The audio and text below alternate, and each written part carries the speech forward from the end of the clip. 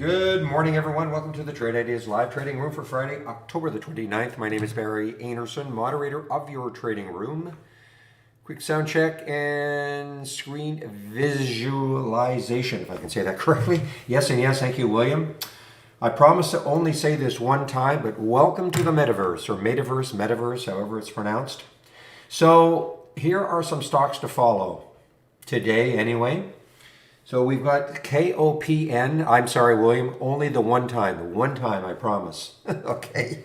KOPN. These are all, I can say metaverse related stocks or meta related stocks. Okay. This is what people think anyway. Okay. So there's KOPN, VUZI. These are ones that are moving this morning. VUZI, KOPN, WIMI, WIMI. These could become the... No, what I said was I won't say welcome to the ever again, okay? That's what I said. Got to talk about it. Hey, we might even have to create a channel for it. There's the WIMI, VRAR. Yesterday had a nice day. It's a little, that's actually very weak. Quite weak this morning, down 21%. And the other one I noticed was RBLX. RBLX, of course, this was a one from last week. Or, sorry, not last week, but a few months ago, IPO. I'm sorry, I am in the wrong one. This is that right? Roblex? Roblox? Okay, well, they're talking about this one as being part of the the Meta family.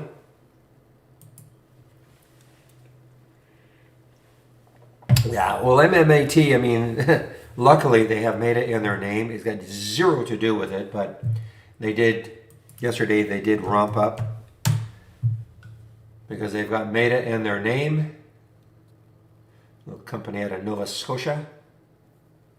It's the only reason.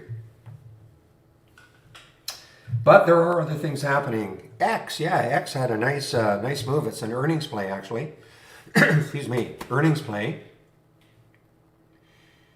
And as William said, maybe they've restated a dividend and all that, but that's a nice gap up for X. Big float, fairly big float, $250 million. The other one to really keep an eye on with all this chip shortage is WDC. Look at Western Digital. Just touching 50 right now, down 12%. It's an earnings play. If you look underneath, I mean, there is not a lot of support for WDC.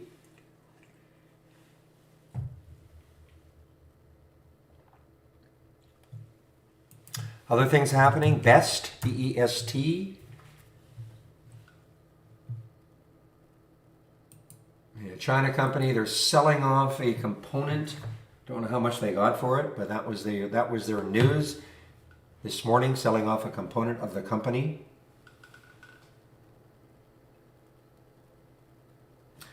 Alpha's taking a hit. All I could really see, I don't know if they've had some bad news in previous to this. I couldn't really see any other headline on them, but definitely a change in the C-suite. This happened after hours.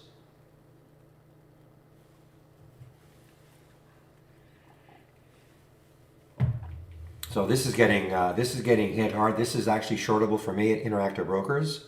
It's almost an all-time low. ALF. FDMT. FDMT is doing a financing at $25, so that's causing this one to be weak right at that $25 level. So it's down 18%, doing a financing right around 25. Well, not right around, at $25. I think they're raising over $100 million.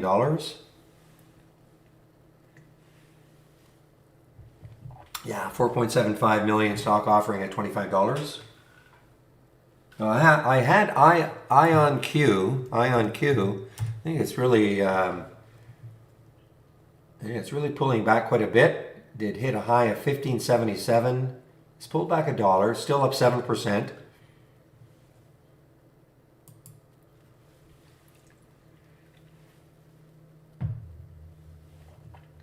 Yeah, I have that on my list also. GFAI, hiring some PR firm. I guess they get their their name out there a little bit better. It doesn't matter what we think. It's a low float. This could be a crazy one. I think this is out of...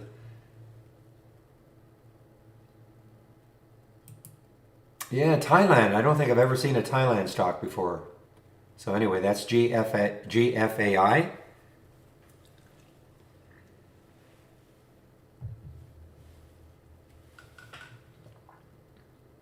Fun, PHUN is gapping down this morning. Yeah, it's only down 20 cents now. Zila had some news after hours yesterday. XELA, you know, the big move may be over, but it did have some news after hours. Popped up to 228. It's not a low float. I don't really expect too much out of it, but you know, I mention it because you just never know. Some kind of a deal, a partnership with CareSource.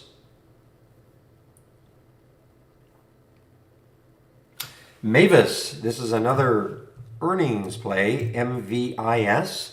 MVIS is an earnings play. Another gap down on earnings, down 17%. Boy, what a gap down. Look underneath on that monthly chart. I mean, this was a meme stock. That's right. This was a meme stock back in this day. These months, it had a huge run up all the way up to 27.50 on really just because it was a meme stock. When they decided we don't want you anymore, that's what happened, and it's been in a decline ever since, and it's an earnings play today.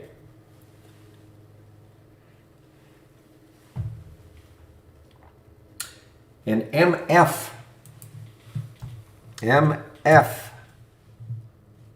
This is a China stock. Miss Fresh. So they've expanding their supply. What have I got written down here? Looks like expanding their supply chain or something like that. We don't even have a float on it. So this could go crazy. Okay. I mean, it's already up 10%. We don't have any float information on it at all. And let's see, it's over 4. When you look left, the next high is 425, and then after that, up to the 450 level. So this could be kind of the crazy one today. Have to see how it opens, see if it holds 4.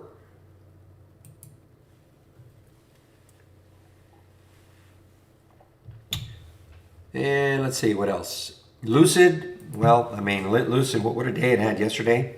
Mainly on the upside, but on the downside towards the end of the day. Still looks strong. There's the high of yesterday, just around $40. Takes that out. Could keep going. The next high looking left is way up here at 65 on the monthly chart. The weekly chart probably about the same. Of course, an EV play. No, RVI, it wasn't a split, it was a dividend. $22 dividend. That's why it looks like it's got hammered down. Okay. Here's your news on it. Being adjusted to account for a payment of a $22. Price is listed as down 75%, but this is the adjustment for the value of the dividend being taken out of the stock. Okay. So that's why RVI is down. Looks like it's down a horrible amount. Okay. All you guys got to do is just look at the news. Okay? I mean, just look at the news, guys. I mean, there it is.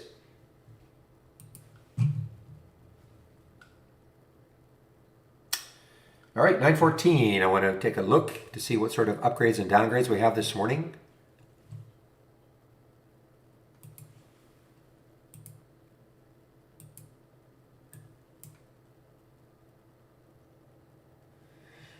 Well, now we have quite a list of each. So let me see if I get a few of them in. This is from briefing.com this morning.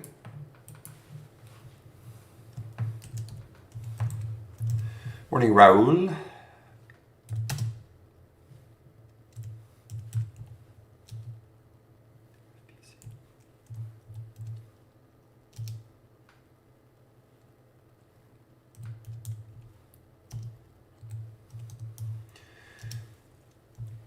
So what I'm really looking for, I'm just trying to see if there are any multiple upgrades or multiple downgrades. Remember yesterday we had TER, and that had about 3 upgrades, and did it ever do well? I didn't take it, it's out of the price range that I normally trade, but it really did well on those multiple upgrades.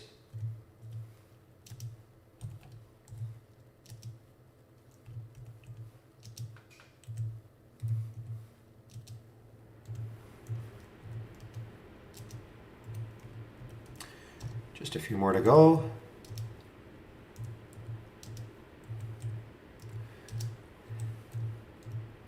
All right, I do not see any multiple upgrades. I'm scanning that list again. I don't see the same. No, I don't see the same symbol twice.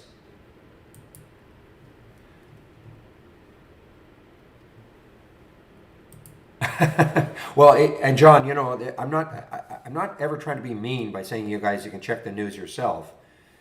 But sometimes, you know, especially if you know, you're not in the room and you're looking and you're wondering, well, why is this happening? You know, you can check the news. I have no problem obviously telling people what the news is, but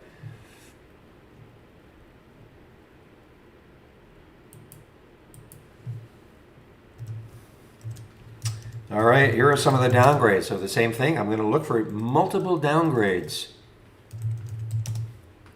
When I say that, I'm talking about the same stock being downgraded or upgraded by different brokerage or different analysts, I guess we'll call them. I said yesterday it was TER. Okay, I see what you're looking at. Zen. Wow, Zendesk. You're just getting hit hard. Yeah, Zen. Multiple downgrades. I see 1, 2, 3, 4. That's what I have here. And there could be more. Must be an earnings play. I think it's way outside the price range that I usually trade, but I'll take a look at that chart once I finish these. Yeah, multiple downgrades for Zen. Downgrade for Starbucks. I think Starbucks had earnings also. You know, and obviously Apple and Amazon had earnings. Didn't come in great. Putting a bit of a damper on the market this morning. We'll take a look at the sectors once I get this done.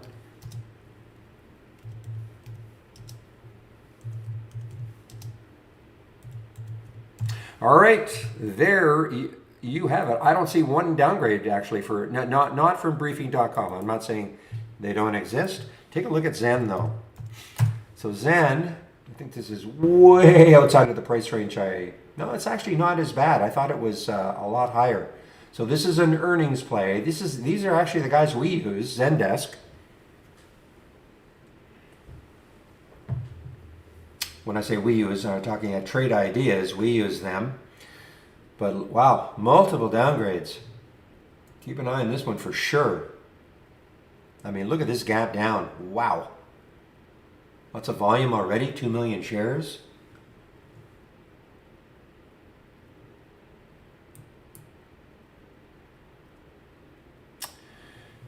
All right, let's take a look at the sectors. I'm going to go from our toolbar, click on New, and then Doc Channel Bar, and then the sector status. See what's happening. We're in for a rocky open, that's for sure. SPY is down. Let's see what else happening in most of the sectors. Probably they're all down. Even energy, yep. So what you're seeing here, these are the major sectors, energy and technology, etc., financial. So these percentages, what they refer to, for instance, when it says 22.73% for the XLE, these are the stocks that make up the XLE. Only 22% of them are above yesterday's close. That's what that means.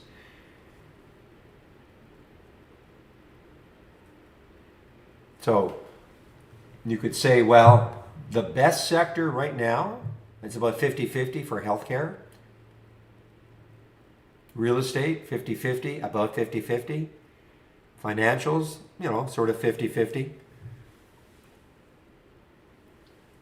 So the whole idea behind this, if you're going to get into a trade with something, and it's not trading on its own, and by that I mean if it doesn't have maybe news, earnings, something like that, so that it will be kind of trading on its own and not really caring what the rest of the sector is doing or the market is doing, then you better know what your sector is doing.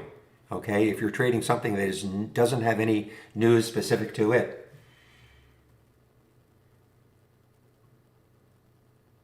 So in other words, if you wanted to take a technology stock or a communication stock right now, I mean, the sectors are weak right now. Now, of course, this can change once the market opens or an hour into the market. You know, this can all change.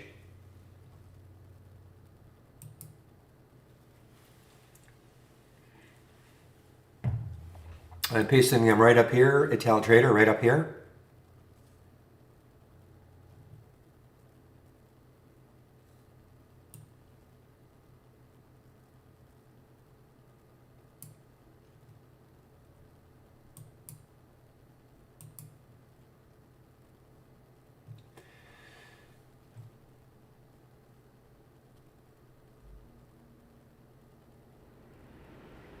No, I don't know how to describe it. It's in the alert section or where I post alerts. Yeah, can you not see my screen? It's where I post, I have a post alert section. So it's not a tab, it's up here. So I've got my watch, well, I don't want to call it a watch list. These are the ones that have moved. I don't know how to help you. Don't know how to help you if you can't see it. Maybe somebody, I don't see what you're seeing. That's the problem. Maybe somebody can help.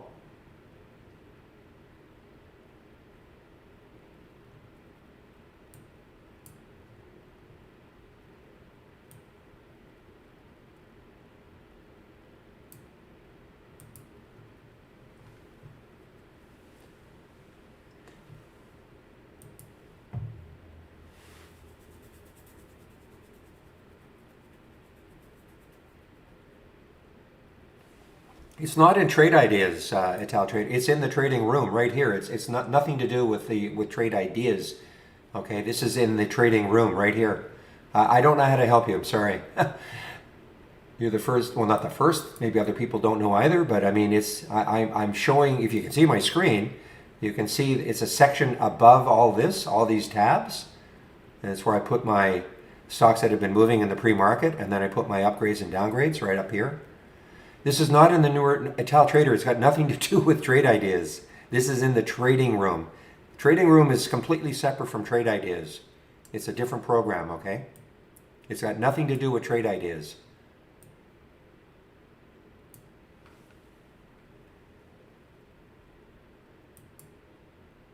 Yeah, Hootie is acting down. Yeah. Maybe somebody can help a trader. How do you guys see this? Okay, my upgrades and downgrades, this section in the trading room. In the trading room, nothing to do with trade ideas. Okay, I don't know how are you guys seeing this? You click on something. It's in the alerts. It's where I click on post alerts.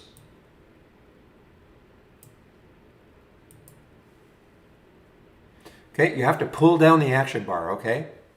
Yeah, Hootie is getting really hit here. It's shortable too. Wow, it is really getting hit here.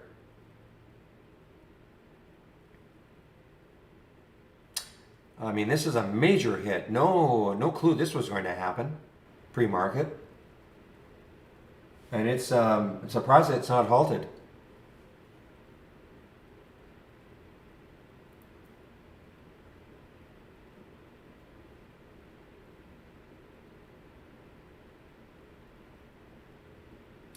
Toronto the Great, I use briefing.com, okay? Somebody asked, where do I get my upgrades and downgrades? It's briefing.com. I mean, there are all sorts of websites out there you can use. I use them because it's easy for me because they actually send me an email about 10 after 9 Eastern time every morning. So I just check, I don't have to go and search for it. They just give it to me. So it's briefing.com. Yeah, I'm just looking to see if we see any news on this HUDI.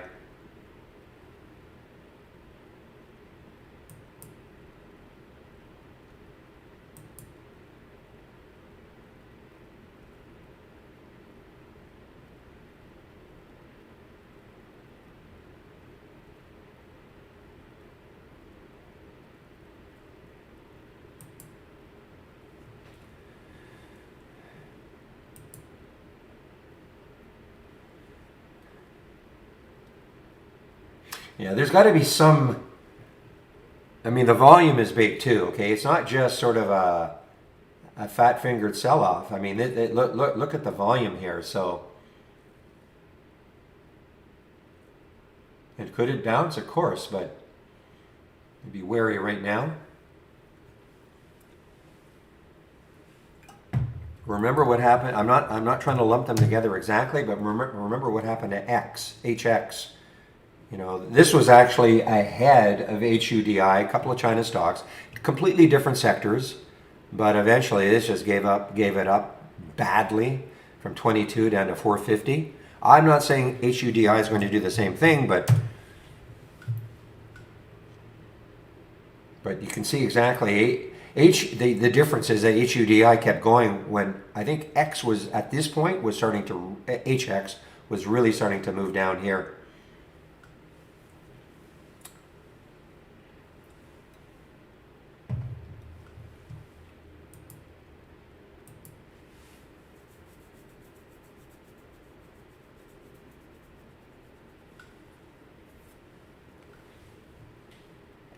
Okay, keep an eye on that LCID, Lucid, guys. I mean, it's almost at yesterday's high. All right, give me one moment.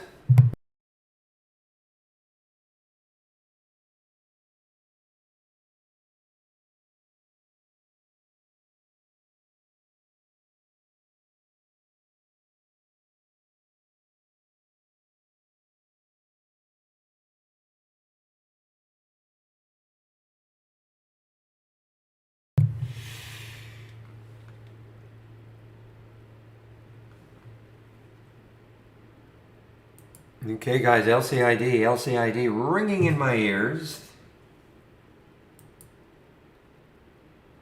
By that, I mean I've got this text to voice in one of my scans.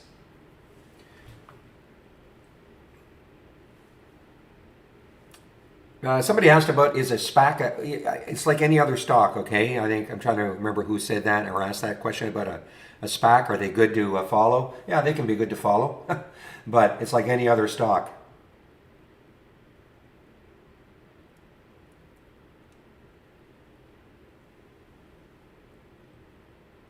You're talking about this? Yeah, I've got some. Yeah, this is, I think anything under 10 million might show up in blue. Things like that. It's just a color coding. I can't remember. I did this so long ago. I've used this same setup for years and years.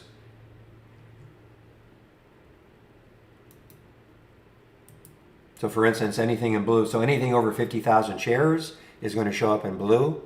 And probably on the float side, anything under 10 million might show up in blue. I can't remember anymore. Yeah, anything less than 10 million and under is going to show up in blue. It's just, you know, a visual aid, that's all.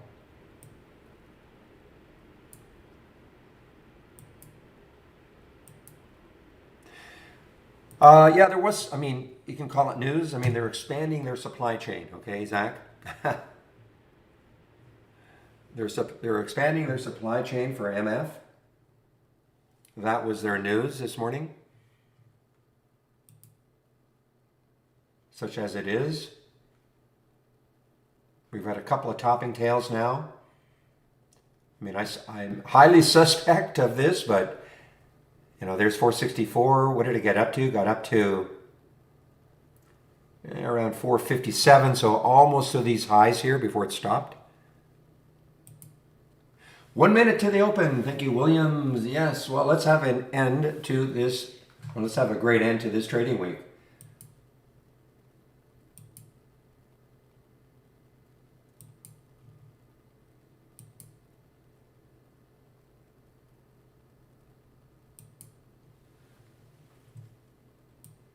Okay, just deleting a couple of things, getting ready for the open. Again, I don't typically trade in the first 15 minutes.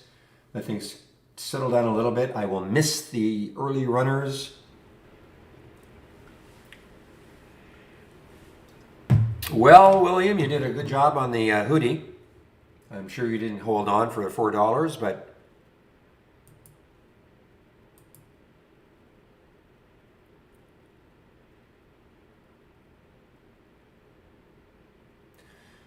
all All right, we are now open.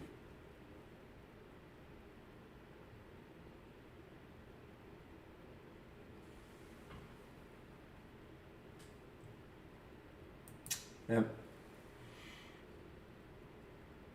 Okay, IONQ, ION Q. After that pullback, there is a GFAI.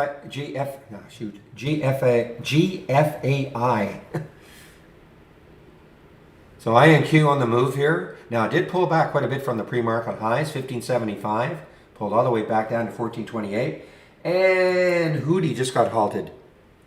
HUDI just got halted on the way down, so look out. It just got halted on the way down.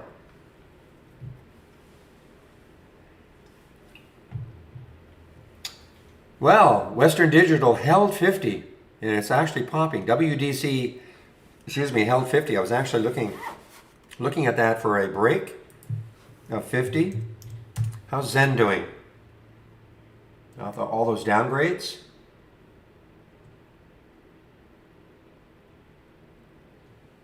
Downgrades, and it's an earnings play.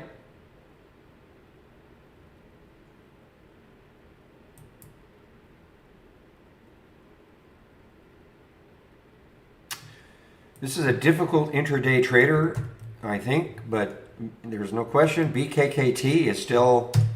Look at this candle here.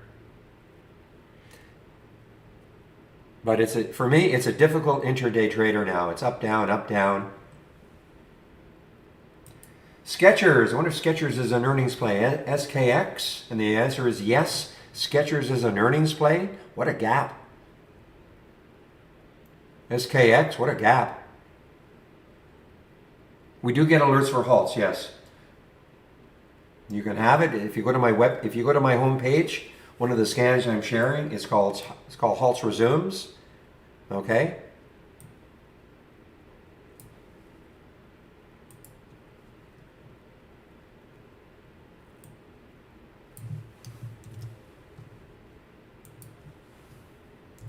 So there's my homepage link. Go to the scan section, and one of them is called halts resumes.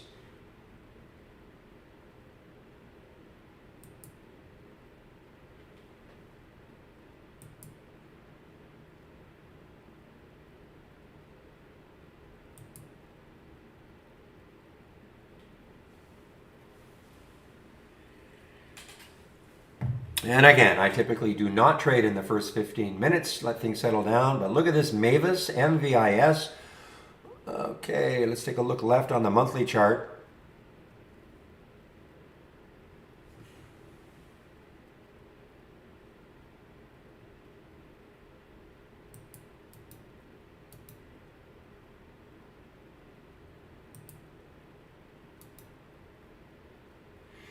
Okay, guys, there's a Lucid at the high of yesterday. LCID, high of yesterday.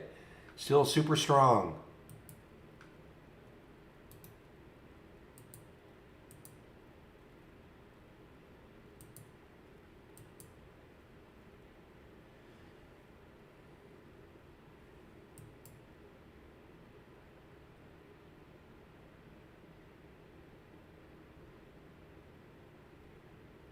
Look at the volume that came into Lucid. 12 million shares. LCID on that first 15-minute candle. I think it's a fairly big float. Yeah, it's not fairly big. It's a huge float. That's what made that move yesterday so impressive. $500 million in the float, and to move the percentage it did. Typically, you don't see that. It went from 28 to 30, 40. You don't see that with that sort of a float, but that's what made that very impressive.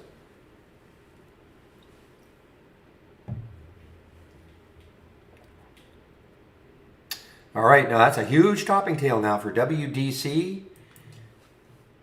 Take a look at WDC. I'd be really eyeing this one under 50. You know, it's an earnings play. Obviously, earnings not great. Big chip shortages and all that. So WDC.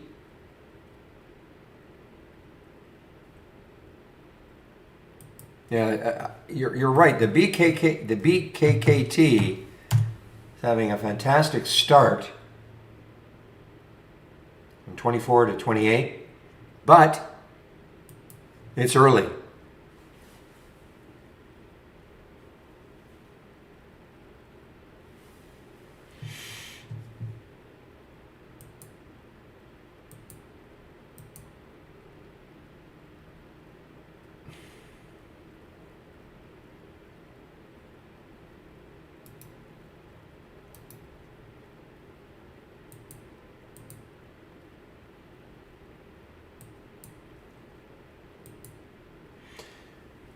I remember this one from yesterday, IFRX, coming into that 200-day moving average. And HUDI just opened, HUDI opened, and didn't really gap down too much.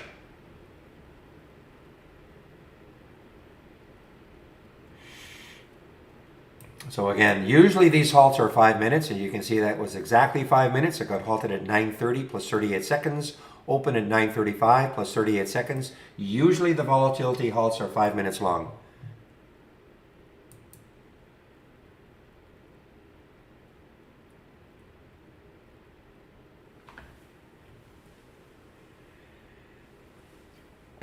Are you loading some of my scanners? Because I thought I muted everything. I thought I took all the sound alerts off, but in order, if you want to mute them all, you can. There's a sound toggle between Brokerage Plus and Idea Surfing, right there. You can see I just clicked on it, so you can turn all the sounds off or on. The gap up and down shared. Wow. I'm sorry. I apologize for that then, because I thought I took all the sound alerts off. Just right click. Is that a multi-strategy window? No, it isn't. No, it is. I don't think it's a multi. It's just an A. Okay, so just right click on it and then go to Properties, Actions, and uncheck the Play Sound. Okay, I apologize for that. I thought I took all of the sound alerts off my shared ones. Okay, so did you get that? Right click. Properties, Actions, uncheck the Play Sound, okay.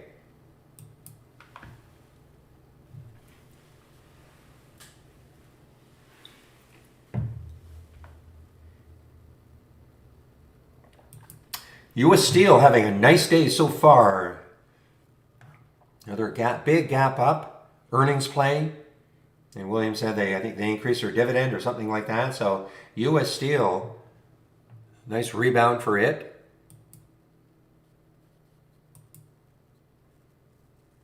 So RSI, LCID has been kind of all over the place. Right down to 37.50, right back up a little $2 pop.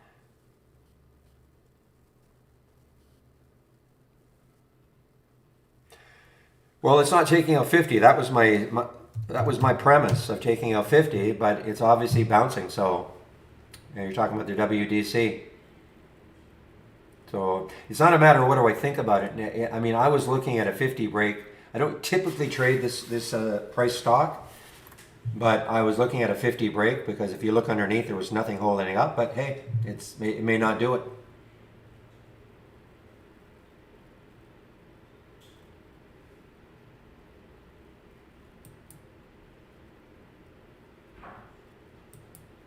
Wow, there's Lucid above 40 now. What a move.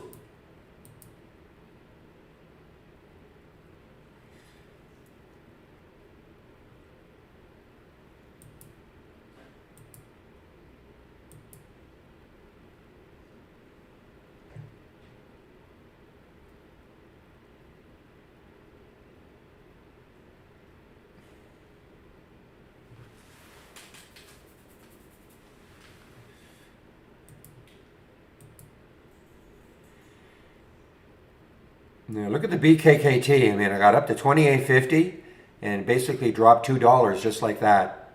Now listen, I mean, if you're looking to swing these things, I mean, it's a different ball game, of course. You'd have to have a much wider stop. And there we go, 40. No, not quite. LCID would get to 41, not quite.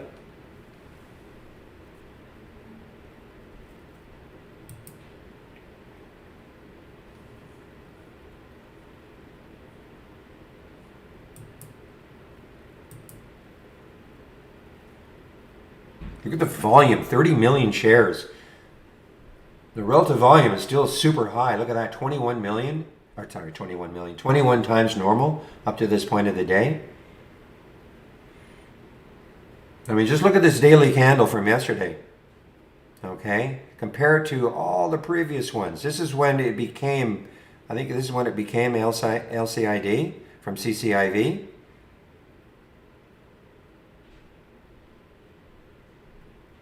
But look at the volume yesterday.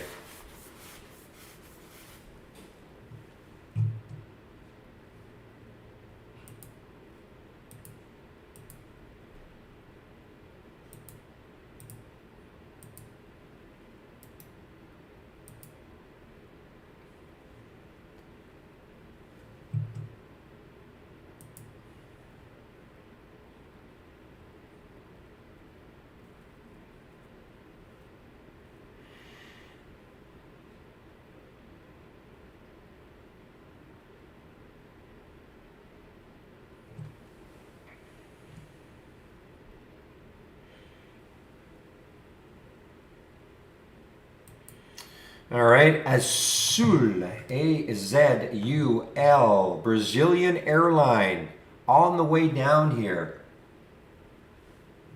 I don't know about 8 today, Zach. Hoodie is, look at this. I mean, this is actually very crazy. I mean, it's halted now, right back on the way up. You talk about crazy moves. Let's talk about crazy moves. This is one.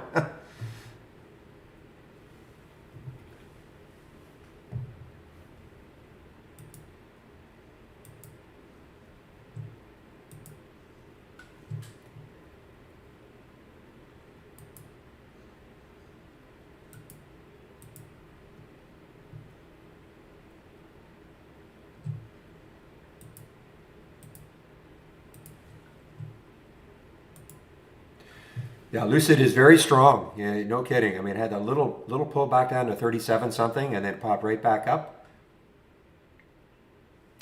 What's the market doing? Let's take a quick, wow, we got a little disconnect going here, guys. So the Dow is up just a little bit.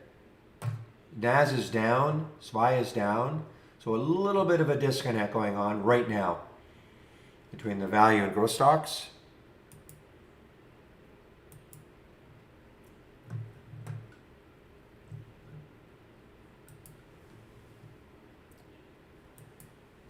All right, MGI on the way down. MGI on the way down. It's an earnings play. MoneyGram is an earnings play. I think this was a meme stock at one point. And breaking down through 6.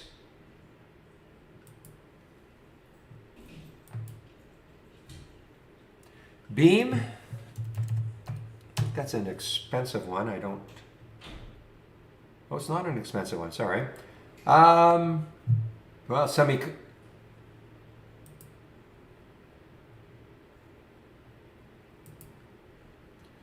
yeah, I mean, it's not trading.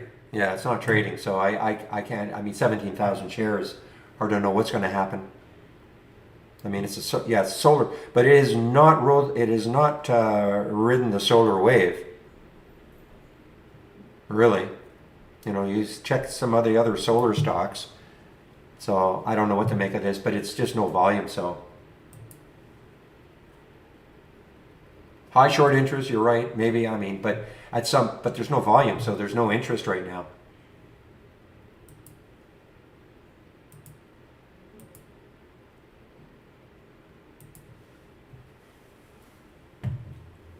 I mean, let's just take a look at First Solar as an example, okay? FSLR. Okay, so check that weekly chart out. I mean, look what it's doing. Okay, and check Beam out. Nothing. I'm not saying it will never happen, but I mean, it certainly has not caught the solar wave like the rest of them.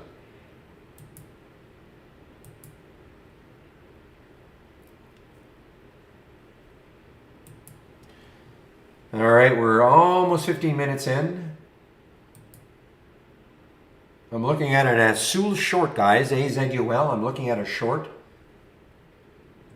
I think it's got a fairly big float, so it may not, it may not be, yeah, actually it's not a huge float, 91 million, but I'm just looking here and underneath, room underneath for it to keep going down if it wants to.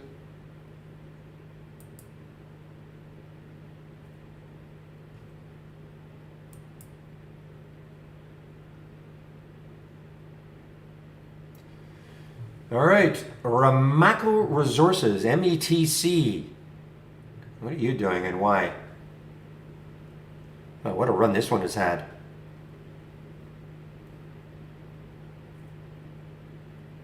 $10 million in the float. Trading 11 times normal right now, METC. This Western Digital is a tough one. I mean, that's a massive topping tail. Okay, I mean, it's under 50 again, but it's been pretty wild.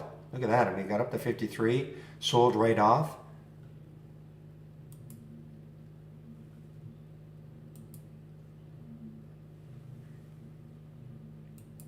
ATEN is gapping up. Somebody just mentioned that one. It is an earnings play. Not really a huge amount of action in the pre-market, but nice. Now look at this gap. Man, oh man, what a gap. And it's an all-time high for ATEN.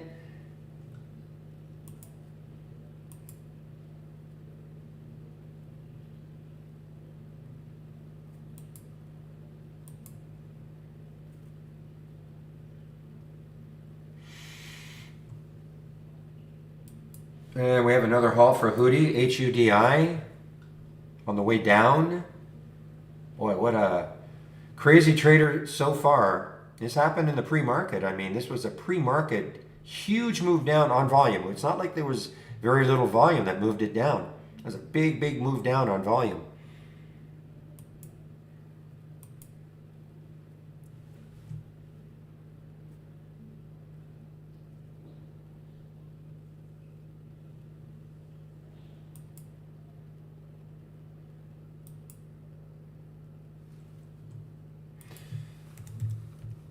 All right, keeping an eye on the AZUL, see if this is just a momentary move up. I'm going to put an alert down here around 1377.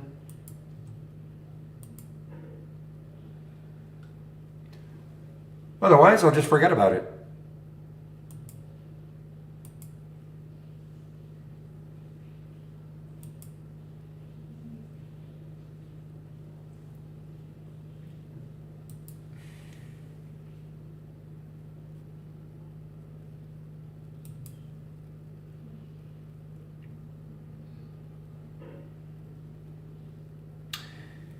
Argentinian stock, is it?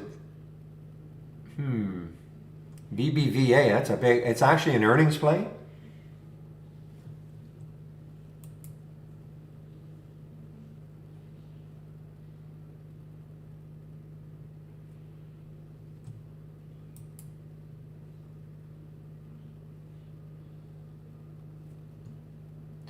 A10 continues off its earnings release. What a gap up. It's always interesting me, I mean, to see this. I mean, look at the daily chart over the last, well, since, let's see now, since September. Really no action, nothing.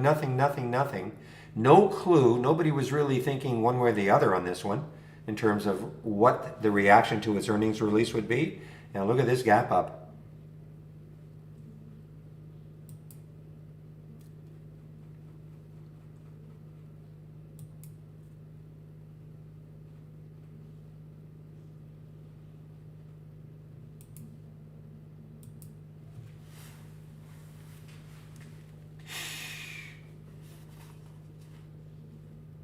QS, is this an earnings play? QS is not an earning. Wow, look at this one, just straight up, quantum scope or scape. I sort of thought this one might be tied in with the IonQ.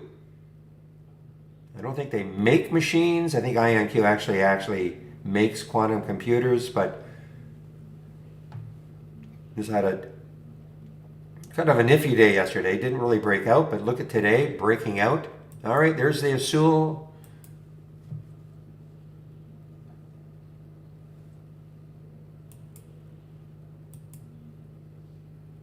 Batteries, quantum batteries.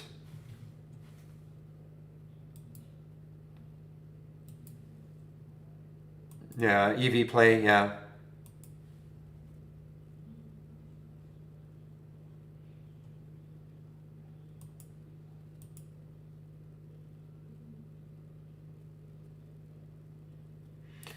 All right, our Meta stocks are giving it up. Is this one shortable? KOPN for me. Actually, it is shortable. KOPN. Look where it came from. 430. No news other than the fact that I think this is the memers got a hold of this one yesterday when Facebook talked about Meta, and they're suggesting stocks like Vuzi and Kopin, KOPN, could benefit down the road.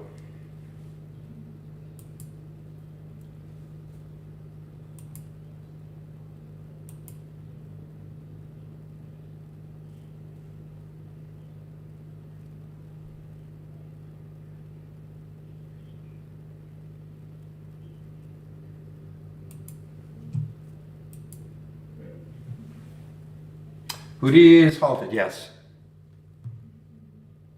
And you too can know that if you have trade ideas, and just have my halts resume scanner. Okay, it's halted at 9:47. So if it's going to be a 5-minute halt, it'll open at 9:52 plus 8 seconds if it is a 5-minute halt.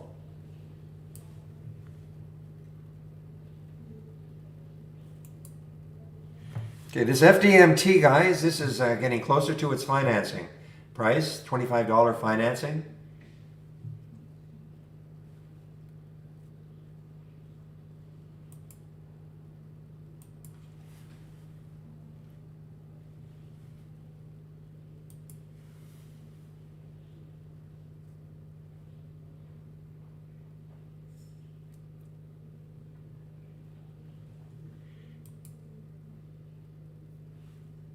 Okay, just opened.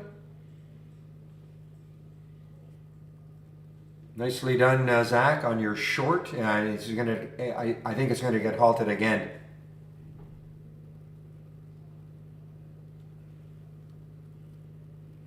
In fact, I can almost guarantee it's going to get halted again.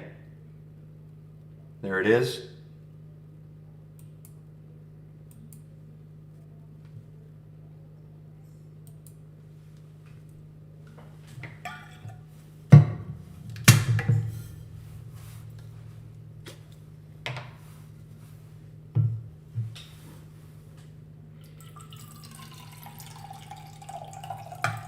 Okay, that's a little bit of coffee here.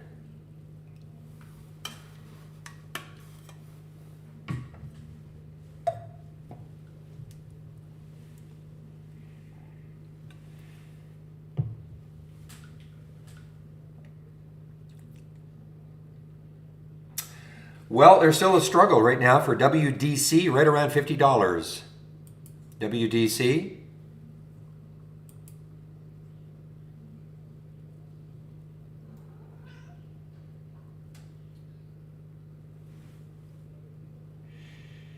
Okay, we have a cup.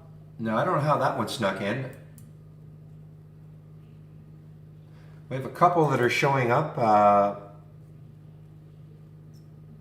No, I'm sorry. I was looking at the relative volume. I thought that was the price of UAVS, but at $79. Anyway, UAVS just snuck is in my option scanner. Now, if you look left, excuse me, looking left, 335. It looks like there's just way too much resistance. I've said that before. I've been wrong before, but it just, to me, it looks like there's too much resistance nearby. And then UXIN, same sort of thing. I just think there's too much resistance.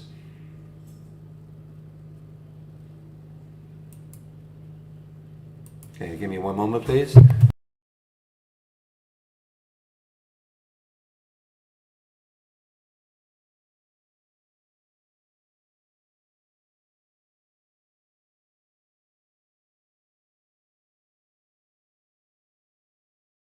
Okay, guys, I'm noticing uranium is getting hit a bit here. There's CCJ, okay? CCJ on the way down. Here is the ETF, okay? Here's the ETF for the uranium sector. So uranium is getting hit for whatever reason today. You know, we remember these days when it just well, here. But CCJ, I think that's kind of the leader.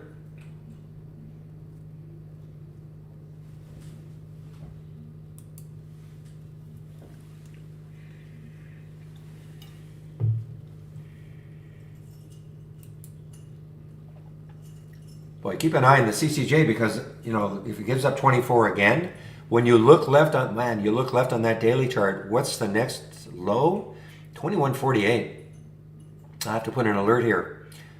Around 23.96, I want to see if it takes out 24 again.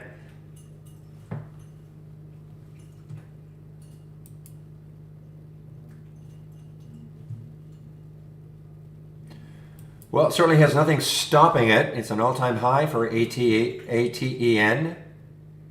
Nothing stopping it.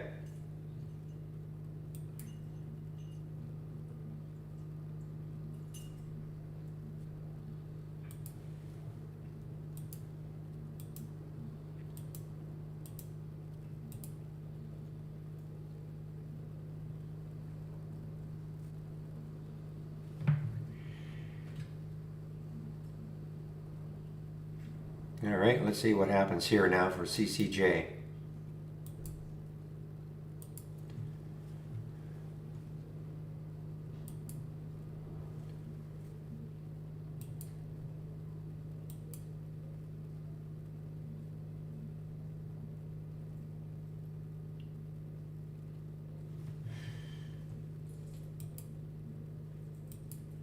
Watching CCJ, I want to see another break of 24, and that'll, like getting down to about 23.80-ish, that'll probably get me in. It may not happen.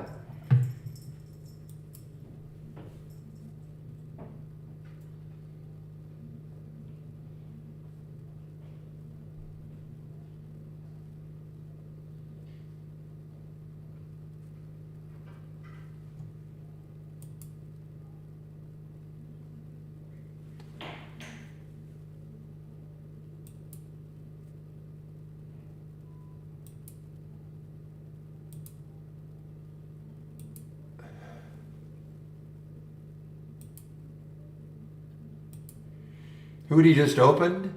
Just watching the CCJ.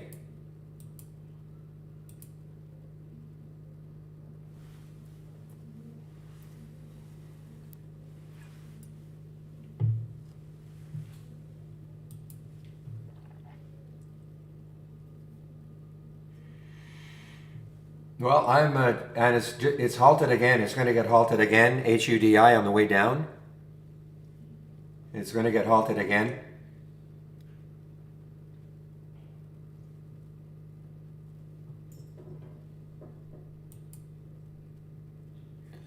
Big congratulations to Zach on that one. Boy, what a great call you made, shorting it up on this level here. Whether it gets to 8 today, I don't know about that, but hey.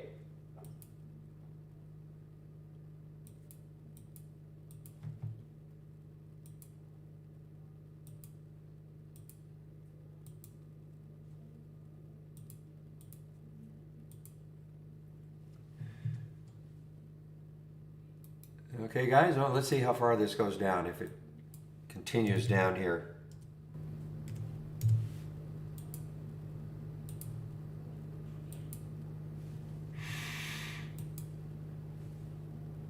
I think he was short at around, I want to say around 20, 27, 26, up in this area here, I think.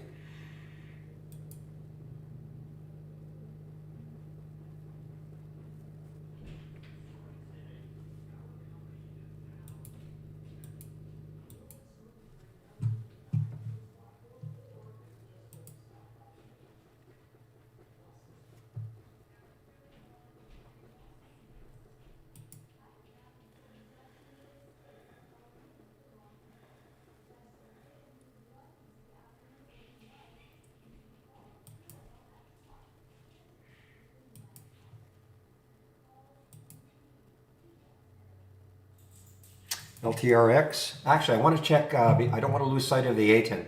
ATEN. I don't want to lose sight of that one.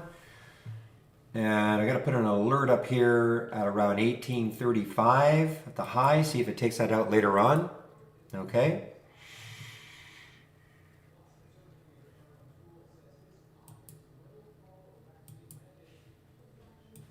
Okay, LTRX. Let's take a look at LTRX from Zach. LTRX. Yeah, coming right into that magic 10. This is shortable for me also. What a run it's had. All-time high.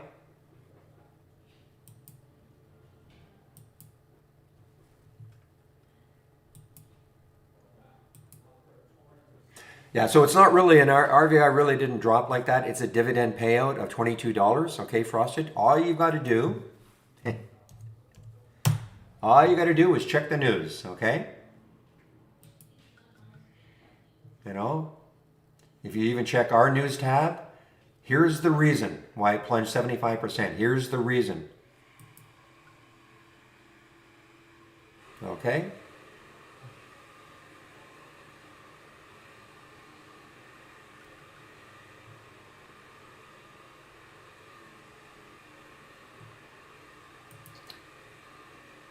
But it's a dividend payout. That's the reason.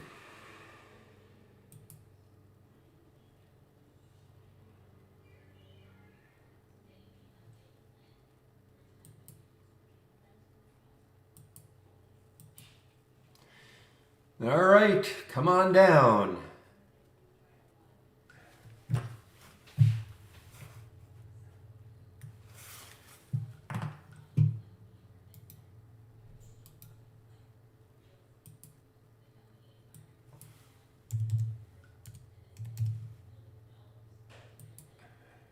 Now, guys, notice I don't tell anybody what to trade.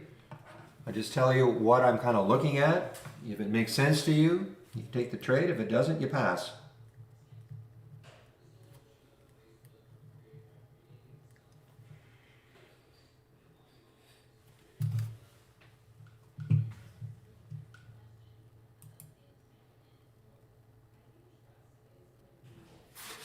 You can't see it, Felix. If you're a Trade Idea subscriber, you can go to my homepage, okay? Or if you're a subscriber, you can click on New and Dock Channel Bar. And my windows, where am I? Where am I? Barry's watch list, okay? It's got my watch list and plus the option.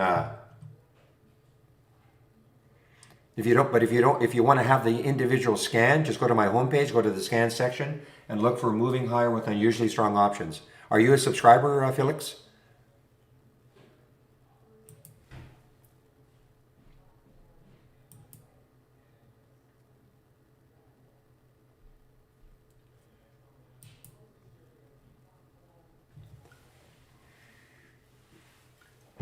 For Azul, it was 1380. But you ask where my short was for Azul was at 1380. For CCJ, it was 2388. All I said was this, right? I said, listen, I want to see if it takes down 24 again. I put a price alert. You know, it popped over 24 and it came right back down. I put a price alert right around here. You can see that green line. And that's what got me interested, and that's what got me in. Again, I don't tell anybody to do what I'm doing. I'm just pointing out the things that I'm seeing.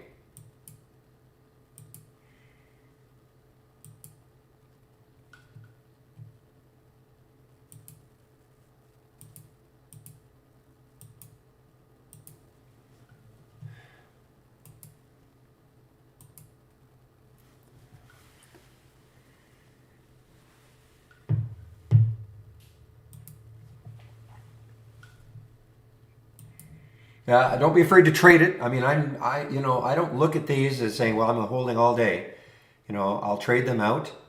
But I mean, for me, what got me super interested, look at the gap. I mean, look at the next low looking left on the daily chart, 2156. I'm not saying it's going to get there, but for whatever reason, uranium is weak today. If you wanted to, you could just trade the URA, short URA. And it looks almost the same. Look at the gap. CCJ is the leader, so that's why URA and CCJ will look very much the same.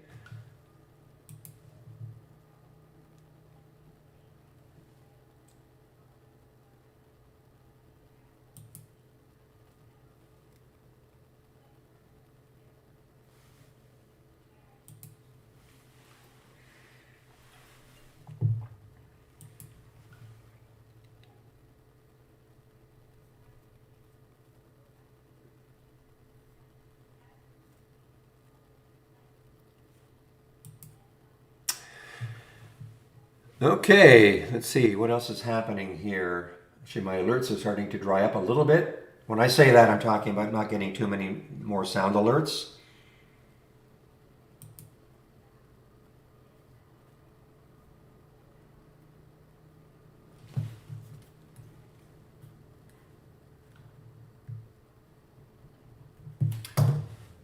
Okay, now Hudi got halted on the way up. HUDI got halted on the way up.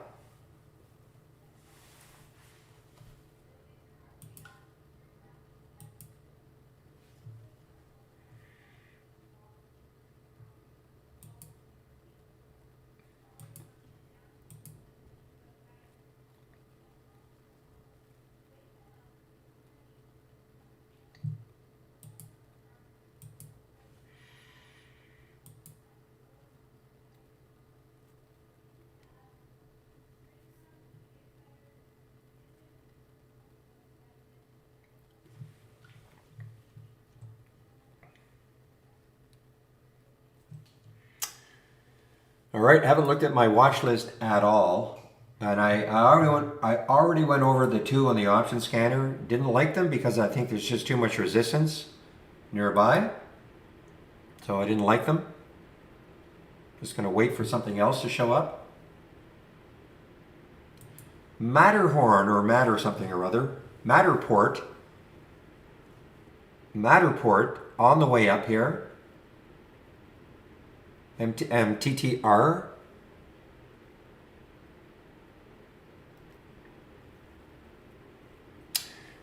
Lakshay, that is one of the simpler ones you can do, okay? So can you hear me? The question was in our YouTube room, want to filter for stocks that are minimum up or down 1% from the close. So can you hear me? And can you see what I'm going to do? I'm talking to somebody in our YouTube room.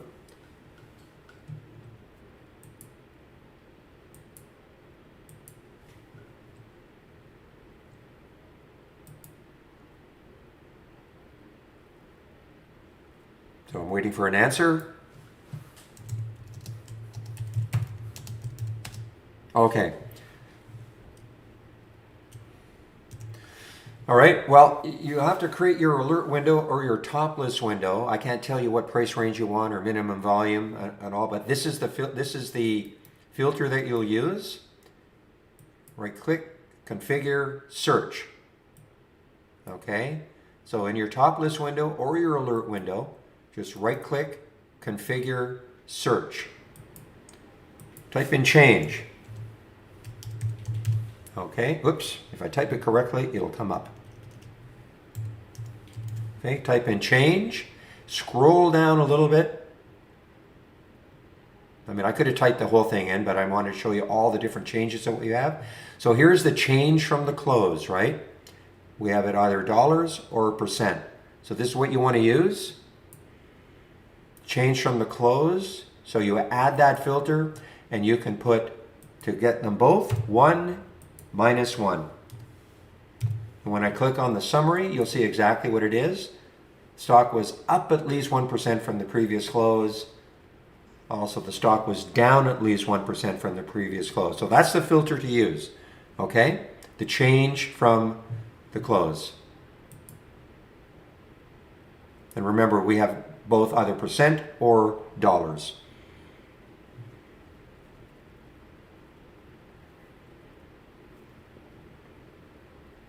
Okay?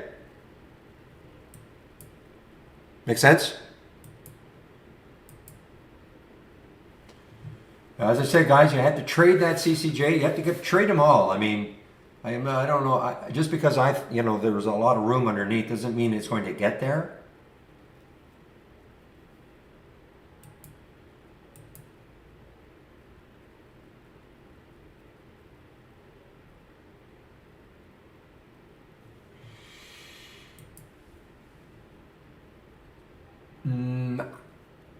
Yeah, I think you're looking. Okay, I don't want to deflate you, but I sort of see 16, but I also see 1935, 1936. So we'll see what happens.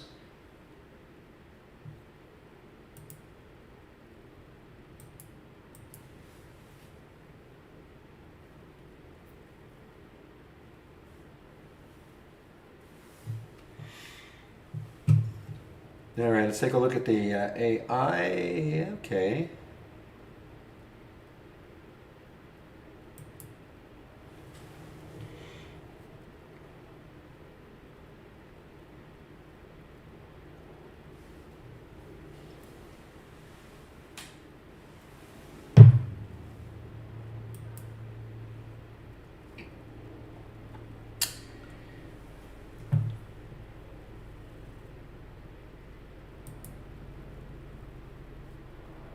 Yeah, well, it did get down to 17. Boy, it's a wild one. I mean, you'd like to see some news, but you're just not going to see any. Just a moment, please.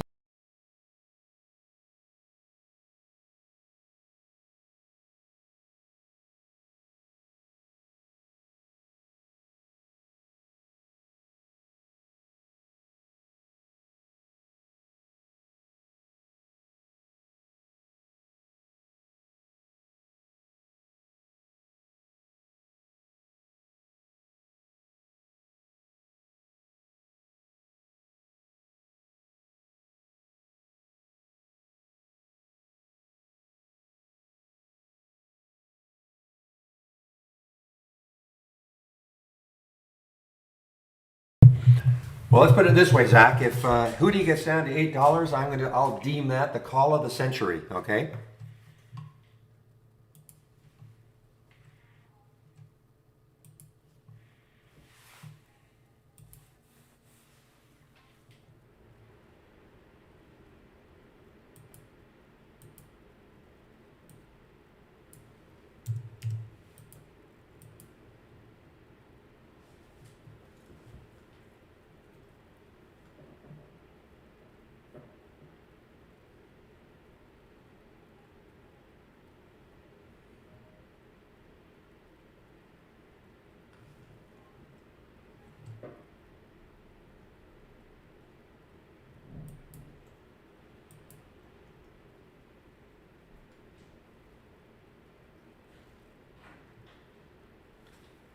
All right, guys. I'm hearing. Okay, the Azul is still moving down for me. Again, these are not. They're not going to give huge percentage returns, but they'll pay the bills.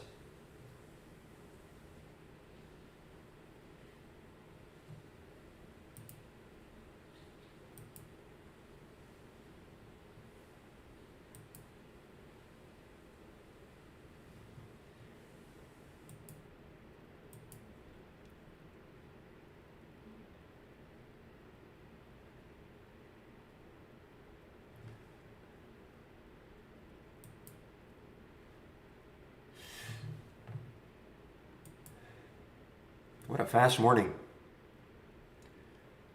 Okay, AFMD just popped up. My daily breakout.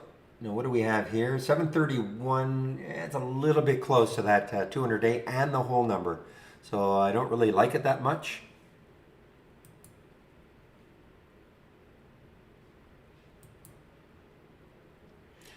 Yeah, I mean, I just don't like it because of the resistance nearby for the UAVS. I just don't like it. I mean, if it look at all that resistance. I mean, it may pop all the way through. Huge volume. I mean, today. I mean, huge volume. Look at that volume bar.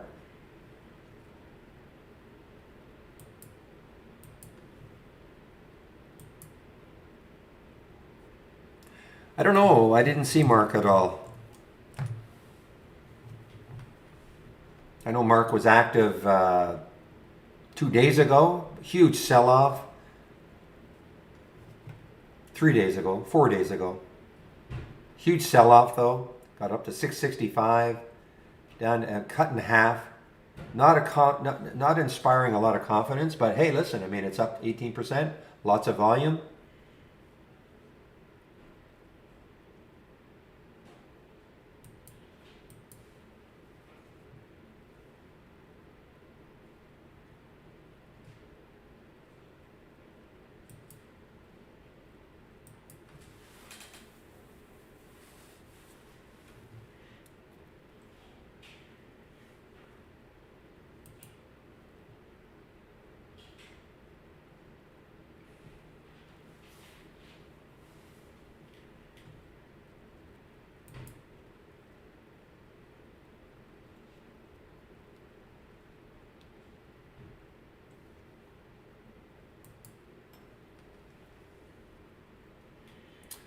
Another one on the way down. LBRT, it's got some room. I mean, there's the 200-day moving average, 1239. Got to get through 13 though, also, that whole number. I'm just looking at stocks that are, either gapping up or down over a 10-day, either making 10-day highs or 10-day lows.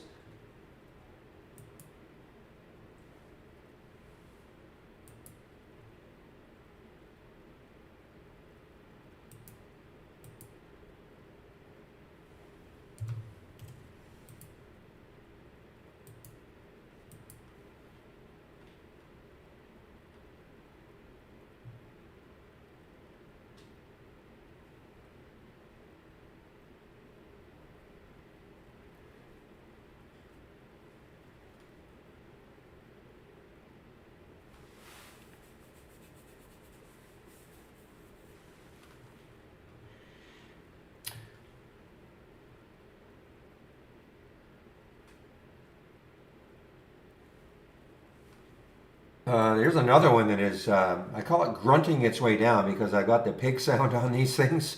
EQNR, another one moving on the way down here. Let's see, what sort of resistance is there or support is there? 25.85. So that was a low here, 25.85.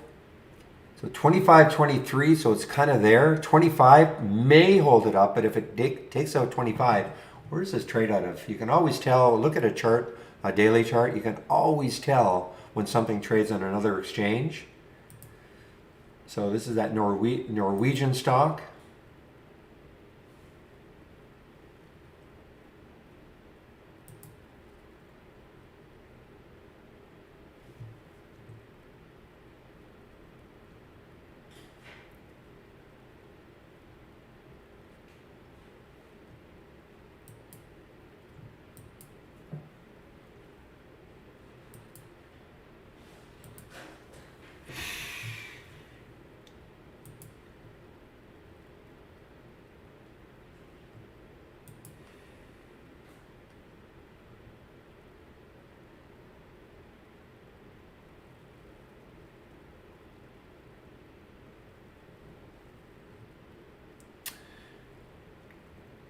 When you say see new messages, what do you mean by, oh, the chat is getting frozen? I'm sorry, I thought you meant chart.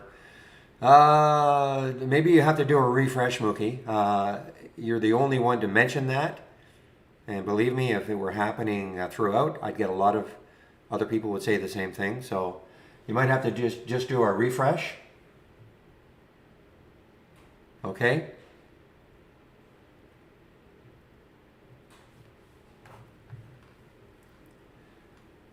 I'm just pointing things out, guys. I'm not doing anything with EQNR. Okay, I'm just pointing out a fact that this is dropping. The problem is that Norwegian stock, so it trades on another exchange. It's $1 billion in the float. I'm just pointing things out that are making 10-day lows. If it makes sense to you in your trading plan to take a look at something like this, then, fine. I wouldn't look at it personally unless it took out 25, number one. I think that's a big psychological number for it to try to hold.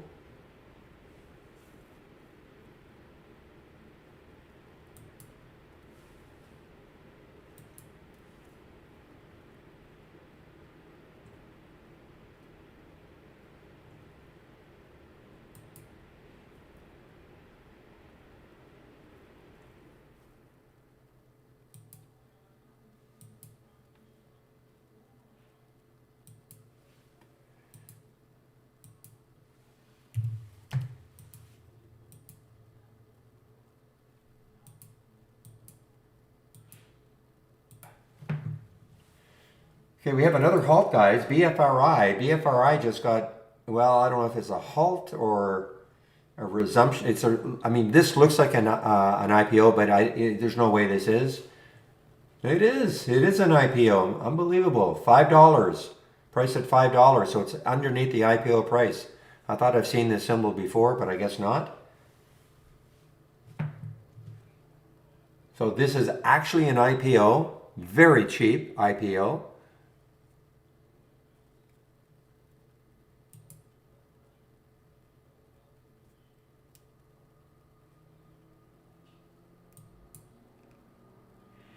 Oh, okay. I thought you meant this was a new thing for you. Okay, so yeah, there's a gear here, there's sprocket, whatever you want to call it, and it says if you check always scroll to the bottom. I don't have to do it for some reason. I always see it here. I don't check that, but I always see the ones at the bottom. But so again, if you can see that gear that I'm pointing to, and then this will come up, and then always scroll to the bottom. I'm sorry, I thought you were saying that this is something that's happened to you new.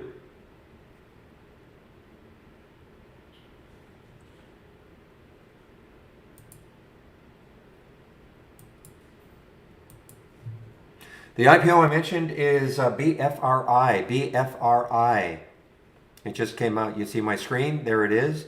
But it was, the IPO was priced at $5, so kind of weak right now.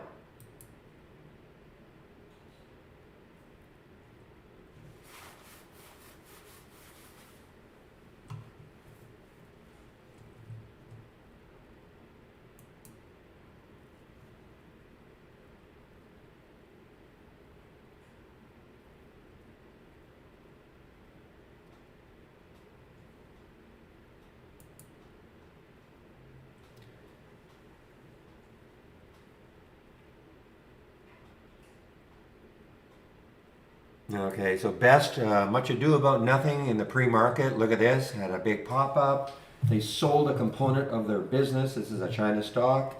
Now it's actually gone negative.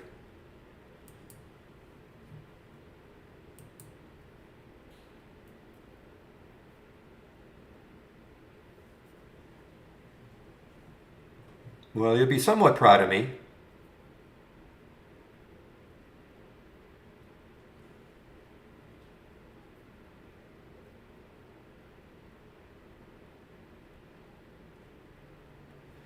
Yeah, I don't know what that means, Marlene. I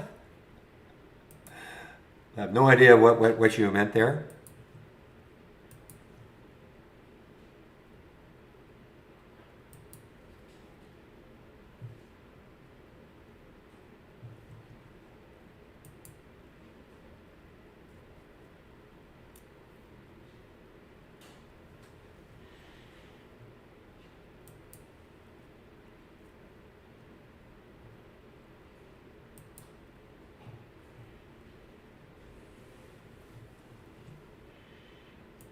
Well, guys, I should have been paying more attention to this one. The FDMT looked like 25 was going to hold, but no way so far.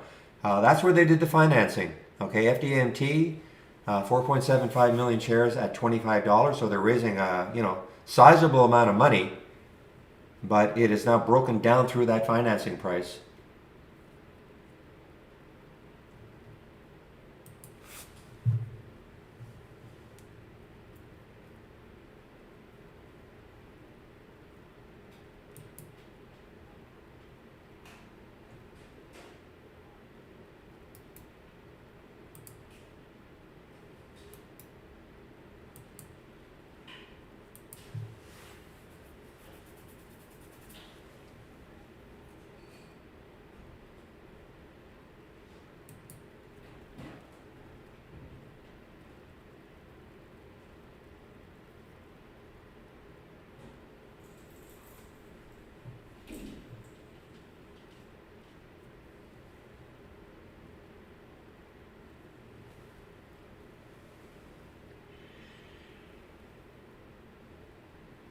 Okay, guys, I'm just staring at a couple of things right here.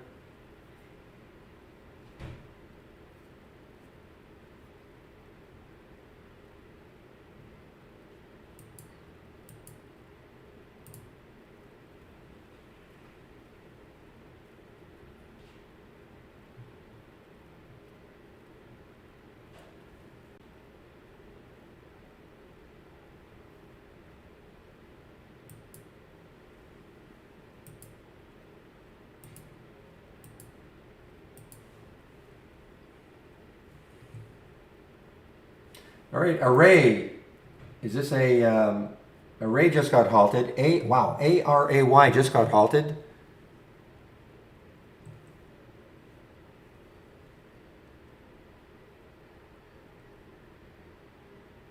Yeah, I don't know, Marlene. I don't know what you, what you're trying to say. It's too cryptic for me. So Array just got halted, yes. And what's in the float? 86 million in the float. So not a low float situation, but it just got halted. And I'm just trying to see if there's any specific news. Look at the volume that came in. All that, it's 539,000 shares. Most of it is right here. It was really doing nothing until this point right there.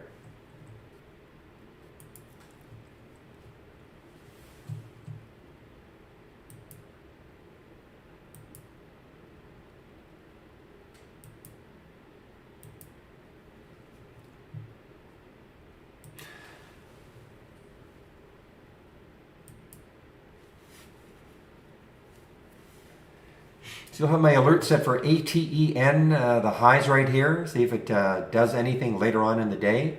Earnings play, this is an all-time high if it takes this out.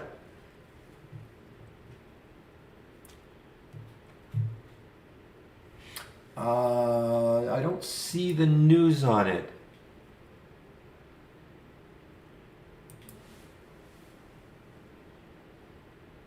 I don't see the news on it. I'm looking at my IB headline news. I don't see. I do see something here.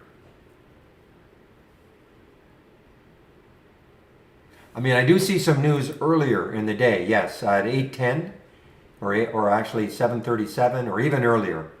So I guess there. I mean, there is some news, but there was no reaction. No reaction until now. So kind of interesting.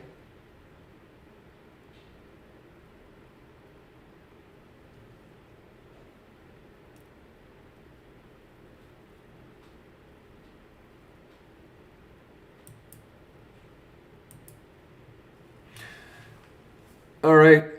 I'm sorry, Marlene. I don't know who you are, but bye-bye. I have no idea what you are saying. So you're gone.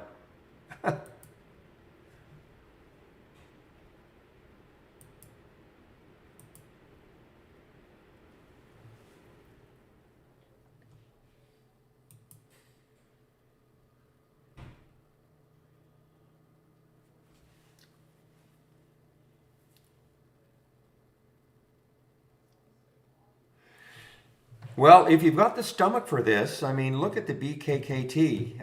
When I say that, I mean, this is to me very difficult to intraday trade, but it's doing its thing again, getting closer and closer to 30. What did it do yesterday? It got up to 32 yesterday. I'm not on mute, Ija. You guys can hear me, right? I'm not on mute.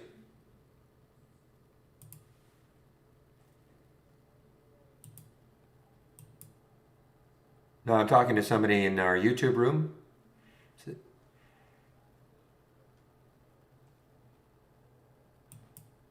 Okay, so I don't know what's going on your end, Ija.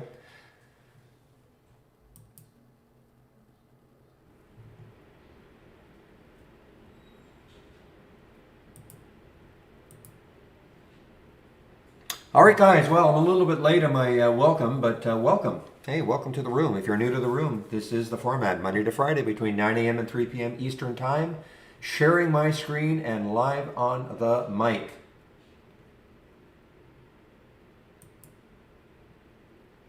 We still have a promo code. It's good to the end of the month. That's the 30. When is the 31st?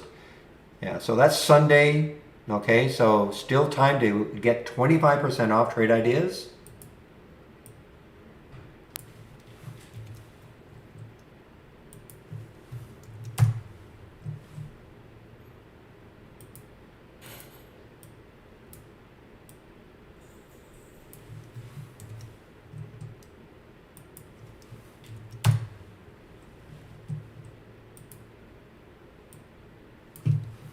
Okay, just putting the links into our YouTube room. All right, Array just opened. It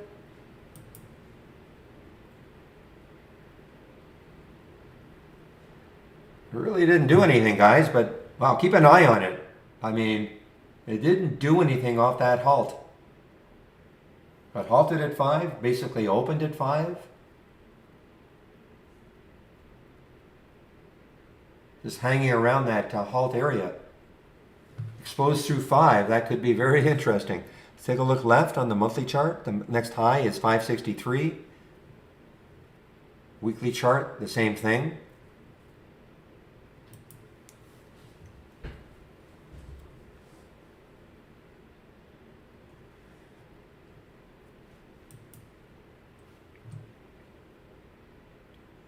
All right, I'm going to put my home page in here also. Show you how much Trade Ideas costs.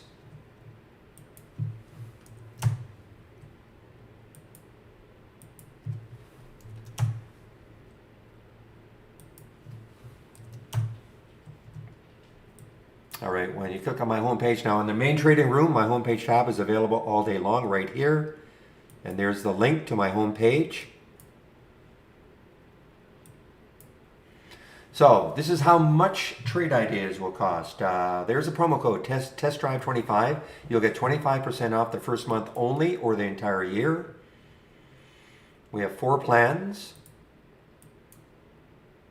Annual monthly premium standard. So the annual premium is $22.68 a year minus that 25%. I think that works out to a little over $4 a day. Standard is $10.68 a year minus the 25%, a couple of dollars a day. Big difference between premium and standard is the AI, which I'll take a look at in a little bit. You don't have to go annual. In fact, if you don't know this program, you can always start off with the standard monthly. It'll be $118 less than 25%, or the premium monthly, $228 less than 25%. If you decide that you want to upgrade to an annual subscription and you do it within 30 days, we'll honor the 25% promo code. Okay, so if you don't know the program, I wouldn't, don't start off with an annual because our refund is not good. Policy is not good. Start off with a standard, and then if you'd like it enough that you want to upgrade, fine. Now, if you maintain a monthly subscription, this is what you'll pay going forward. If you don't do an upgrade at all, this is what you'll pay going forward. So that 25% discount on a monthly is only good for the first month. All right.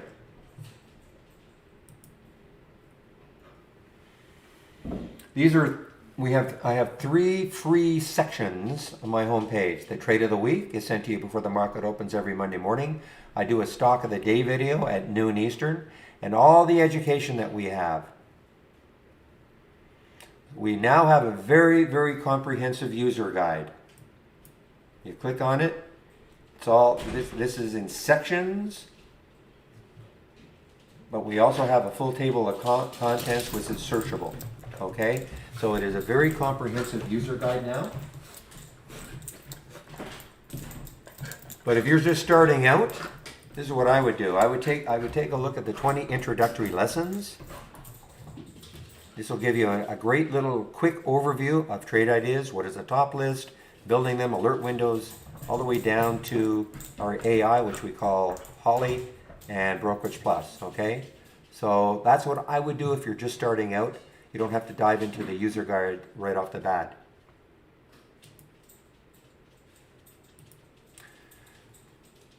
In our YouTube room, at noon I do take a break. One of the other traders takes over. Today is Friday, so it should be Andy. And he'll moderate the YouTube room between 12 and 1 o'clock. I'll put the YouTube room link in before I do take my break. Daily webinars, you can sign up for them all here. Next week, it is Tuesday and Thursday. Those are the 2 webinars next week. The following week, it's Monday, Wednesday, but you can sign up for them all here. And if you are brand new to trading, a great little series, very short videos, starting off with what is a stock, okay? So if you're new to trading, I would definitely take a look at this. It's all free. Keep an eye on that array, guys. Takes out 5. And in the other section, my home page, all the scans that I'm sharing, including, this is the layout. It looks a lot like what you see. And I have individual scans that I'm sharing, okay? The moving higher with unusually strong options, my favorite one. Also, I keep an eye on the 10-day daily breakout and breakdowns. These are the 4 that I use in the pre-market. The gap up, gap down, pre-market actives up and down. These are the 4 that I use in the pre-market. So there is a lot of information on my homepage, especially in these two sections. Save my link, then you can look at it anytime you want.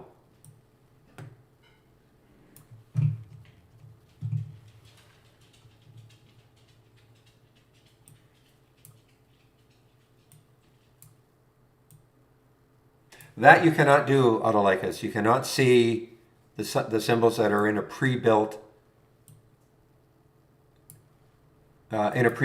symbol list.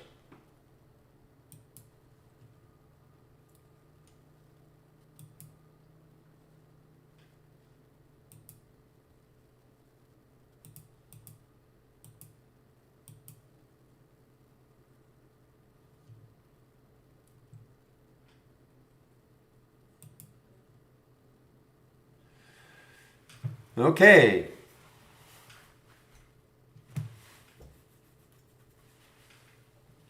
So what is Trade Ideas? We are a scanner. That's what we do. We scan the US stock market. This is an example of a scan. If you want to build your own scans,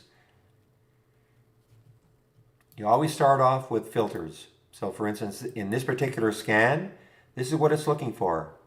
It's looking for stocks between $1 and $20. Current volume, its relative volume is 8, meaning it's trading really abnormally. 400,000 shares, etc. You always start off with some filters. Otherwise, if I just and then if these filter values are met and a stock makes a new high or a new low for the day, I get a real-time alert. Okay? Obviously you start off with filters. Otherwise, if I just were looking for stocks making new highs or new lows for the day, I'd be inundated with alerts.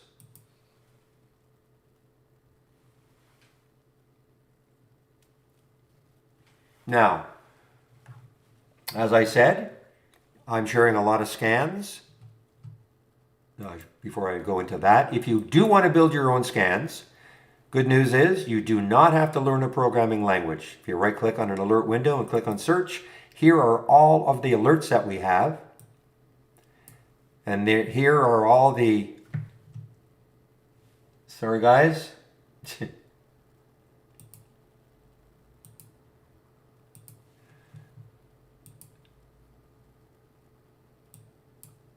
Where are you? Just a minute. Okay, so here are all the alerts that we have. Scrolling up here. And then here are all the filters that we have. You do not have to learn them all. Why we created so many is that we have a lot of different, we have thousands of customers, all sorts of different trading styles. So what we tried to do is create a lot of different filters and alerts so that the vast majority of our customers can combine them to give them the type of scan they're looking for.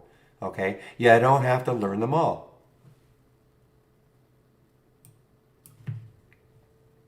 So that's if you want to build your own scans.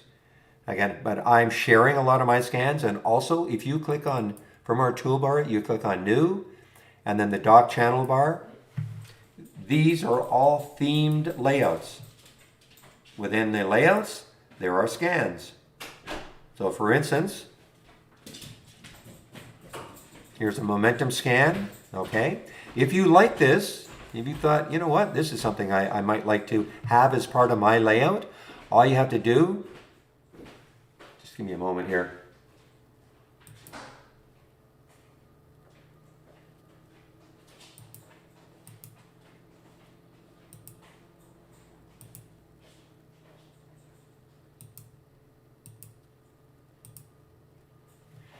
Okay, so if you like this one, all you have to do is save it to the cloud, okay?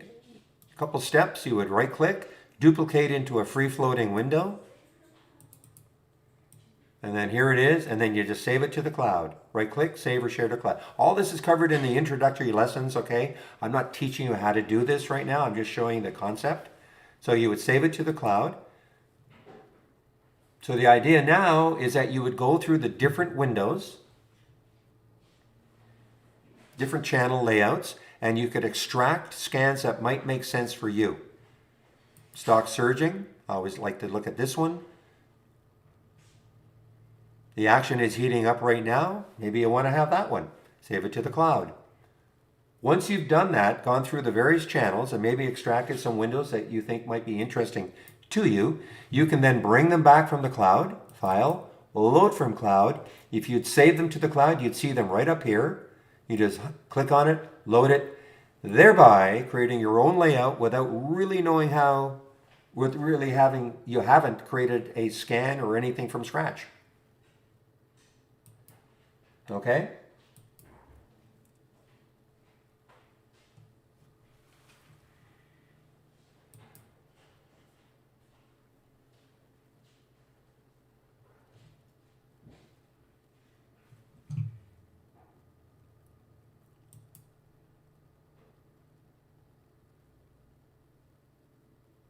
Need an explosion right here.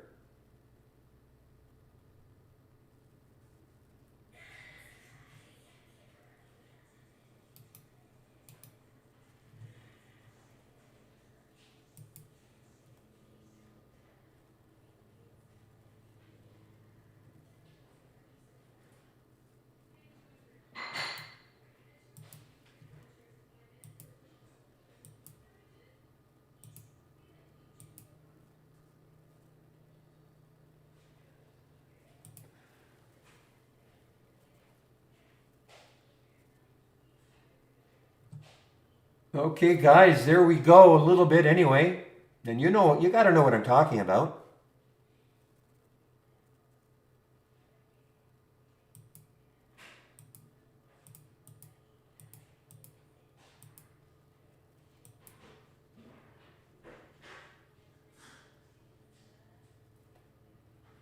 We got another pop. Okay, I've traded some of it out. Obviously, I'm talking about the array. So what did I say? I said we got halted at 5. It really didn't move off 5. Came back down. Minute it popped over 5, that got me interested. That's what I said. Said it would really get me interested in it. So while I was doing my spiel, took the trade, but I've traded some out just in case it wants to stall right around this area. But that's the array.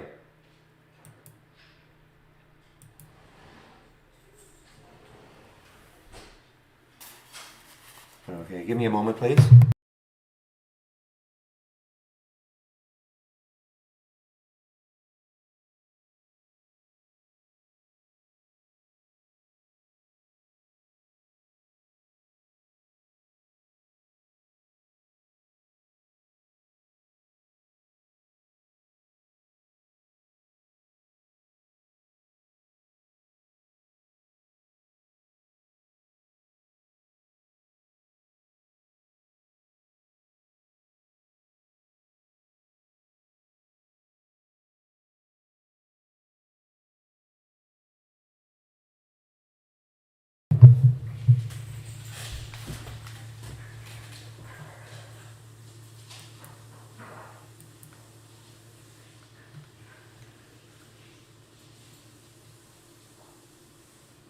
I mean, the volume is coming in. It's not a low float.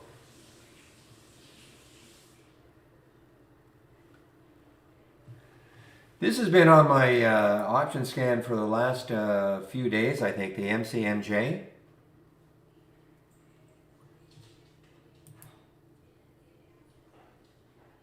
Who are they looking to buy again or merge with?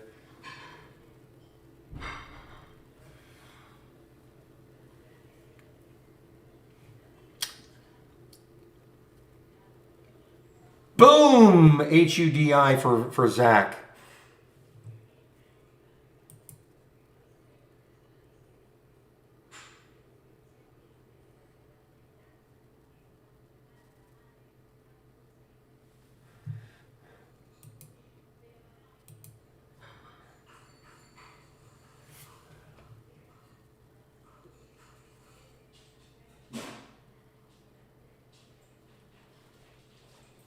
Anyway, I don't know what Leafly is, but that's who they're looking to merge with. Leafly?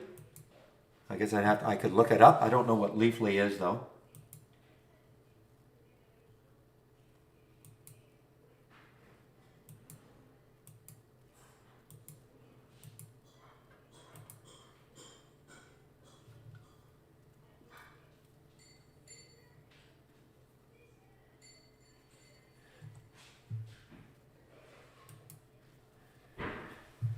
Hertz buyout. I can't remember the symbol. I know it's on the pink sheets. I can't remember the symbol. I got the H right. Well, actually, you know what? I can just probably type in hertz and see what happens. There we go. HTZZ. Okay. You know, I know there's somebody, I can't remember who it is, but was buying this one around $8 or maybe 14.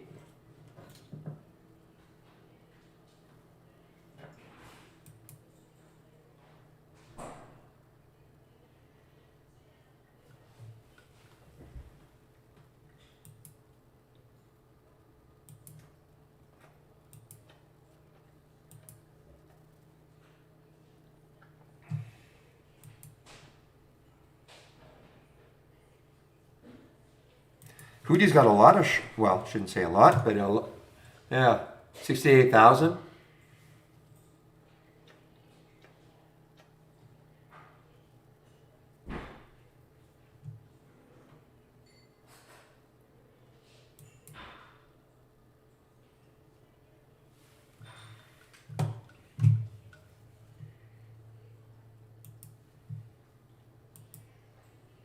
I'm telling you, Zach, I'm going to put you up on the TI Hall of Fame if this hits 8. Not that you care, probably, but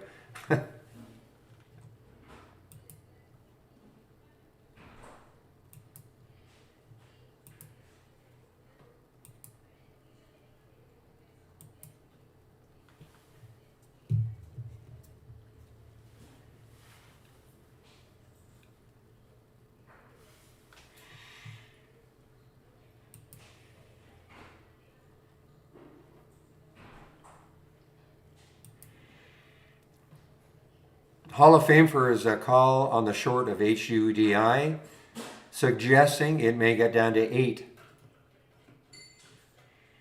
And this is back when it was $27. I think that would deserve a plaque.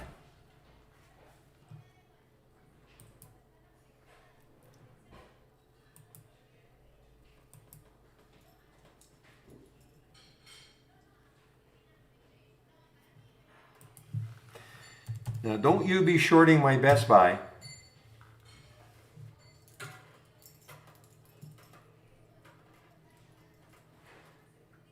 I'm kidding. You can do anything you want.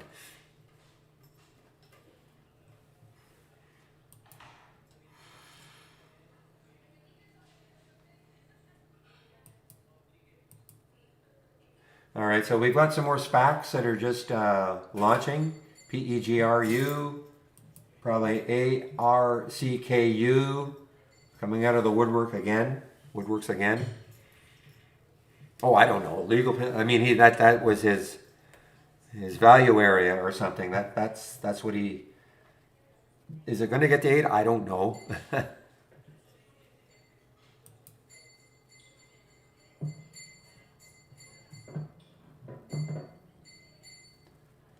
But it has dropped about $13 since the call.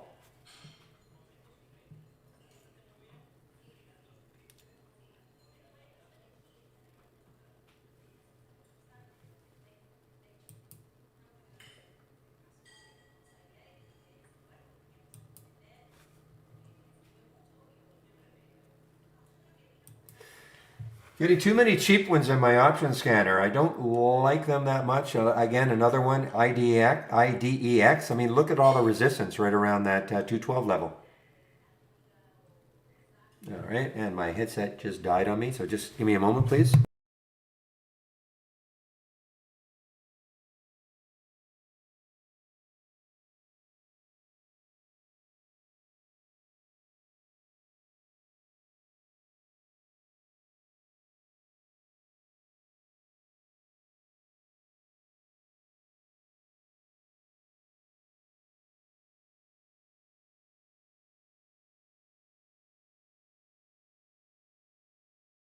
And we're back.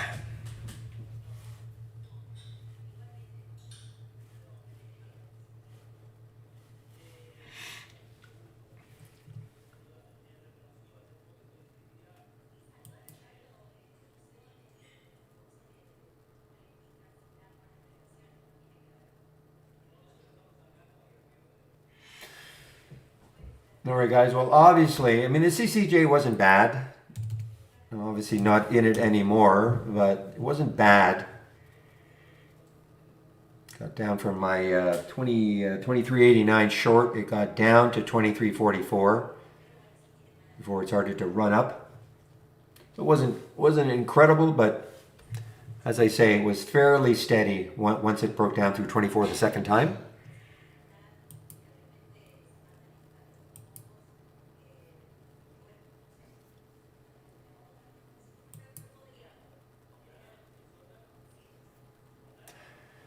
What is the really bad news for HUDI?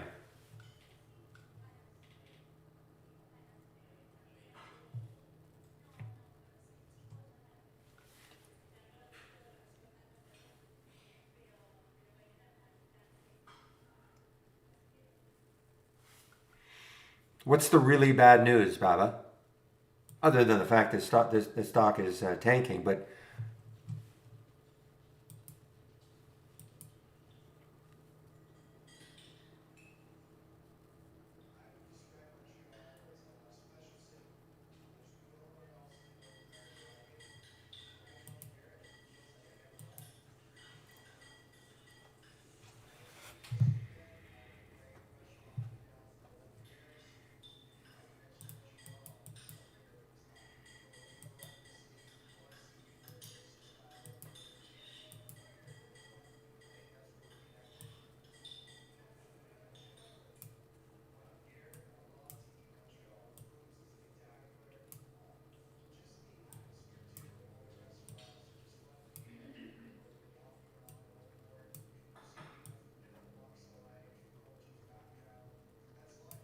oh, is there any?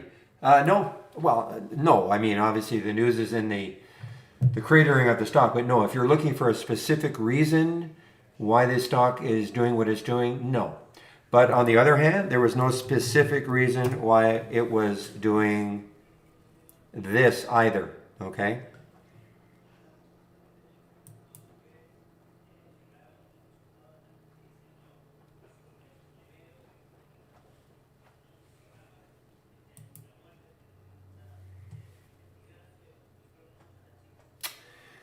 Having an issue when I set up an alert window and I run the history, it doesn't match up with current.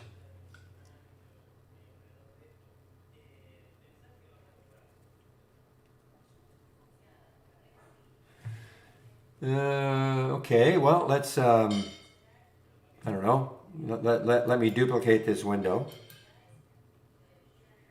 It's going to be hard for me to know. Just a minute. Give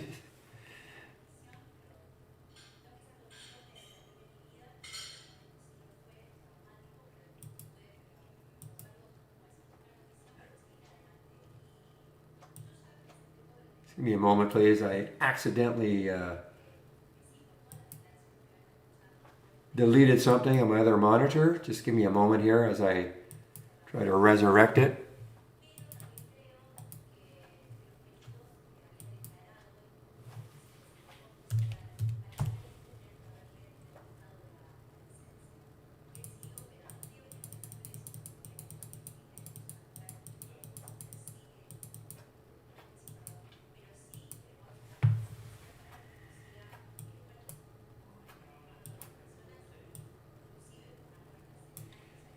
Okay.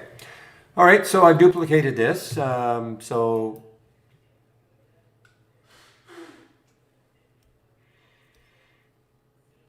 if you start, okay. If I do the history right now, today, so this is what happened in this window, which it's showing, okay? But if you load the window right now, you'll only see the top one, if that's what you mean. You're not going to see the entire list if you load the window. So right now, if you went back to history and you got real time, you're only going to see the last one. So I'm not sure if that's what you mean.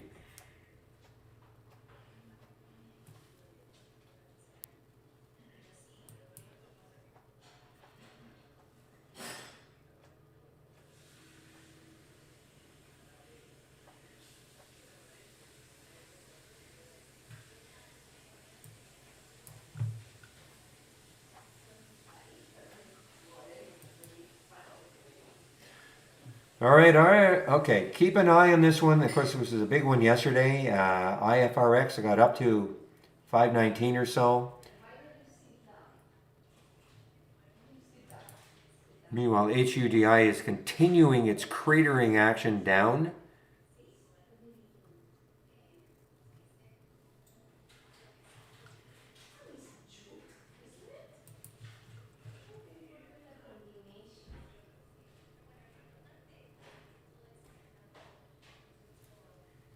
And we have probably another SPAC opening. Boy, they're coming out today, guys. Look at all these SPACs that are coming out. You can always tell they're coming out at $10.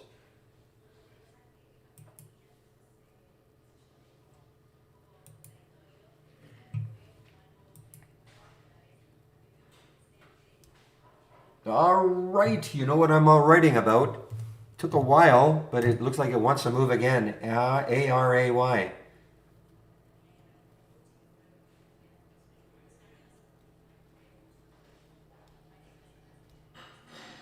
Okay, I can't help you.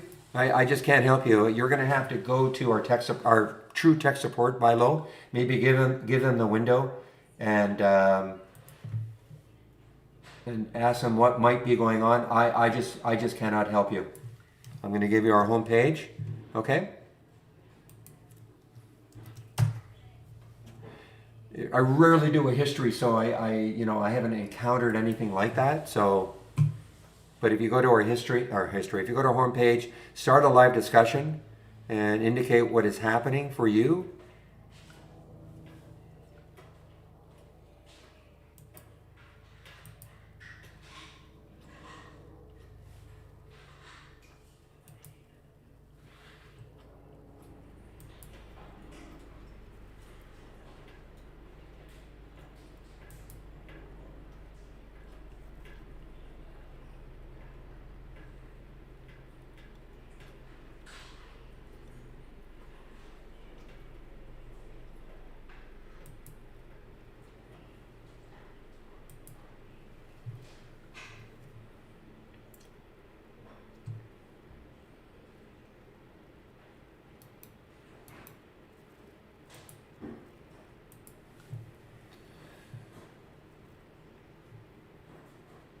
All right, guys, I haven't even talked about the AI. This is what the AI looks like, okay?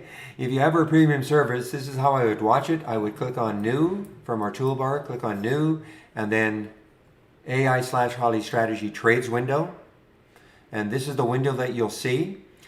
And how you trade them will be up to you. You'll have an entry, you'll have a stop. You don't have to get in right at the very penny of these entries.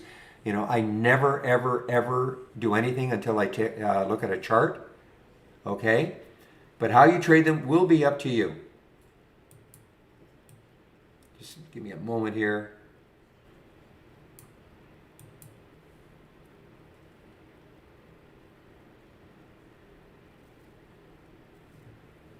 And nothing will happen. Nothing will happen in this window until at least 9:45, 9:35. That's the earliest you'll get an alert. You notice here, 9:46 was the first alert. Again, how you trade them will be up to you. If you have the AI, this is how I would watch them. I would take this, I would incorporate this window as part of your layout, just this window right there, as part of your layout. And then you don't have to, when you load trade ideas, say Monday morning, before the market opens, the window will be blank, and you just wait for the alerts to happen. There's nothing really for you to do. You can't alter it, you can't pick a price range or anything like that. You just let the alerts happen. And again, how you trade them will be up to you.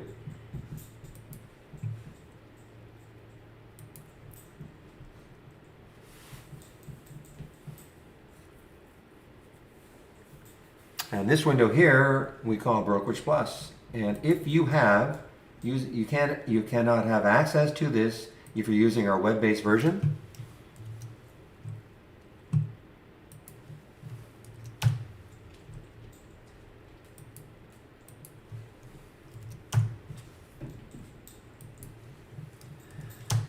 All right, so I just put a link in called Brokerage Plus. There are two videos. The short video shows you if you have an interactive brokerage account or an E-Trade account, how you can actually use this window to trade from within Trade Ideas, okay? The second video is a lot longer and goes into a lot more of the details about how you can use this window, all right? But again, if you don't have Interactive Brokers or E-Trade, doesn't mean you can't use trade ideas. You just can't use this feature. You know, we're a scanner first and foremost. We work with every broker. I mean, well, when I say work with it, you know, we're a scanner. So you get an alert, you want to trade it. Most of the time we have an external linking tool, which means that if you click on the alert, it will load into your broker platform. It's just a time saver, that's all it is. If you're not clicking on a lot of alerts all day long, it's not that big a deal. You just type the alert into your broker's platform. But if you're like me, clicking on alerts all day long, yeah, it's a major time saver. But it's got nothing to do with Brokerage Plus. And even if you have Interactive Brokers or E-Trade, doesn't mean you have to use this Brokerage Plus window. It's a feature. It's a nice feature. All right.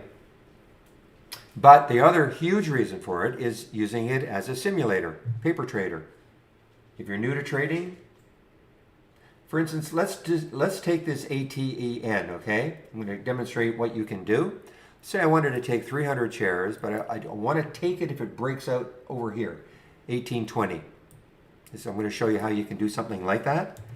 And again, it's using our real-time data, so it doesn't matter who your broker is. It's using our real-time data. I'm going to type 1820 into both these boxes.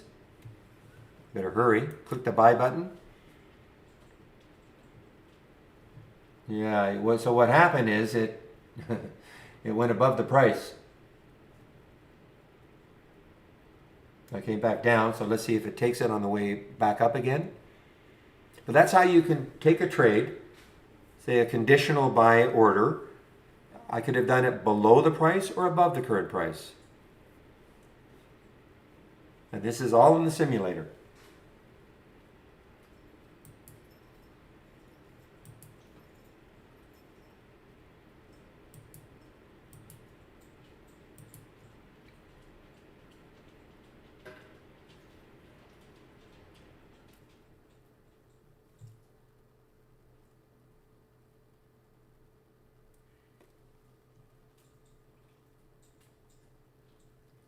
Okay, let me also demonstrate now. Let's say I wanted to take this array right now, okay? I want to take the array in the simulator right now, ARAY. I just click on the alert, notice the symbol shows up. Say I wanted to take 500 shares. I want to take it right at the market, okay? 24, it's only a 1 penny spread, so I can buy it at the market.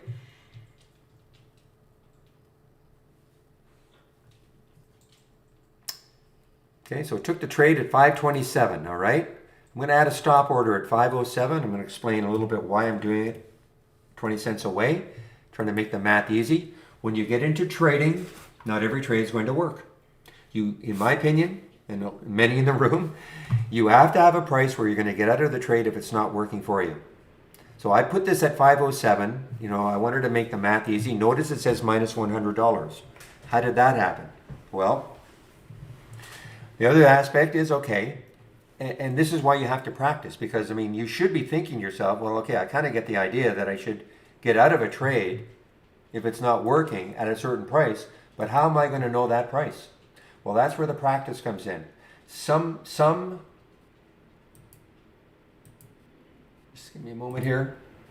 Some will, you know, take maybe the low of the previous 5-minute candle, maybe the 15-minute candle. What I like to do, I like to visualize on a chart where I think there's some support. And if it breaks down through that support area, I want to be out of the trade. That's why you have to practice. There's no right or wrong way, all right? The only wrong way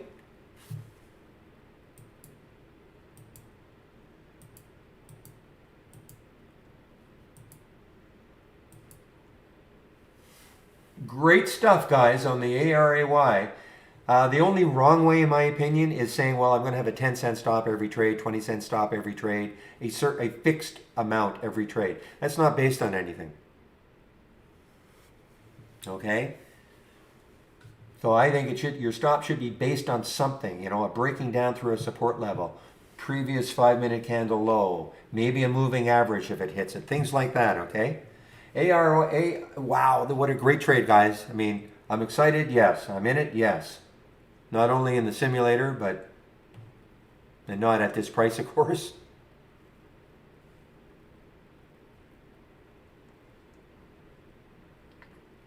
Just traded some out. Just traded some out over 50.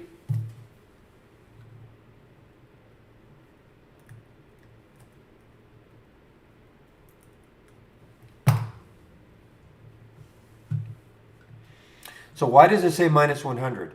Now, at this point, these are hotkeys. If I want to get out of the trade, I can flatten it. If I want to get out a half, I could double my position. What I'm going to do right now, just to show you how this works, I'm going to get out a half my position.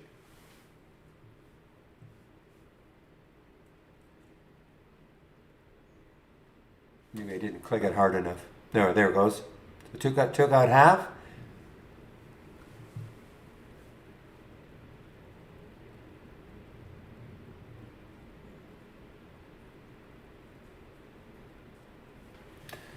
All right, so the other thing is, so why does it say $100 right now? Now, of course, I can start moving my stop up right on the chart if I want to. All right, that's what typically I would do if I'm trading like this. Now, I don't auto trade. I'm just showing you how you guys can do it. All right, but you can start moving your stop up, maybe to another support area after taking some out right on the chart. But I want to put it back down to that 100. I want to show you why it says 100. If I can find it again. Okay, well, it's saying this because I'm out of 250 or half my position. But remember when it said 100. The reason it said 100 is because my entry was at 527. My stop was at 507. I'll move that stop back up to 507. That's close enough. My stop was 20 cents away. Originally, remember I had a stop at 507. 527 was my entry. That was 20 cents away. So in the simulator, what I was saying is I will risk $100 on the trade. That's how it shares size at 500. Because if I divide 20 cents into $100, that gets me 500 shares. So, I'm not taking the same amount every, wow, guys, this is great. I'm not taking the same amount every trade, same number of shares every trade. My share size will be based on the difference between my entry and my stop. A little bit of math to do, all right, but that's why you practice.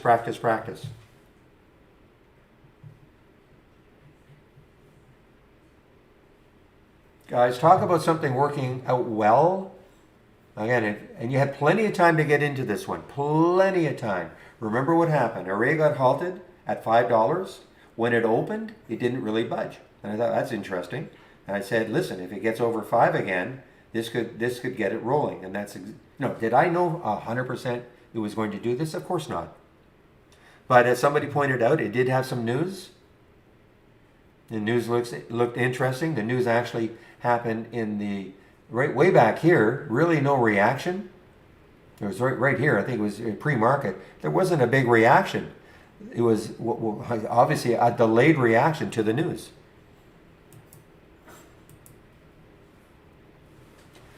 It's in the option scanner also now, but of course, and even then at 532, that's not bad. It might keep ramping up.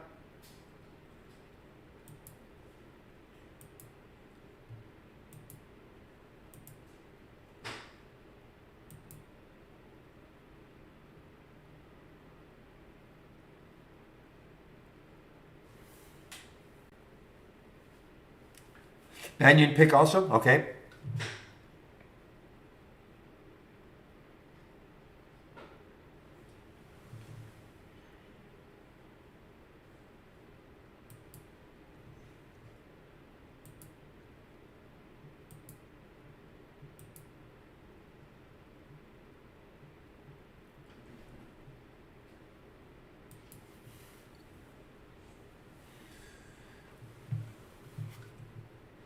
So I'm going to show you something also. I'm going to flatten out of this trade, okay, in the simulator. I want to show you something. Okay, so you see what it says here. The max profit, max I could have made on this trade if I got out the 500 shares right at the very top in the simulator was $181. That was the max I could have done.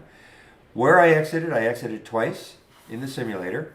And so I made $72. Now that's not terrible. You'd like to see it a little bit closer to the max, of course.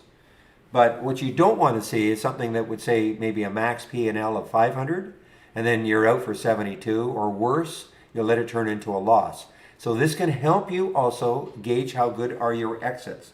This little distance from the exit price is also a good gauge. What this is telling me right now is from where I got out, it's 6 cents underneath. That's what you'd want to see. You know, you want to get out of something, and then you'd love to see it crater, right? If this said, you know, plus $1, that would mean that, man, I got out and I left $1 on the table, as an example. Now, you can never expect to get out right at the very top, but this will give you a good little gauge of how good are my exits, how good are your exits, okay? Now, the other thing you can do is if you didn't exit the trade at the end of the day, it'll carry forward. So a great way to practice swing trading. You know, so again, if you don't exit the trade at the end of the day, it'll carry forward.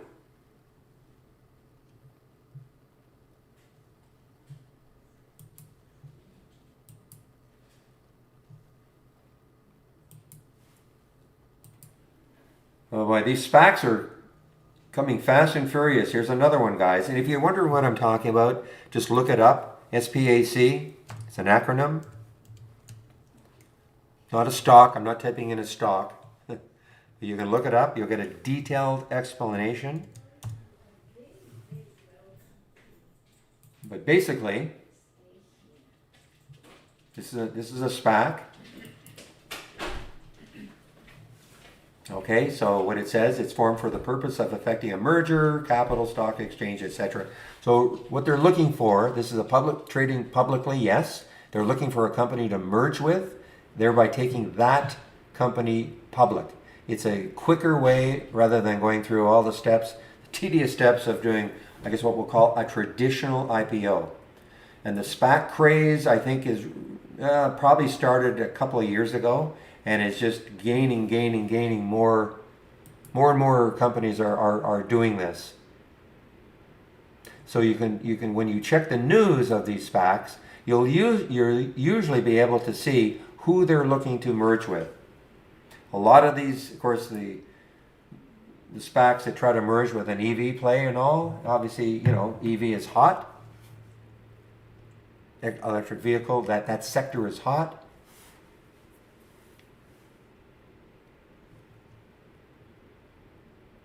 And of course, one of the more famous recent SPACs is DWAC.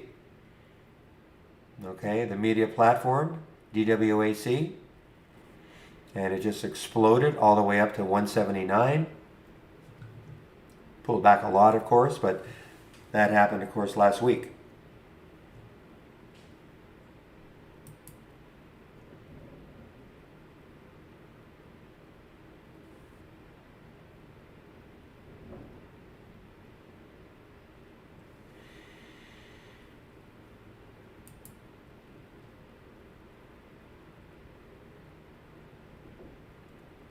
All right, API is moving down.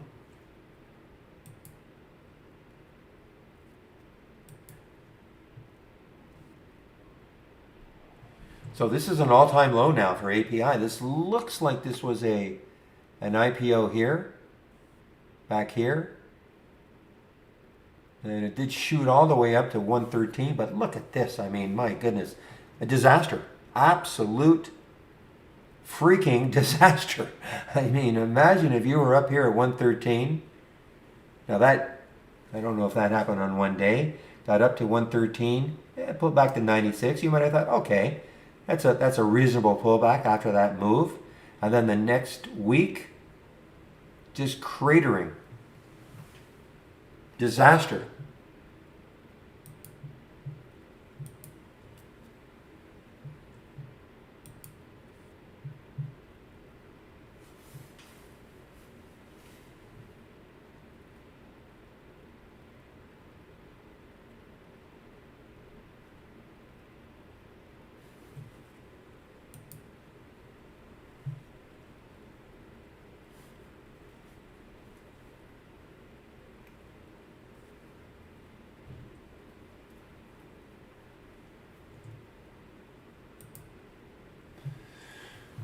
CPOP.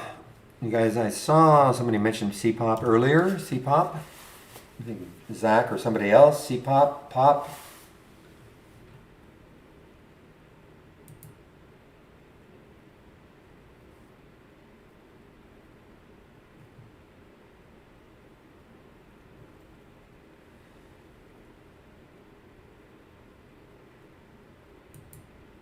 Yeah, who do you use on the run now, guys? Looks like that 1450, as you said, maybe that 14 area right here. I would say, I would say more like 15. Maybe is trying to hold it.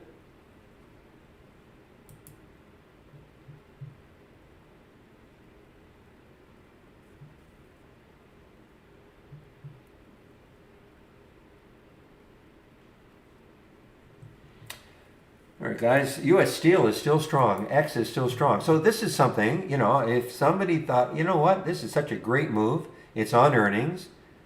You know, maybe I want to swing it. You know, I mean, I'd be looking left and saying, it looks like there might be a little bit too much resistance. But on the other hand, this might just get it really rolling. I mean, look at the volume today. 4 times normal volume based on earnings. And I think I think William mentioned a dividend increase of some sort. And buybacks to raise the stock price, yeah. So it offers a dividend and buybacks.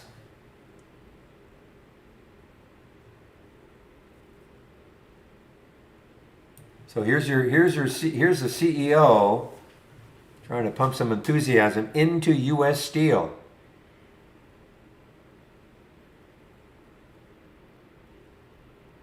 All right, so there you go.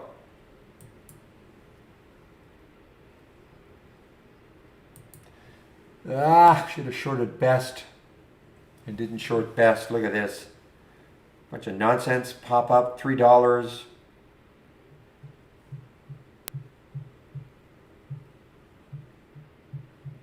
I shouldn't say bunch of nonsense. What I mean is that this popped up in the pre-market. It was up a big percent. Had some news, something about selling off a business component, their company. So, but the market opens and just the big fade. Meanwhile, what are the markets doing? So the Dow's up, SPY is up. SPY is basically flat, down a little bit, and NAS is down a little bit. So nothing really happening right now, except you can see right here an hour recovery in the SPY. These are all 15-minute candles, these green candles.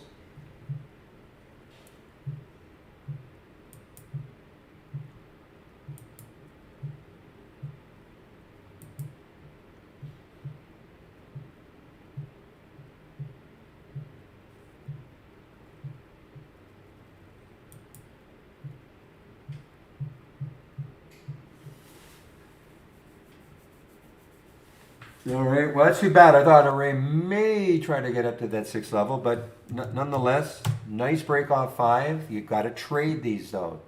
You can't just assume that they're just going to keep rocketing higher. The other thing is when you look left, what was the high right there? 572. What's the high over here?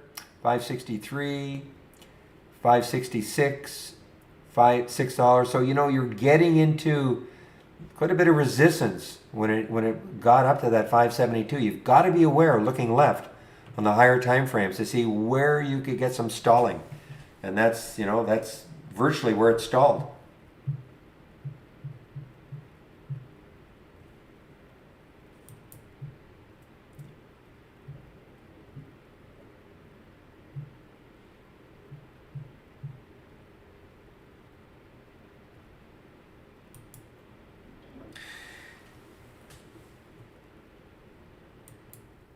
Najivo, yeah, I don't mind saying it is an AI alert. It's really not done too much. I mean, the volume is starting to come in. There's a 200-day moving average that could stall it, but that's kind of far. That's kind of far enough away. But if you look left, 730 is right there also. Anybody short best? What a short! I mean, what a short! Just straight down on the 15s. A little pause right there. And that's it.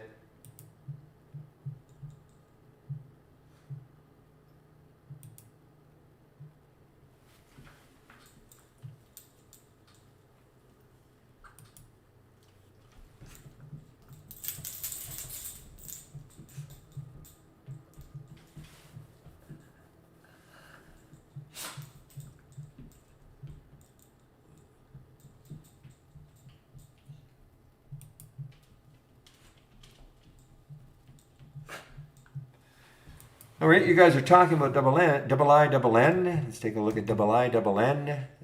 Very active previous days. 4 days ago, up to $9, $9.60. Massive pullback the following day. Tried yesterday, a little bit of a pop.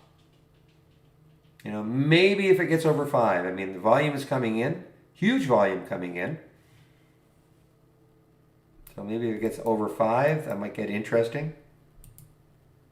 So just put a price alert and see what happens. See what sort of pattern, if it does get over 5, it's trading from. And if the volume is still there. If the volume isn't there, it could easily just collapse again. TRDA, looks like this is an IPO. This just launched. TRDA just launched.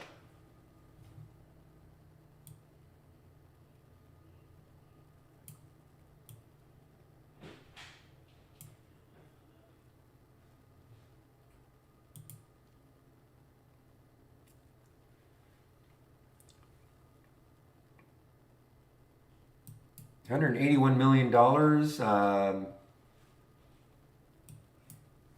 Let's take a look and see who's behind this one, TRDA.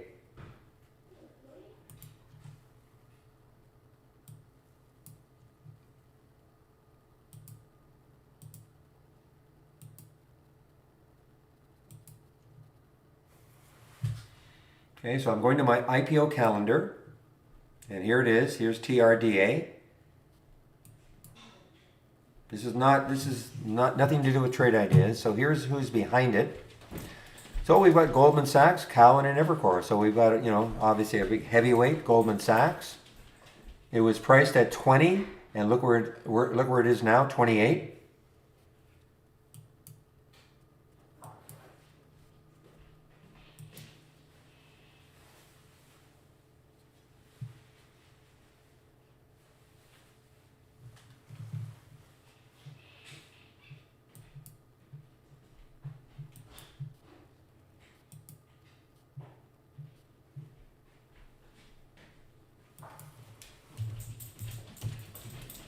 Oh, wow, was right. AMC.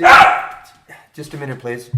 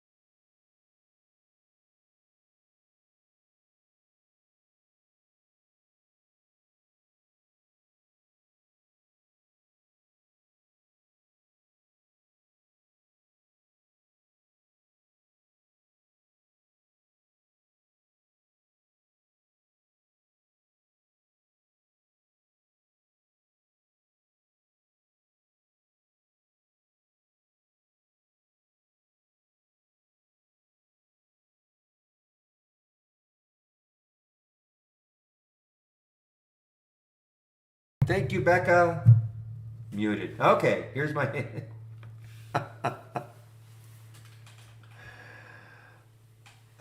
what would I do without you? Okay, so what I was trying to say here is technically this is not a red bar ignored for VUZI. We have an uptrend. Those are those 3 green candles. For it to be technically one, there's the high of that previous green candle is 1058. The high of that one is 1060. That would have to be totally engulfed by the previous green candle to be technically a red bar ignored, but it's so close. So the theory is that you've got an uptrend, you've got a pause in the uptrend, and then the uptrend continues if that next candle goes above the high of that previous red candle.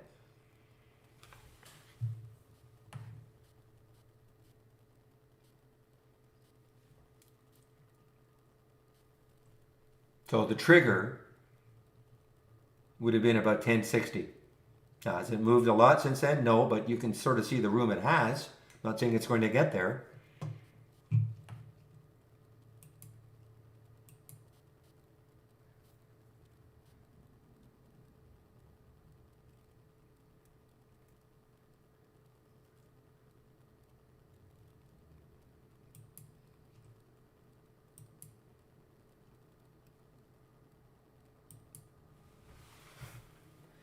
All right, well, this one, boy, it's a tough intraday trader, but boy, another lifetime high, of course, for Ion Q.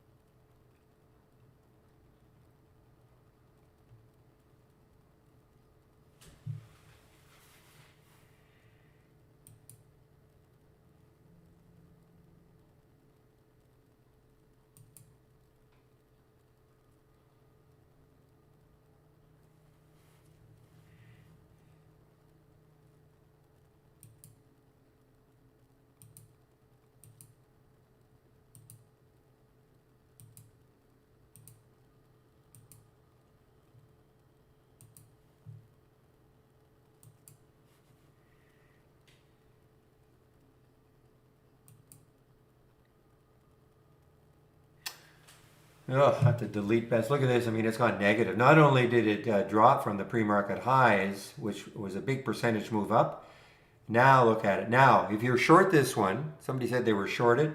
Obviously, be aware, there is the 200-day moving average. It's sitting right on top of it. So there could be some support right around, there or here. Okay, around 157. Now, if it takes this out, I mean, it could keep obviously cratering downwards, but it's a matter of always, if you're in it, for the way I trade anyway, have these higher time frames up so you can kind of see where the next support or resistance levels are. If you're just trading off intraday charts, you'll never know. You might wonder, well, why did it not keep going down or keep going up? And then if you have a daily chart or a monthly chart or a weekly chart up, you'll see, aha, it hit into a high or it hit into a low.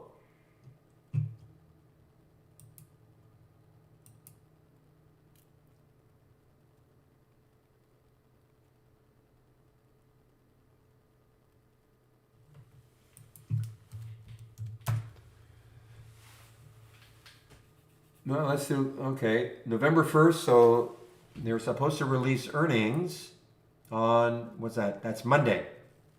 Monday after hours, so maybe a bit of a leak.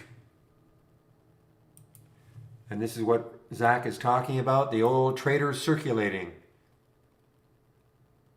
which would be, quite phenomenal. Still losing money and all, but hey.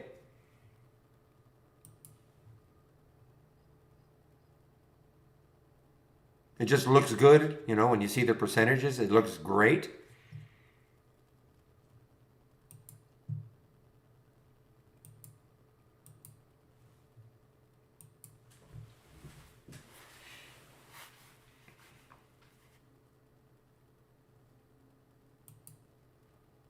So QS and I on Q are moving kind of together. Not that they're just, this has quantum in its name. The other one is quantum, so it just might be a sympathy play off that.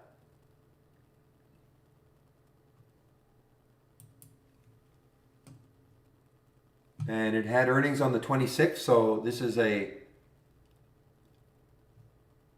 so here we go. So it had earnings on the 26th, and the release of third-party test results on the performance of the company's solid-state lithium metal battery cells. So this is, this is an EV play, I call it quantum, but I mean, it's an EV play.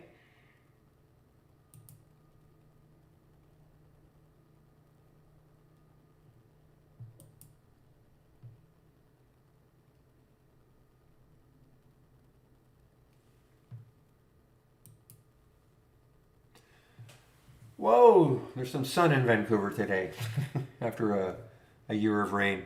Okay, guys, I'm just going to take a break just for a second. I'll be back in a couple of minutes.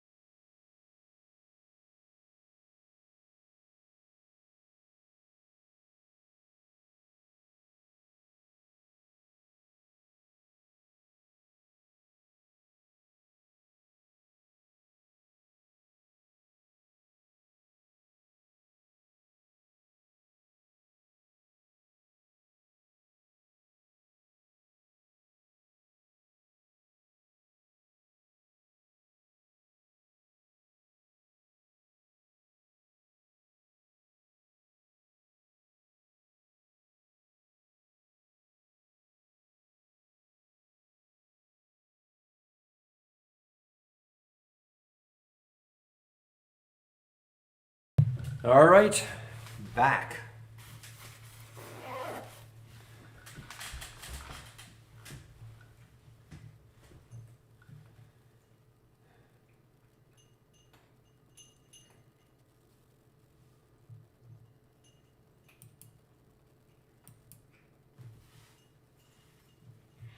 Well, yeah, I mean that is the reason for the pop, right?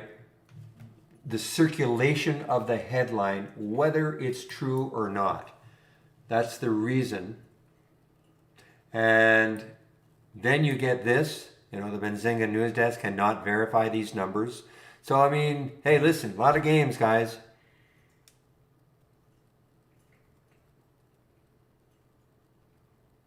Yeah, I mean, that's where it gets very scary. Very, very, very scary.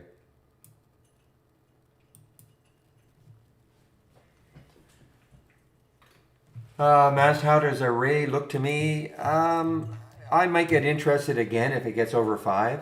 But right now, it got right up to a level that it was difficult for it to get through when you look at that daily chart or the monthly chart, weekly chart.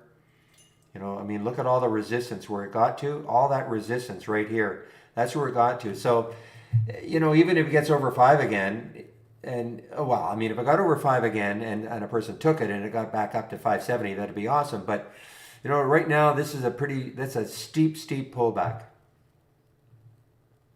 So a lot Not a lot of confidence that it would take out that 570 level. But, you know, a lot of bottoming tails right here. You know, so it's over 5. I'm not taking it now. But, you know, it's up to you.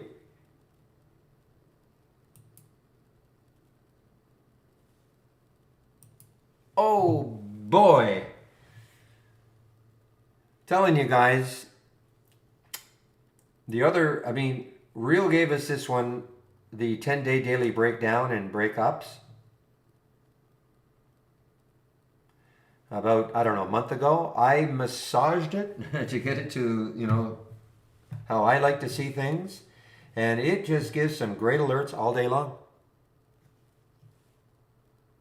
Witness the API.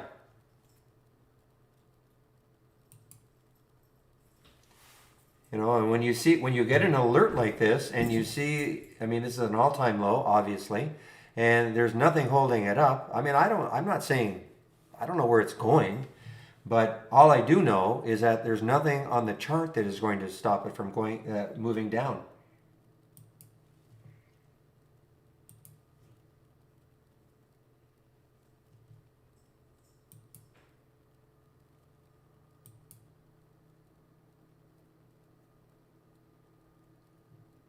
Yeah, I mean, the Aiden is interesting. There's no question.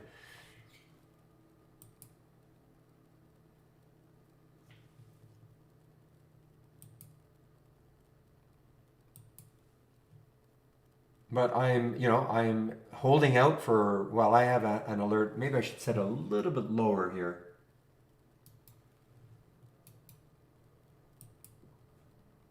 $18.26. That's the high right there. $18.25 takes out that high, and it should just propel itself.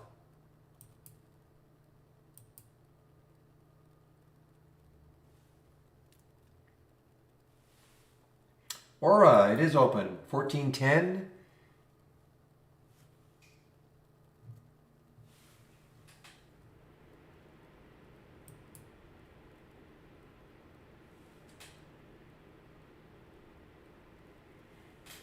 And errors. I think this is another IPO. Boy, we're a lot of IPOs. Did you guys, there's another IPO that just opened. Did you guys see the performance of the IPOs this year compared to the SPY? Terrible.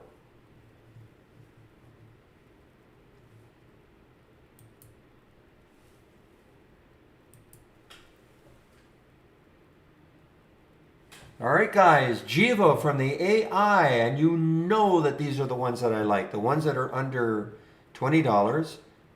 The issue, I mean that, excuse me, the 200-day moving average is still far enough away.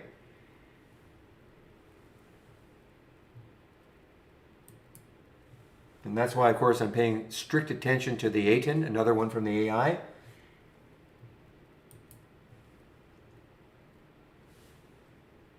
And air has just got halted on the way up.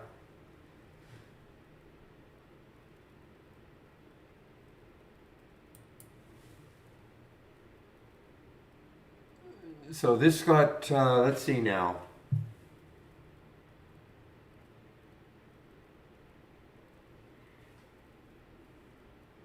So this is your headline here. So they anticipated an open earlier. I don't mean earlier today, but when they were getting ready for this IPO of around 15 to 17, but they slashed it down to 11. They cut the size of the IPO. I don't know what it cut down to from 10 million shares. 7, okay. So they cut the IPO, so they're not raising nearly the same amount of money as they thought.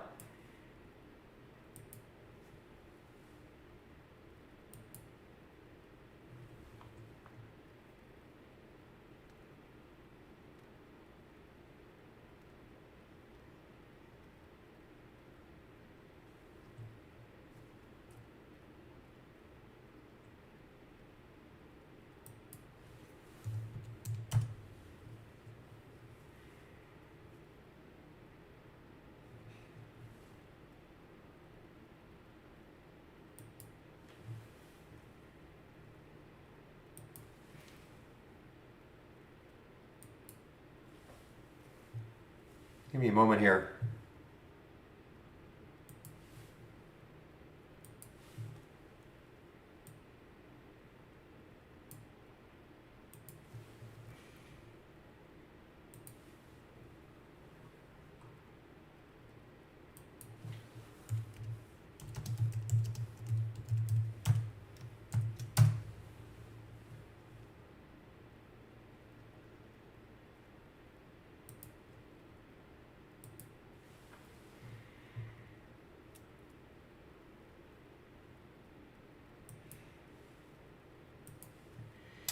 All right, it's 11:44, so I just want to check to see if it's Andy today.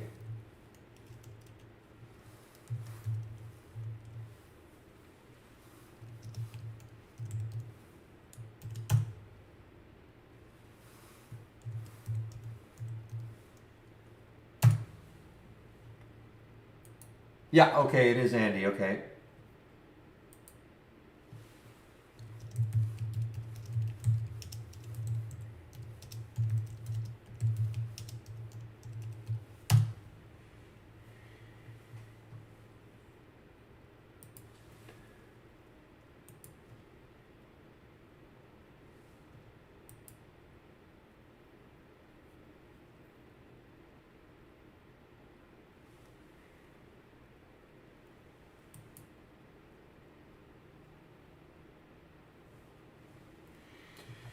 Come on, Aiton, just take this out.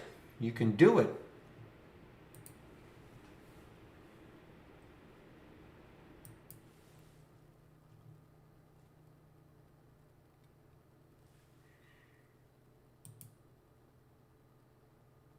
So we got a couple of nice percentage movers so far from the AI. If Aiden ever really gets rolling, this could turn into a really good one. And also, I should point out the fact that if Aiden closes well, we get the question all the time, can the AI be used for swing trading? Well, swing trading is up to you. It's a mindset more than anything. But if Aiden, for instance, ATEN, which has now, of course, no resistance, it's an all-time high. If it closes well, it's an earnings play. It's up to you. Do you want to swing it? And when I say closes well, I mean, does it, what you don't want to see is just collapse down to 15, right? So if it closes near the highs, looks strong, that's going to give traders confidence that maybe it could have second, third, 4 days continuation after its earnings release.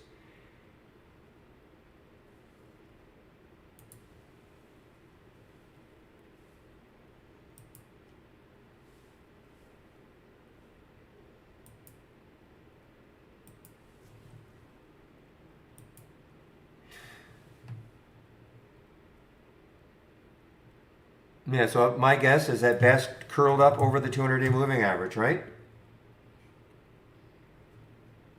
I mean, not much, but it is looks like that 200-day moving average may support it.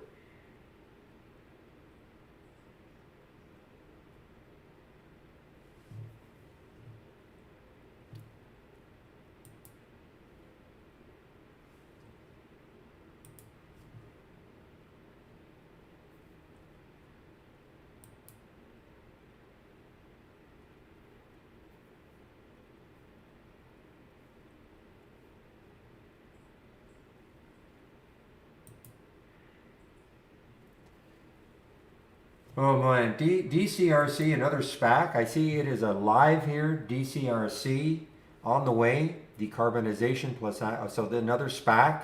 Obviously looking into the, I'm going to call it environmental sector. Does it say who they're trying to buy?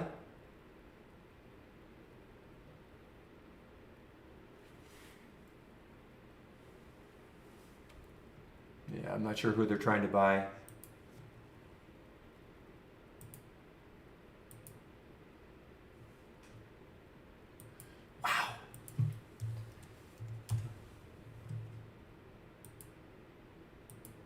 So guys, if you're wondering where I'm getting some of these from, I mean, look at the API. The original alert was at 2258, and we're at 2210 now.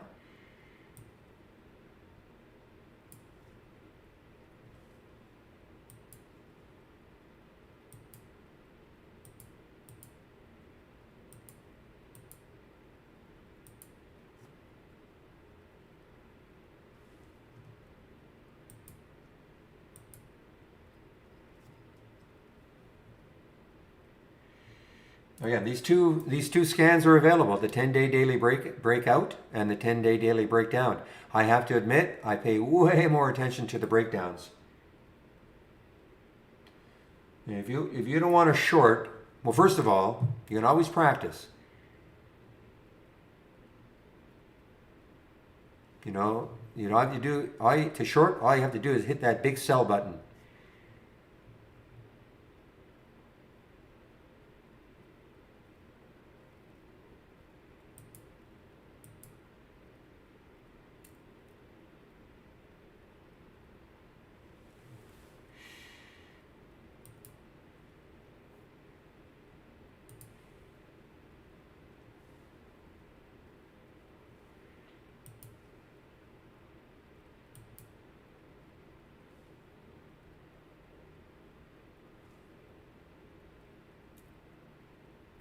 Iris, it's in my.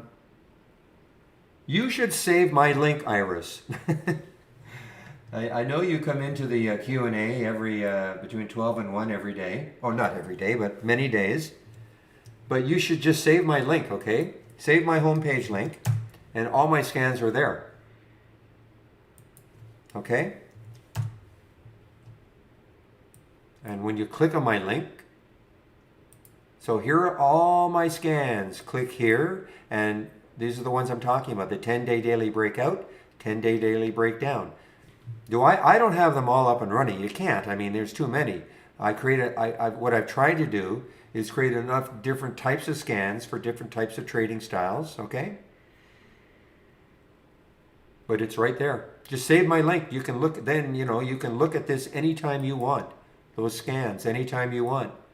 Over the weekend, check. Just do a right click, configure. When you've loaded it, click on the summary. You'll see what they're looking for. You can always adjust it. When Real gave us those scans a few weeks ago, I adjusted it to the way I wanted to trade. In terms of a price range, maybe a minimum volume, I also added in a relative volume component, things like that. So it's all there.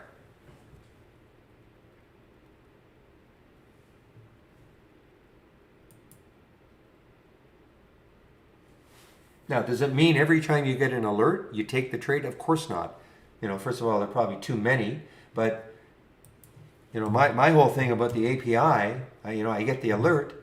Listen, I know I sound like a broken record, everybody, but look left, look left, look left. I want that T-shirt. Look left, look left. And what do you see? You see nothing holding API up. Okay, I don't know where it's going, but there's no chart support. So when I see something that looks like this, I go, great.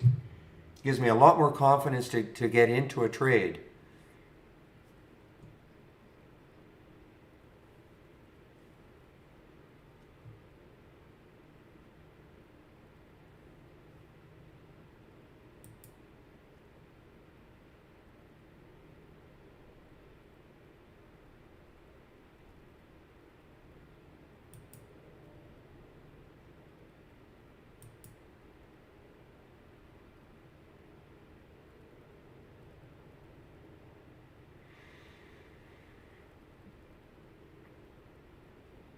Well, they're just links.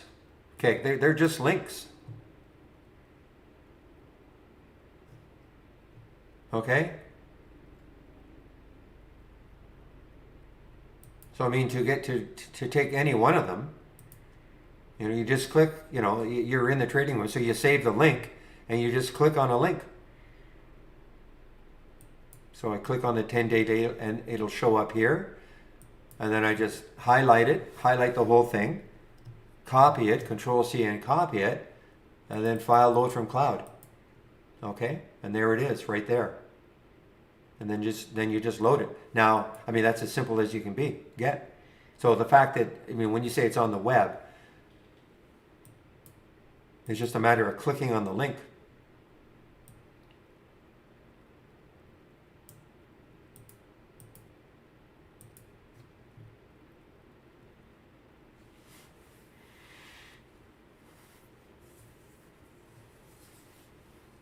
Well, again, just for me, Dova. I mean, I love my option scanner, and I like those two that I talk about all day long, the daily breakdowns. 10-day breakouts, 10-day daily breakdowns. Well, that's my style of trading, remember. I'm always, look at this one. I mean,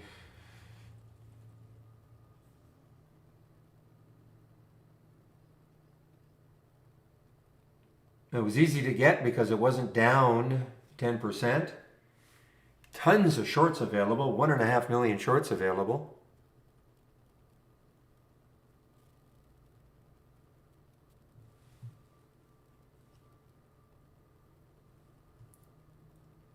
But remember, I'm a momentum trader, either momentum down or momentum up. So it may not be your style. So the fact that I like to see these things, you may not like it. A lot of people hate that style of trading. They'd rather wait for a pull up and then short it, and that's fine. Or, stock that's ripping higher, pull back to a level, take it there. I get it.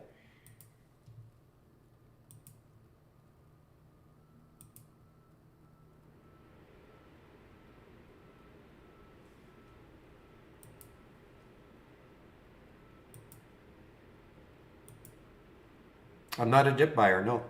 And if you ask me why, it's because I try to concentrate on just one aspect for me, okay? And I just find it, I came to a conclusion years ago that that's what I like to see, momentum. Do I ever take a dip?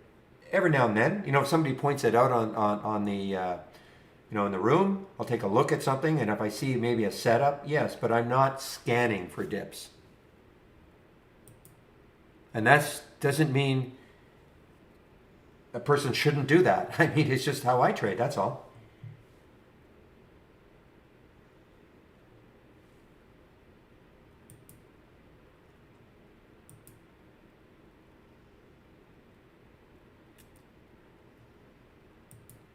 What do you mean, how is momentum? I don't know what you mean by that. How is momentum?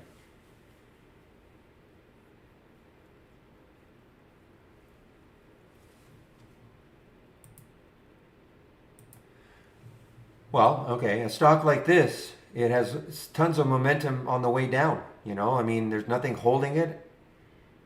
So as a short, it has a lot of momentum. The relative volume was pretty good. Momentum on the upside, momentum on the downside, just momentum. Think about what in physics what momentum is. A ball rolling down a snowball rolling down a hill, gathering momentum. On the way down. Well, again, I didn't chase this. Look what it did. It based a little bit, okay? So yeah, it already had a big gap down, but it was basing a little bit. So it's not that I just, you're sort of, and others I'm sure are missing the point when I talk about momentum. It's not that I just take a trade just because I get the alert, and if I see 10, 15-minute candles up in a row, I'm not taking the trade. But I can get alerted to something like this. It's already had a big gap down, but it basing just a little bit. And then when it makes a move like this, it's kind of coming out of this area. But it's not for everybody. I'm not trying to tell anybody to trade like me.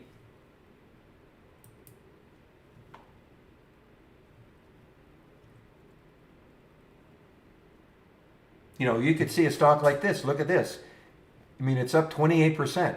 You might say, well, but I'm not going to. I'm not going to take the alert if it takes out this high. So even though it's up 28%, it could keep going higher. There's nothing stopping it. There's no chart resistance. I don't know what it's going to do, but I'll be prepared because I put a price alert around 1823. If it pops through that with the momentum, you'll see it. Because there'll be a big volume burst, okay? If I don't see a volume burst, I get the price alert, I click on it, I'll see the chart, but if I don't see volume associated with the pop through, I don't take the trade.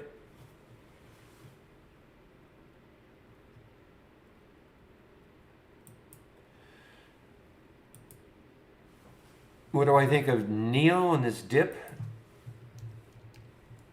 After just explaining that I'm not a dip buyer, but that's okay.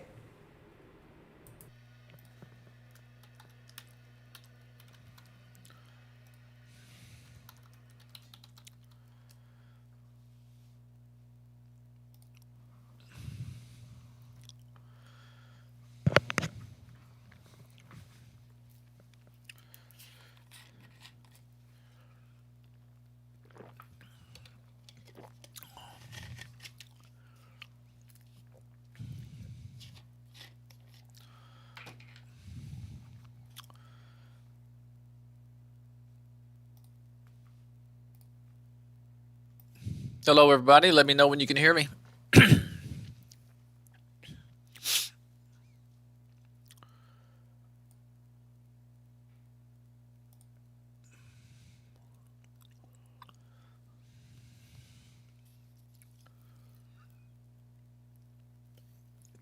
Testing 1 2 3.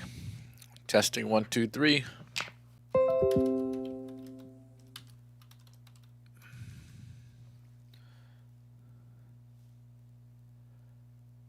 Can you guys hear me? My OBS disconnected. Can you guys hear me? Oh, great. All right. Can you see my screen as well?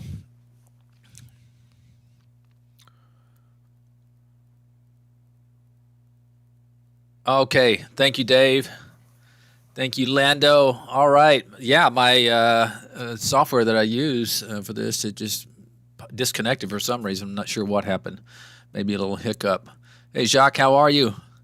All right, guys. Welcome to the Friday edition of the support session. My name is Andy, and I'll be taking you through the next hour or so. Obviously, this was designed to help anybody who may have questions about the software. A lot of times I've noticed by Friday, most of their questions have been answered, and we end up just talking stock. So that's we could do that as well. So yeah. So if you do have any questions, you guys been struggling with the configuration or any thing having to do with the software, feel free to fire away a question in the chat panel there, and we'll jump on it. Man, how has everybody been doing lately? I know there's been some great moves lately.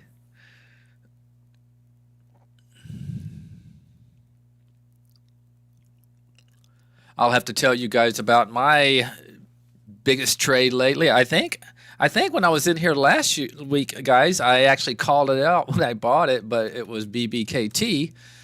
And I was buying it back over here. I bought it at 8.55 or something like that. So I obviously got a little bit lucky on that one, but yeah, that was really sweet, and one that could possibly be setting up again for another move in the future. Let me raise this up here. Put me a bracket there in case. Iris, what about a new scan? I tell you what, Iris, I've been too busy this week, but since I'm doing a webinar next week, my Thursday afternoon webinar, I have plans to build one for that, so I will definitely have one for you next week. So, and some ideas I'm working with the Me Scan. By the way, I'm sure you guys are aware of it, but I know a lot of people haven't because I don't think we've promoted it yet. But and I'm not. Yeah, I think you guys have it. You do. But if you go to New and go to the Market Explorer and right-click, and you can see the server windows that we have. These are just different strategies where you can get a nice little top list of these patterns. So if you haven't taken a look at that, you might want to. There's another one coming out Michael did all the work, but it was my idea of a gap fill, and that one's turning out really nice. It's going to notify you when there's a gap and a stock fills that gap on the daily chart going back to probably 90 days. So that's going to be a one that I'm going to be looking out for possible, nice little swing trades there. But anyway, if you haven't checked it out, take a look at it. It's pretty cool.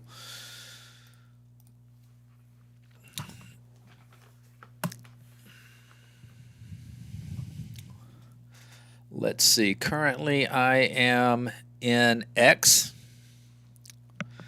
I'm really hoping this thing could get going. I just know how I don't trade a lot of these big caps, but obviously this one had earnings, a nice little gap up, and let me pull up my Epic pen.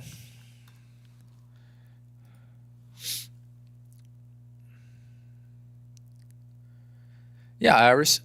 Yeah, I'll show you here in just a minute. But X, this short float has got me interested. So if this, I was a little bit disappointed when it went through right here, went through highs and just kind of fell back. But it's kind of expected. It's what you see a lot with these very large cap stocks. 267. I've seen them a lot higher than that in the float, but still a nice big short float interest. So I was looking maybe for a pretty explosive moves. I'm still not giving up on it. I'm in around right here. I think at 2670 is where I'm in, but we'll see what happens. And let me show you the Market Explorer and give you more idea about how it works. Yes, when you pull it up, it's going to be empty. All right, and what you want to do, you can expand it, make it as big as you want. And you can right click and let's say you want to just hover over the server window. And if you want to find, daily RSI divergent longs, just click on it and it's going to show you long stocks where there's daily divergence going on. So let's take a look at maybe, I don't have an RSI, so we're just going to have to look. So basically what it's showing you is stocks that are selling off, but the RSI is not dipping lower as it goes to lows. We call that divergence. In other words, the RSI may be creeping up as the stock is going to low. It's definitely these are definitely you're going to find a lot of bottom fishing stocks in here. So be careful because a lot of these will not work. But it's something you may want to put alerts on for a potential bounce. All right. Bull flag, I think we're going to have to work on this. These are stocks on a daily pattern that are doing a potential bull flag where you've had a move higher and now it's been kind of just going sideways for a few days. Okay, it's looking at the prior days, so it's not looking at today's action. So you did have basically 3 days of sideways action here.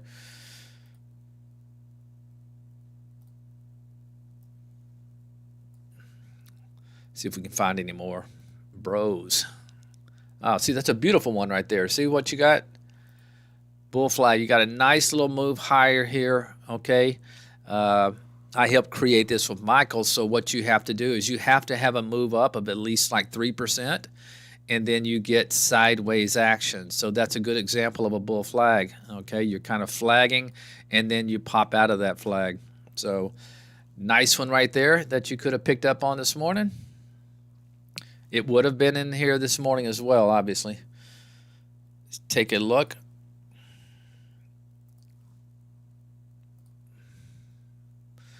Swim, although the daily, it's just looking at like the last 20 days. So even though this is kind of an ugly daily, you do have an up move. You can see it right there and kind of going sideways, hitting the 10-period moving average.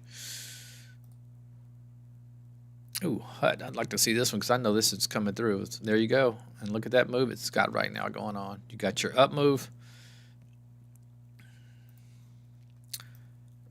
Actually right there. And then you've had some kind of sideways action. Kind of a little bit sloppy there. I think it mainly looks at closes.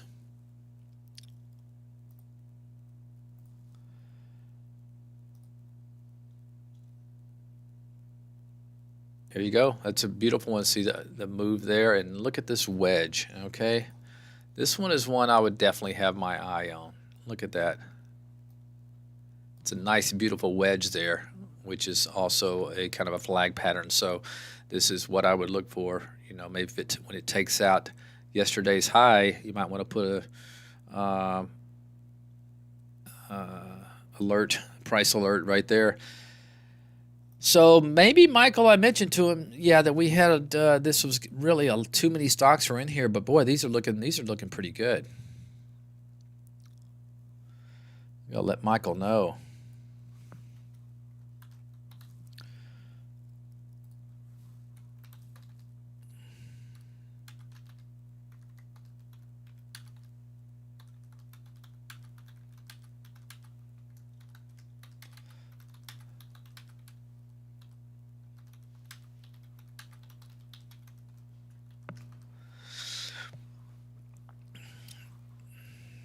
Yeah, those are quite sweet. So this is your new alert for today, Iris. It's if you haven't been in there.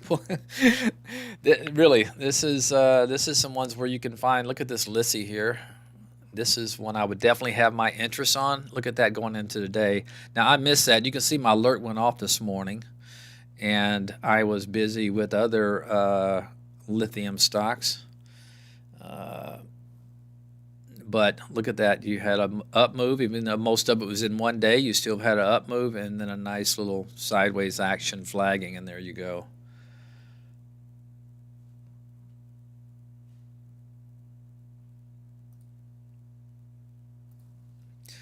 Now, a lot of this obviously is going to depend on the market. It can, if the market's setting up as kind of a bull flag, you're probably going to get a lot of things in here. But boy, I'm seeing some really good ones today.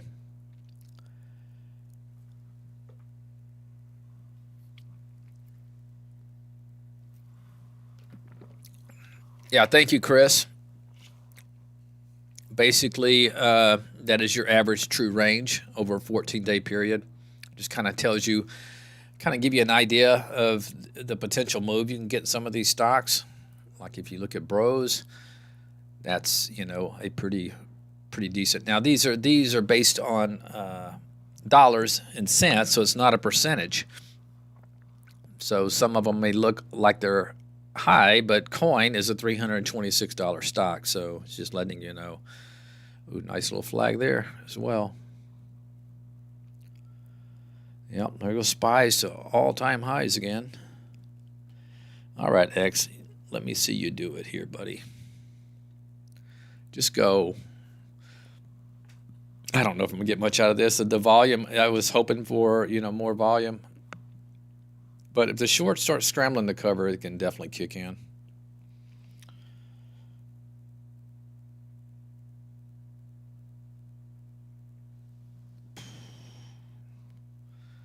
Bull flag. So there you go with the bull flag. Let's take a look at, and then of course you could have a bear flag as well.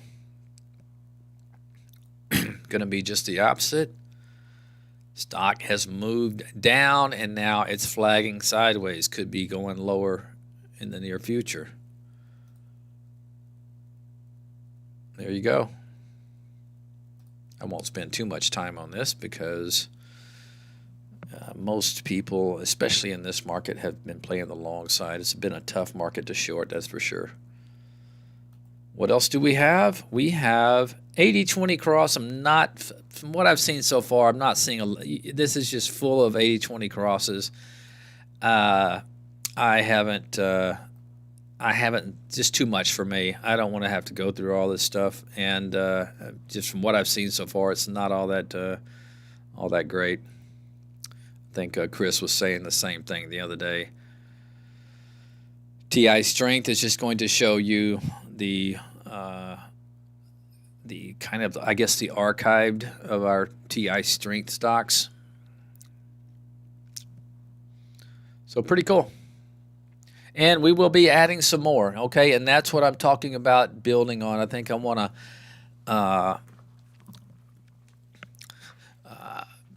I might get Michael to build one on my my pullback above 50 SMA. It's kind of a good one, so maybe we'll add that in there as well. All right. Time to check my positions. I've been in this MCMJ from 1003. If you got anybody follows Barry's little option scanner, this came out for 2 straight days in a row, and then it finally got the pop. So scalped out of one of my initial this is one I'll scalp out and then I'll bid back in down here because it's very thin. It got hit anyway. I've maintained a core position, but I've been also scalping a couple of times in and out of it. But nice little mover there. Hey Tony, what's happening, buddy? X is on the TI list now. Okay, yeah, good chance that Chris is right. What Chris is talking about is he has a scanner that Michael uses to find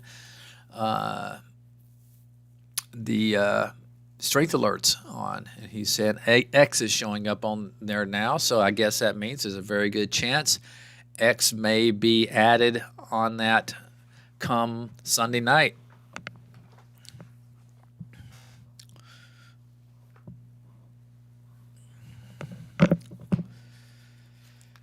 All right.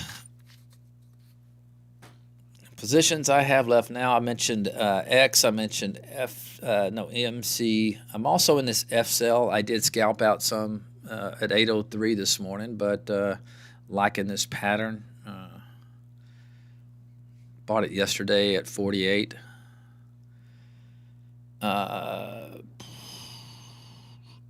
one I'm underwater in, and it's, Neo is one that I've traded very well. Last year it was my best trading stock, and with Tesla on the move, I bought it back over here, and then I've scalped it out, and then I bought some more yesterday. So I'm not really underwater because one of my core positions is back from over here. But let me tell you what's happening here is, even though our market is back to all-time highs, if you take a look at China stocks the last 3 days, they have been pulling back and not looking too good. There is a FXI for the big caps. K-Web is the internet one. I'm sure there's some others out there. So obviously that one is hurting my Neo. I'll probably have to give that up if it breaks this kind of range here. Maybe below 39. I just have to say goodbye and just wait for another setup. I really like the story there, and I think this, if China can bounce, I think this is going to rip because of what you're seeing in the EV land lately, especially with Tesla. A lot of people believe this is the Tesla of China, although I notice LI has been holding up pretty well lately as well. So that one's a nice little pattern there for sure. So I'm going to actually bring this price alert down if I get that go off right there. I like to trade China stocks, but sometimes they can get you in trouble because you get the overnight moves. But oh well. All right, X, trying to go to work on this 27 again.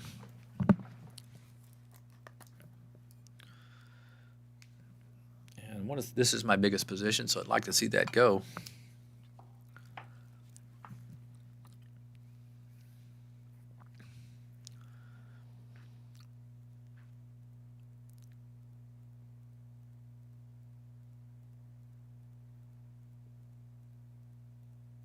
Let's see, who are you? Let's see.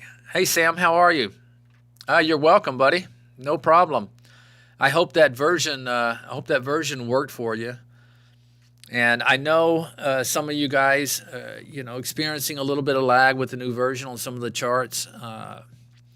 I'm working with the new dev version all week, and man, it's been just really snappy for me. Of course, I say that, and it gets slow on me. That's funny. Okay. That's a good sign to see new core going. Definitely could help out my X. They didn't have earnings, did they? No. They had them on the 21st. Okay, good to know. Should be good for X.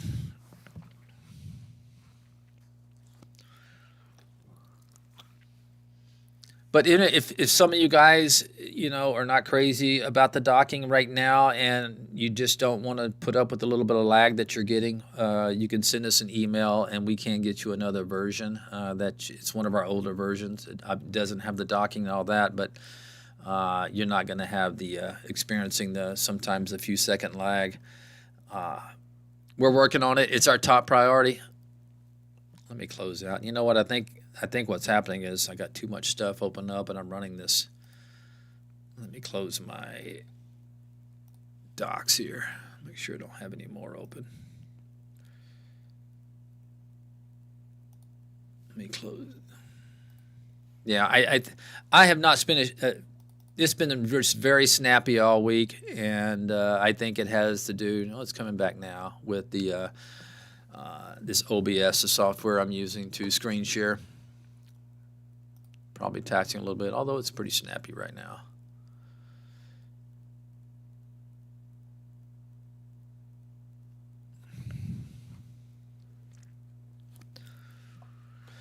All right. Sam found BHF on the bull flag. Yeah. It's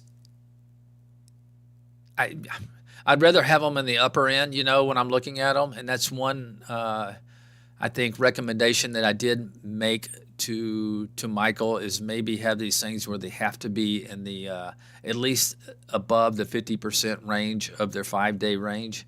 In other words, so you're not seeing these ones that are on a 5-day low. But yeah, that's was a nice little bull flag there.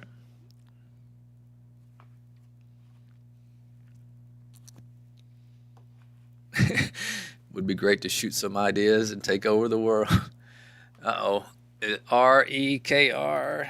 Get going for Chris. Nice. Nice. That was a good pattern. Look, it's got some 1-minute volume kicking in too, Chris. Nice.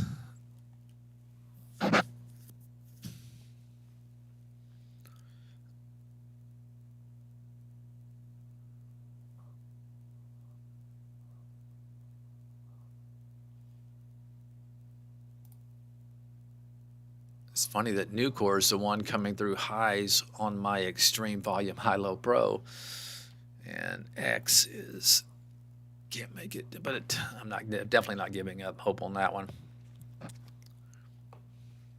You can see the congestion right here. If we draw the line right here, okay, definitely have some congestion, and if it can poke through and go back through highs, I really believe this could probably have a move to 28 pretty quick. Yeah, that was a nice one.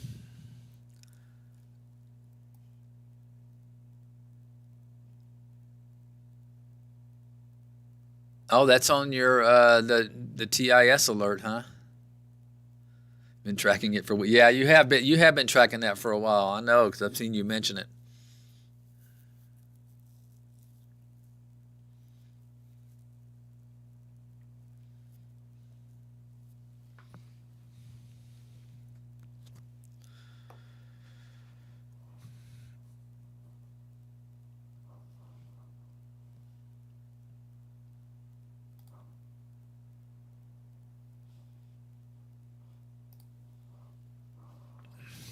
What's Tesla doing, man? This thing just will not stop.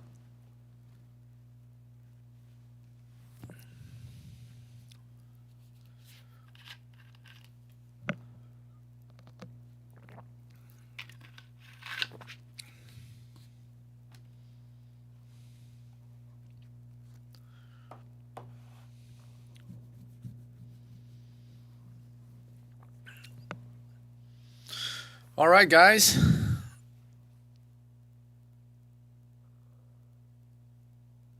There you go. That's a good scan that Chris has shown. And there you go. If you don't have that one, Iris, that one that Chris is showing you there, it's an evening scan that he uses to find some potential movers, and I have access to that. It's a pretty good one.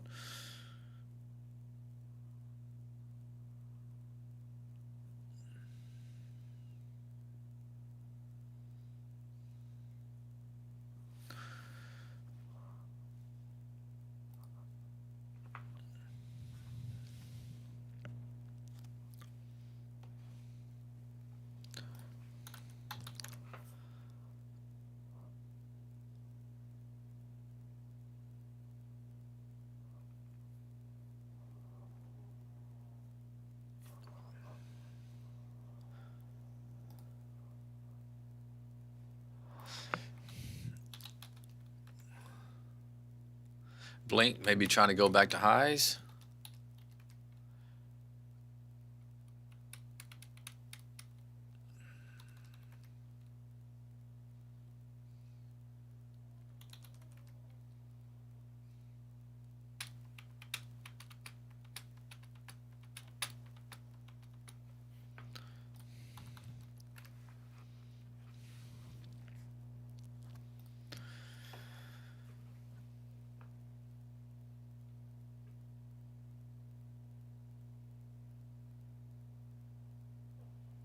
Yes, by the way, yes, and you guys, Chris does a 3:30 Eastern time. He takes over the same live stream that I'm on. So if you guys just want to come in here at 3:30 Eastern time, Chris will be here. He'll help you out with any scans. He'll like I said, he'll go over that nightly scan that he uses. It's can be just a little extra education going into the weekend.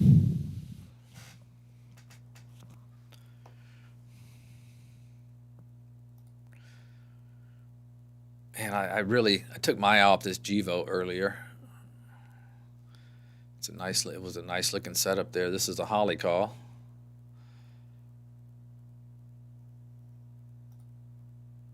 A10 was another one that you might want to look, may want to have some more ump to it.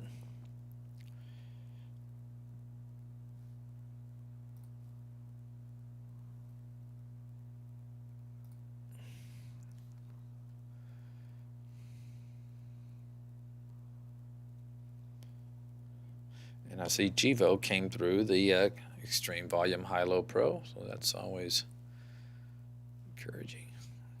See if it backs up here. There's potential for maybe a re-entry.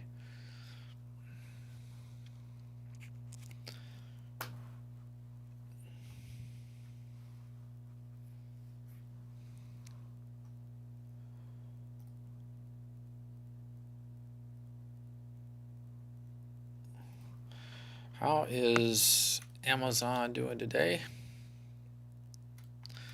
Fighting back on what I thought was some pretty dismal numbers, but oh well, that's just the market we have. Apple doing the same. Facebook, not so much for Twitter.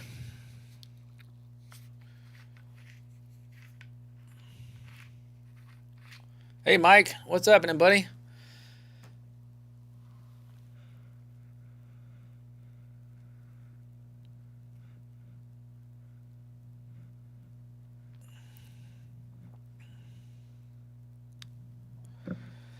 Sam, I tell you what, we do have some cool little daily candle things. As a matter of fact, I haven't looked at this in a while, but if you go to, and some of you guys are probably not even aware of this, and I will share it if you were not, but bullish.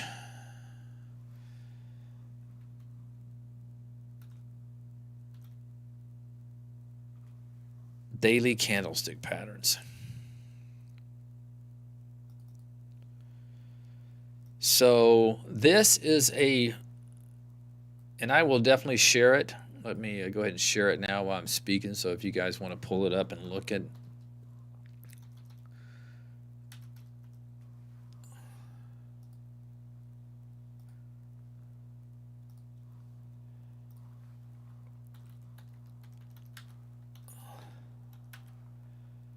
candlestick.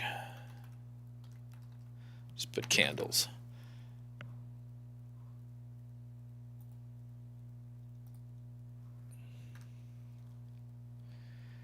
And I tell you what, this bottoming tail is really good. Look at this right here. So you would have seen this this morning when it took out that high from yesterday on Intel. Okay, so even though it doesn't look like much of a bottoming tail, it's in there. And you may be asking, there's your doji that you were just asking about, Sam. It'll look for this pattern yesterday. It's the only thing about the doji, it has to be a perfect doji. In other words, the opening has to be exactly to the penny of the close. So you're not going to see as much as them as you are bottoming tails. Jeez, yeah, freaking Intel. It's crazy. This market's just insane. Wow. It's just, I nicknamed this one right here, Nothing Matters, and that was a beautiful little breakout there coming through. It's coming through the extreme volume high-low pro, but I missed it. But anyway, Sam, if you go, let me show you what this is looking for. This is a strategy that has 4 different strategies in it. It's a multi-strategy window, and you have a doji. It has a hammer, it has a bottoming tail, and it has a green bar reversal. You're going to see more of the green bar reversals and bottoming tails. But if you ask where these may come from, if you go into configuration and you go to symbol list, you're going to notice that I have bottoming tail checked. And you're saying, where did you get that? Well, if you go into add existing list and you look for daily, there it is, and you expand it, you're going to see all these candlestick patterns. And what our server does, immediately after the market closes and well into the next evening or the next morning, it will go and find these patterns for you. Okay, so you can use this as a symbol list. Okay, so under this strategy, it's looking nothing but for bottoming tails. And I tell you, it's really sweet. I mean, take a look at that, guys. I get creating so many windows. Sometimes I forget some of the really, really good ones that I've had in the past. Let's just take a look, see if we have anything else on here. Let's go to history. Pull all the stuff up from the day. Yeah, it updates every night. Now remember, when you see these patterns, it's not looking at anything for today. Okay, it's giving you a symbol list on yesterday's daily candlestick, and then you have to create a. You can run it in a top list if you like, or you can create a window like I did. And what I look for is taking out yesterday's high. After this candlestick. Let's see if we see any more in there. Intel, of course, is coming through all day. eBay, let's see. There you go. Look at eBay. Boom, and then look at this move. SJII. Well, there's your bottoming tail. It is working. Had a nice little volume bar came in.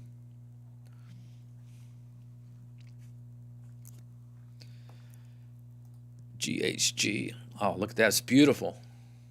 Bottoming tail, and there's your move.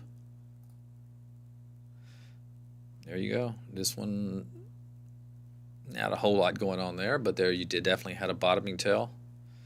Green bar reversals can be really, really nice as well.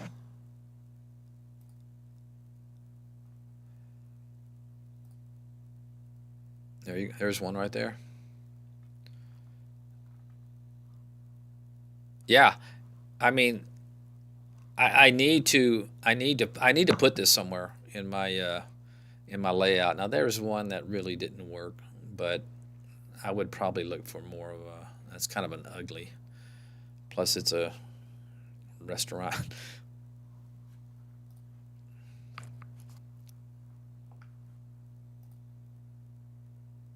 There's one that the jury's still out on that one. So anyway, yeah, check out that symbol list under daily. You can find some nice little, and like I said, the green bar, from what I've seen, the green bar reversal and the bottoming tails are really the best ones. And a lot of those green bar reversals will be that full body kind of like you were talking about.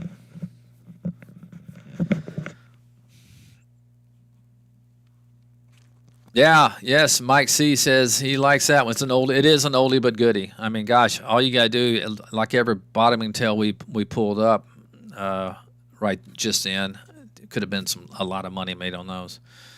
And man, I'm gonna have to keep this and get this in my layout. I don't know.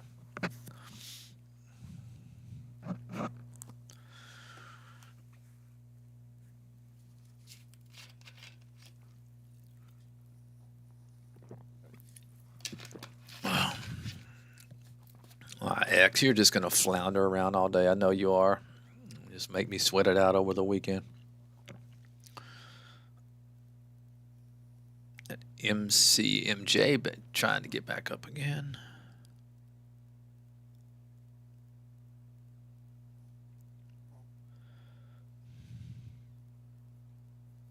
I've scalped out DWAC a couple of times this week on these 2 days right here, just quick scalps, but one that I think will set up once this moving average, this 10-period moving average, hopefully acts maybe as a springboard. So I got a few alerts set in there.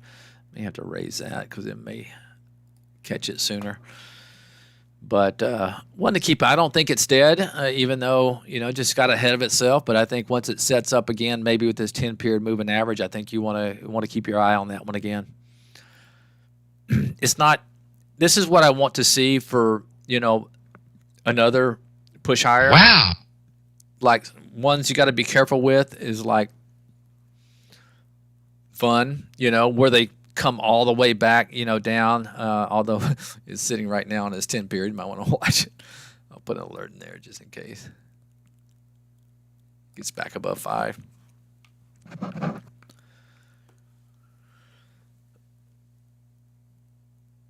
Let's see, Sam, you're asking, is that your work or presentation layout? Both.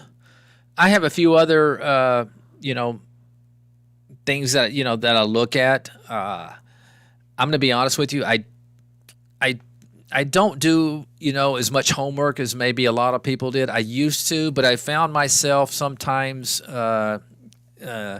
getting too many ideas and getting preconceived notions of what a stock should do. So I kind of just mark up a few things. I try to use my price alerts, so I'm not trying to guess, because a lot of times I'll see a really sweet chart and I'll just like, oh man, this thing's gonna rip, and then of course, it doesn't, and you get stuck in it being stubborn.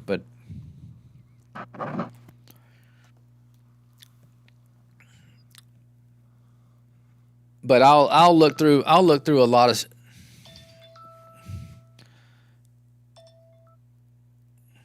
Hold on just 1 minute, guys. I gotta take this real quick.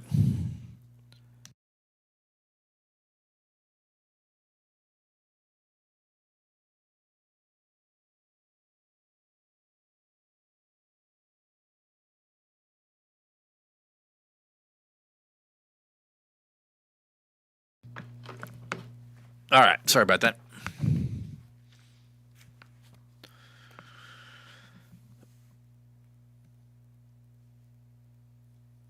All right. Boy, that was a beautiful one right there today. I mean, there you go. It broke to that level right there on volume, and really your next high is way up here, so it's going to fulfill its destiny.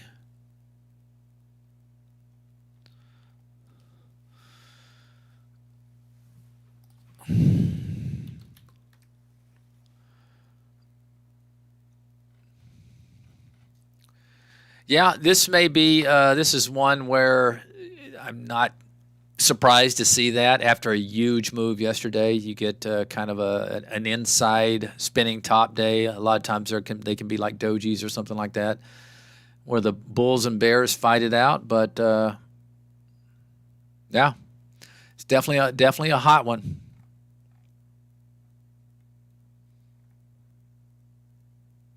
Looks like it might want to, eventually get up here to this 44 range. Who knows? And then if it gets in that, you got a big gap.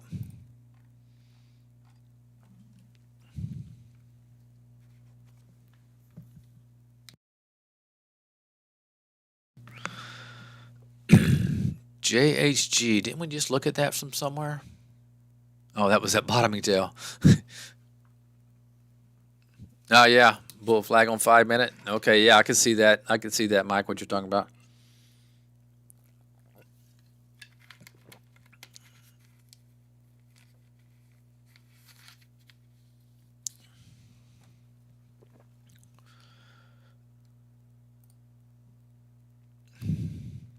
Okay, X, what is your high anyway?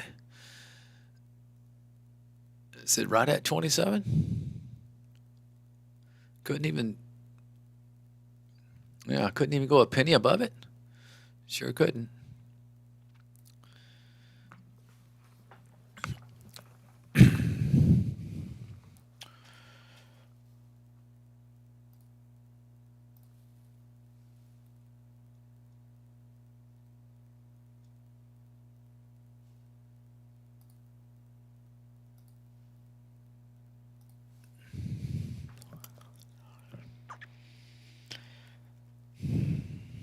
All right, let's see if anything's popping up on the revenue growth fishing.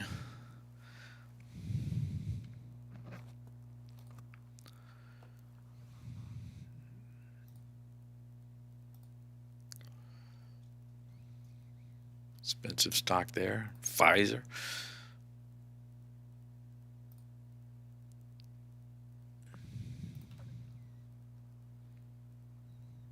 Urban may be one to watch if you can get above that 50.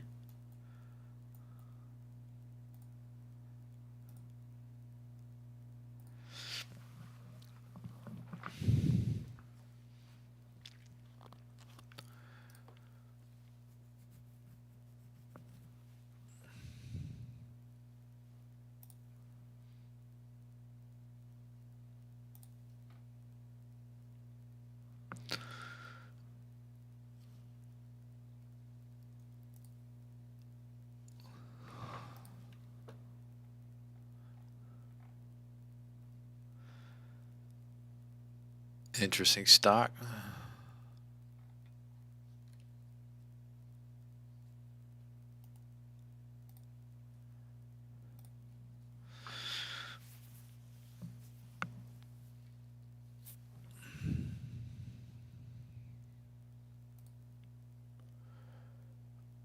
I'll reset that alert.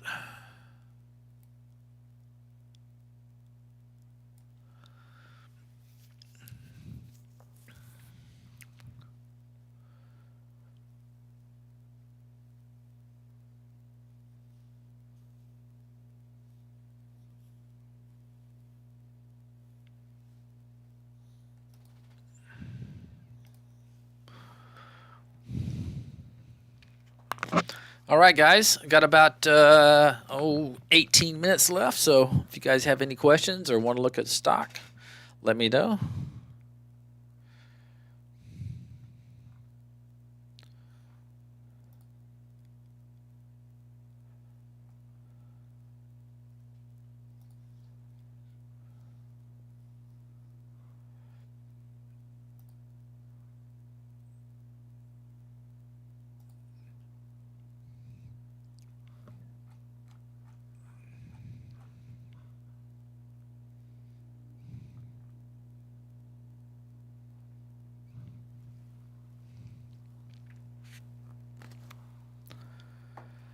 You're welcome, Sam. Welcome, buddy. You have a great weekend too, bud.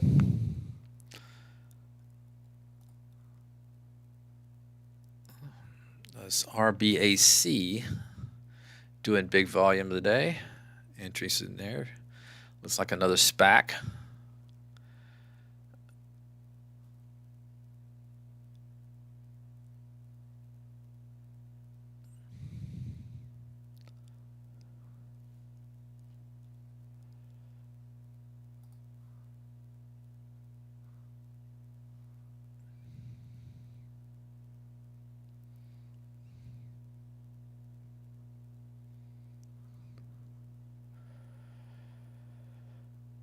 Okay, KR sure can. Take a look at GREE. I think I remember seeing that coming through.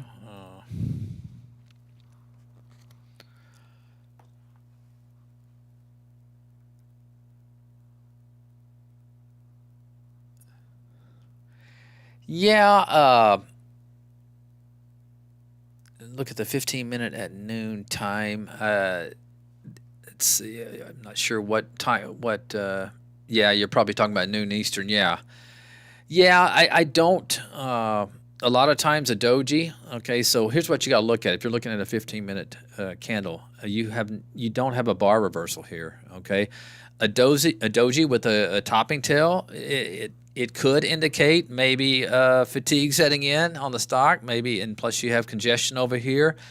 But I would never like take a chance on that until I got a bar reversal, until it takes out the low of that candle, and you can see this thing just keeps going. Now you do have some more congestion at the highs of these candles over here, so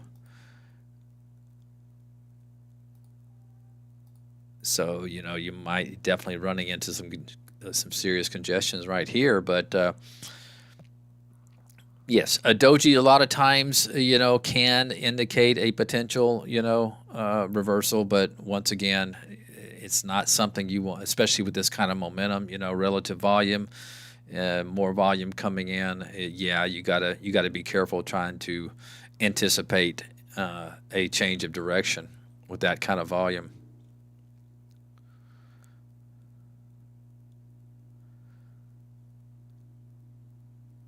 Remember, when it comes to volume, I used to have a great analogy I would use in my TI University class. Volume, I like to treat it like a Category 5 rapids. It's like, think about a log floating in the Category 5 rapids. There's the higher the category, the less likely that's going to get hung up on any rocks or trees or anything like that. It's just going to keep flowing down that river, versus just a flowing river. It can get hung up at any time. But man, this is what I consider, with this kind of volume. Look at this coming in right now. That is definitely Category 5 rapids. So I would not jump in front of that bus. Doesn't mean it can't reverse at some point. A lot of times your reversals, I notice, will be a climactic bar. In other words, you'll have one bar that just really shoots much higher than your previous bars. And a lot of time I watch that for a potential, reversal. How'd it do? There you go. Cheer it on. But look at that green, man. That is data processing and hosting. Look at there. Bitcoin mining. I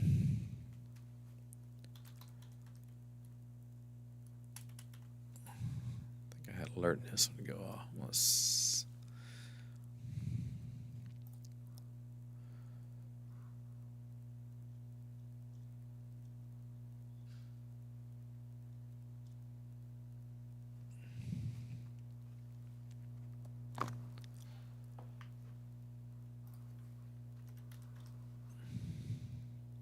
Some. No, not at all. At 32. Oh, you're in at 32. Okay. Yeah, that's scroll back a little bit. Okay, definitely running into a little bit of congestion right here. Kind of backed off a couple of days ago, but it looks like it's kind of pinning itself in the corner. It could be wedging again for a possible breakout, but of this, let's call it a double high, even though this is quite a bit higher. It looks good. It looks good. Anemic volume today for sure. Only 98,000 shares on a relative volume of 0.36. So, but holding up well. Let's see. The average volume is 603. Yeah, so it's definitely, it's a typical Friday. It's probably setting up for a potential move. You got a nice little wedge here forming over the last 5 days, which could, provide a little, push higher. Yeah, not a bad looking daily chart at all. Yeah, that's okay. A boring cement company can make you money. Look, I'm in a boring steel company, this X, and hey, they can make money just as well as anything. Well, except for some of these EV plays. Good Lord.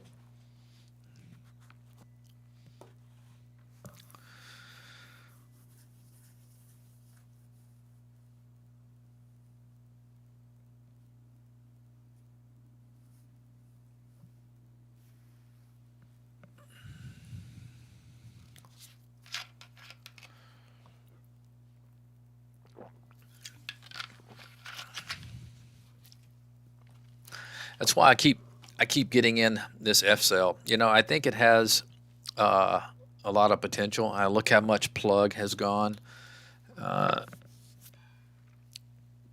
recently, and these two used to kind of follow each other, kind of hand in hand. SL still has not really broken out of this range, kind of like this. I really think this has a potential to, you know, get through this $9 level and have a nice little run. So I keep kind of jumping in. It's got a pretty decent short float, but boy, they have some nasty moves. And just like after this one, boy, you thought that may have been the start of something, and look at this nasty move all the way down here.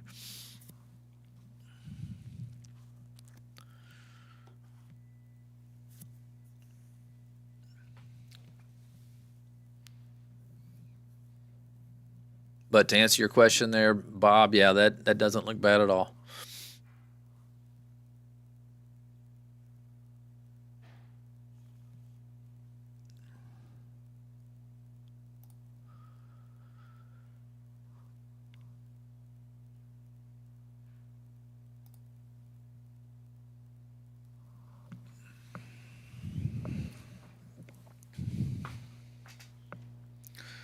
This new core still going.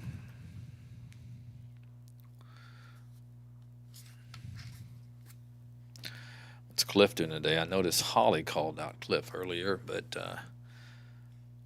just nothing going on there. It had its couple of day moves. It's kind of, we call that flagging. I didn't see it in there, but probably a little bit too much of a range over the last 5 days with that high up here. Kind of probably put it out of that range. Even though that's mostly iron ore, but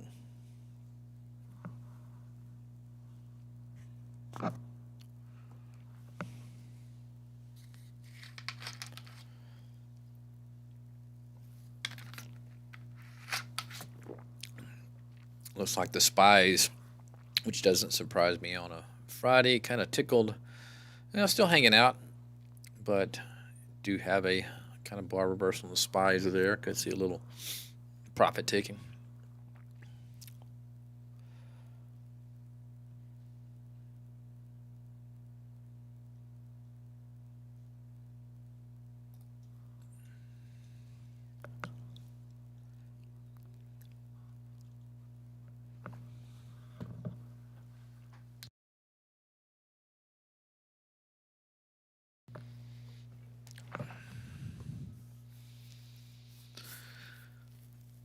All right, X. Let's see if you can get to that 27. I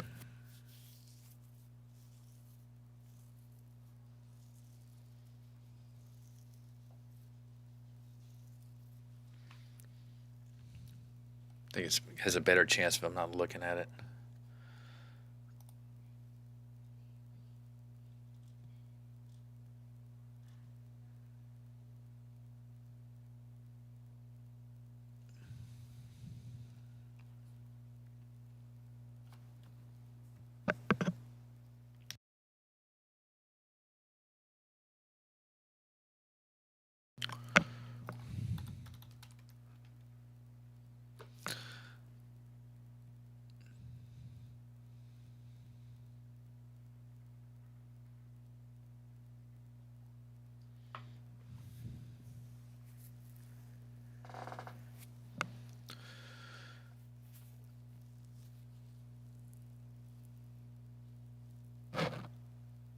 Take a look at the option call volume today. See, that one didn't do any good.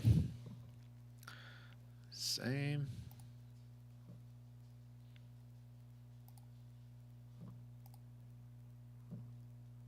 That one's kind of setting up for potential move. It gets through highs. No volume now, right now. I'm always careful after the first 3 hours on Friday. Most cases, it's stuff is done. Yeah, crazy. Look at that volume.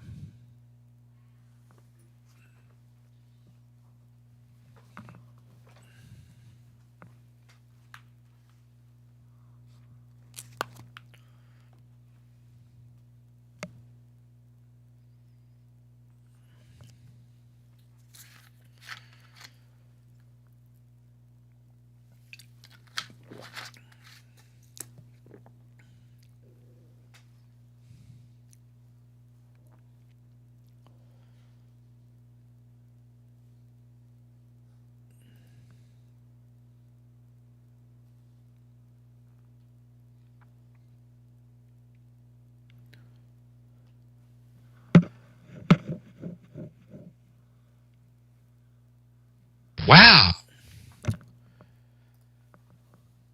Another wow. Yeah, see, I'm always skeptical of stock that, gap down. I guess it was earnings. Yeah. It's probably somebody just hedging their shorts.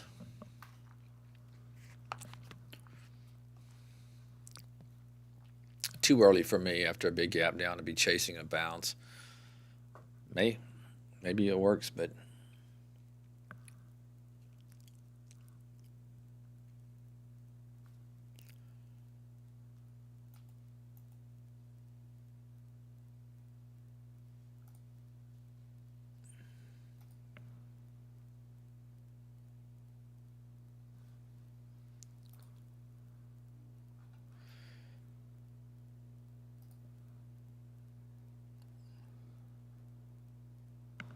see, this AVTR came through this green bar reversal. Wait, that might have to be, yeah, that was earnings. Never mind.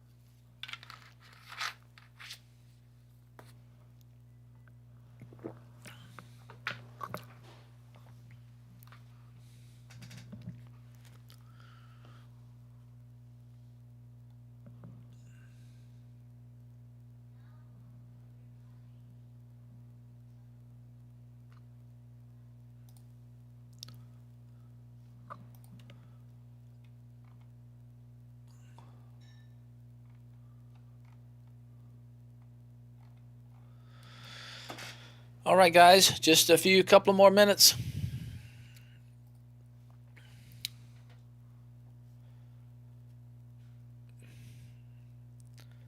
And X is probably going to wait for me to hang up with you guys.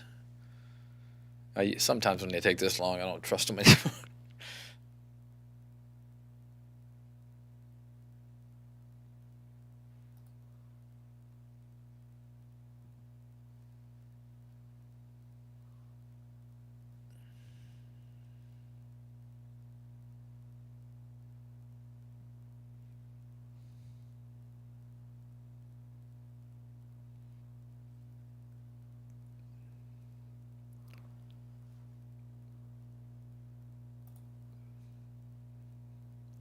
Givo's hitting its 10-period moving average right now. Wait, this is with my pre-market open. Let me try something here. I had pre-market open this morning. Yep, still hitting it because it didn't move a whole lot in pre-market.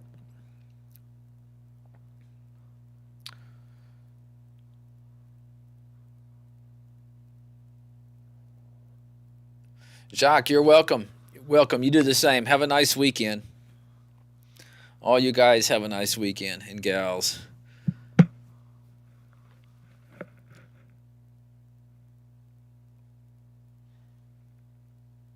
I won't hit Barry up though until the top of the hour. There's my Givo alert that I set. But I'm not interested on a Friday.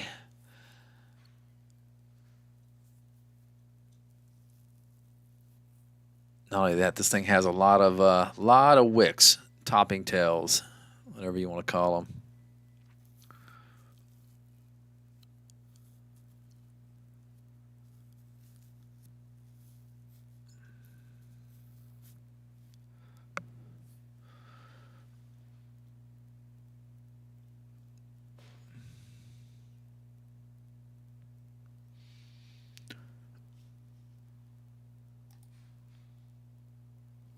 All right, guys, I'm going to let Barry know. And once again, you guys have a wonderful weekend. And I'll have to move out real quick when he tells me he started the streaming. So let me let him know.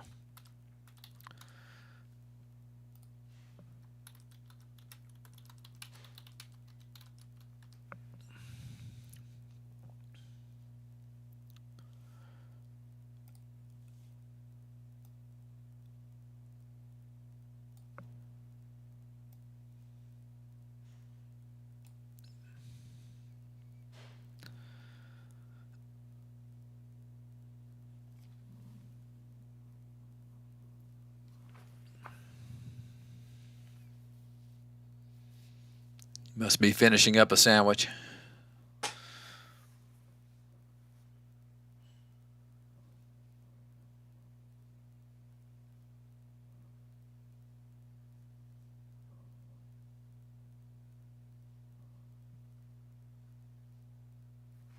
All right, guys.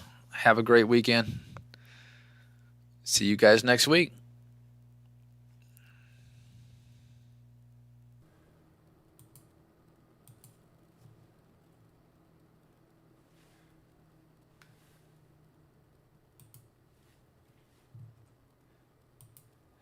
All right, guys, I don't know if you can hear me on YouTube. I know I've started to stream. I don't know if Andy is still in there. All right, there's MTTR. So that got rejected. So let's again see if that really...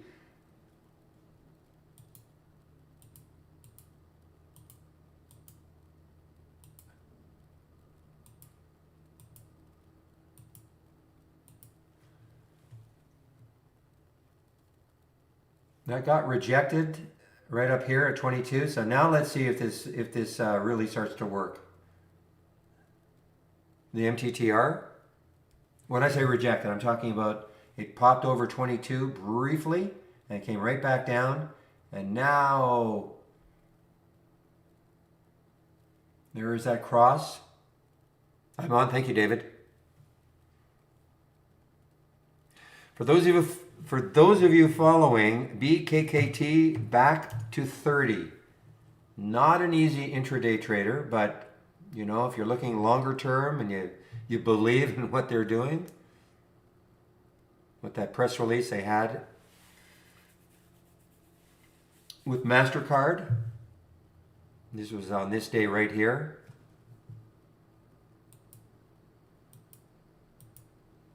All right, MTTR. Rio was talking 2177. We had a cross at 2192.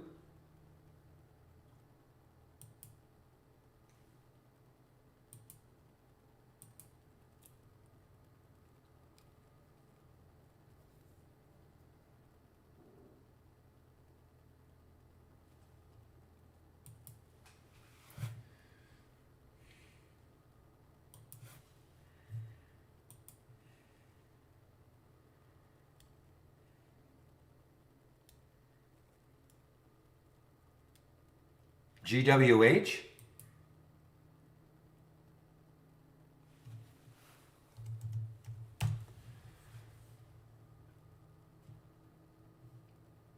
No, there's another one. No, I'm just reading about it now.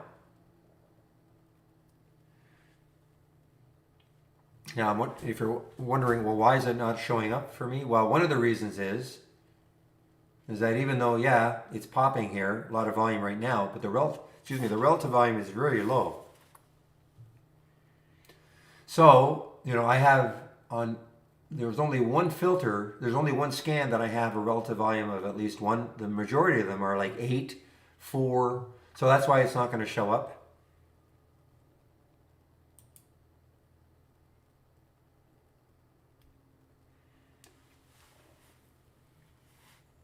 Yeah, the suggestions are all long, so they're not short. Canoe, yes.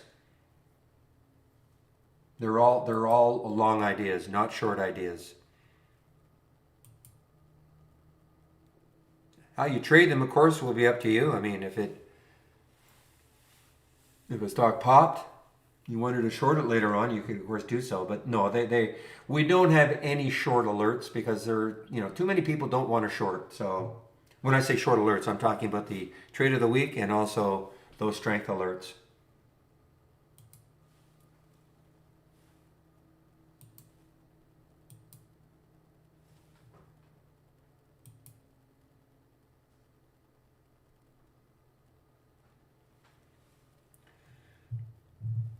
Rocket. Well, let's take a look at Rocket. Rocket again used to be a meme stock.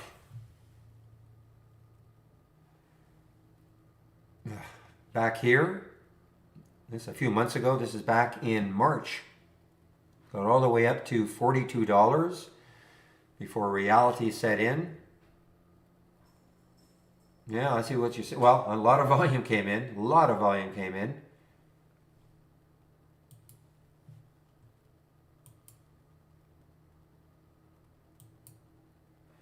Well, guys, again, BKKT. If you're in to something that may, it looks like it's trying this time. Maybe it'll hold 30.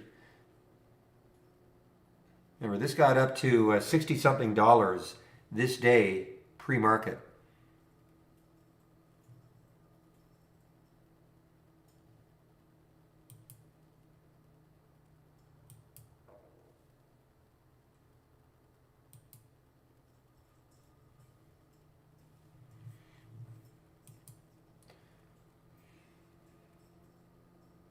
Ooh, I didn't take this one. I pointed this one out. Can't remember exactly when. Maybe, I don't know if it was here, then it popped up. This is the LBRT from the 10-day breakdown. I think I may have mentioned it because I remember seeing this 200-day moving average relatively close.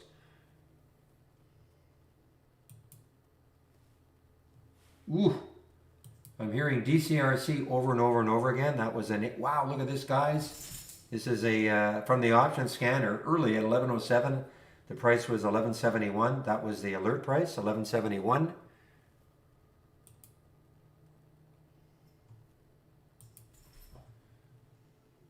Again, I should not have such a bias against the SPACs that show up in this scanner, but so let's, keep an eye on the RBAC. I mean, does somebody know something? It hasn't moved at all, and yet look at the option volume relative. The relative volume is high, the relative option volume is high, and yet it's not moving yet.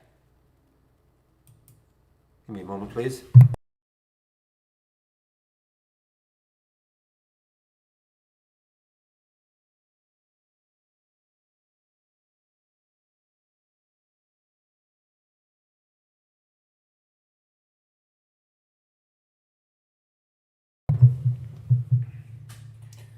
So this is what I'm going to do. I'm going to stick an alert at around 10:30, 10:27, 10:27 for RBAC.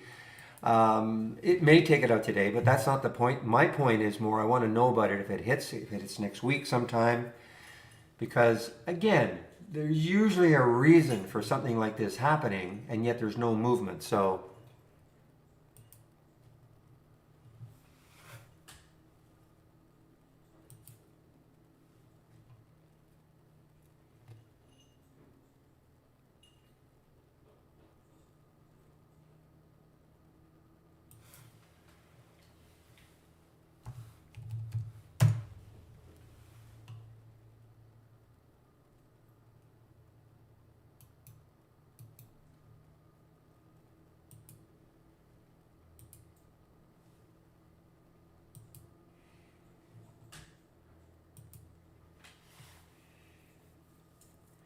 I should mention the strength alerts, okay? If you're brand new, well, okay, a couple of things.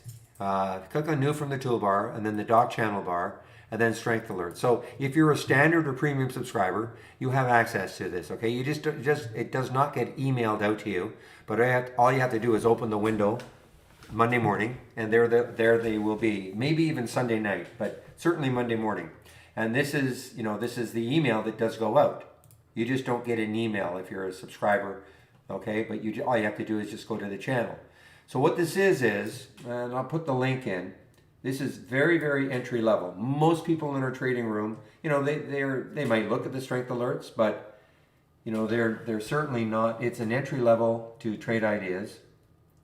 And let me just put the link in here. So again, you don't have to subscribe to it. If you already have our program, you've already got access to it, all right? But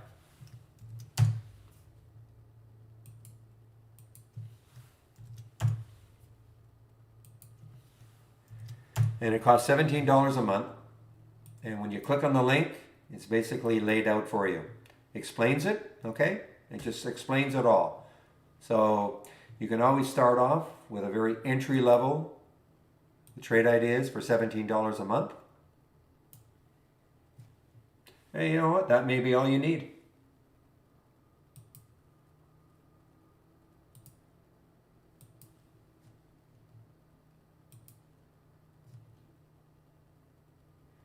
Yeah, BKKT is absolutely running. Took out that 30 like nothing, and now and the volume is picking up.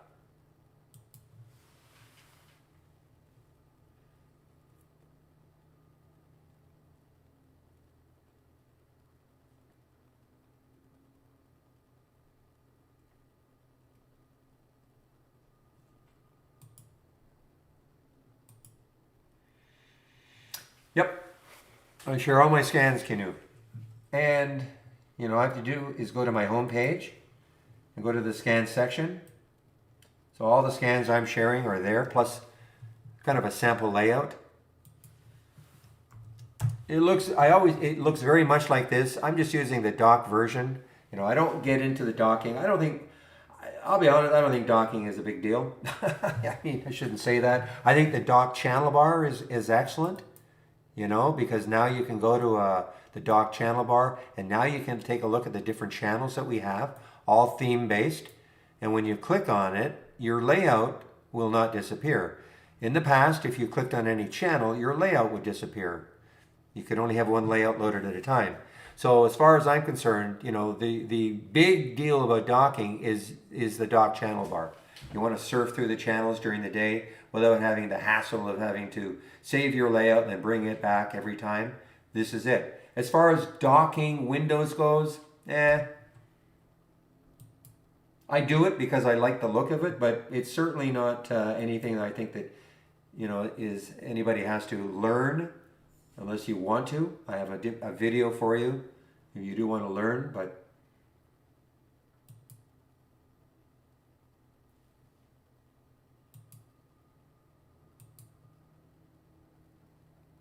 and docking just means this. I mean, I can now, I can put a bunch of windows together, like a container, move them around.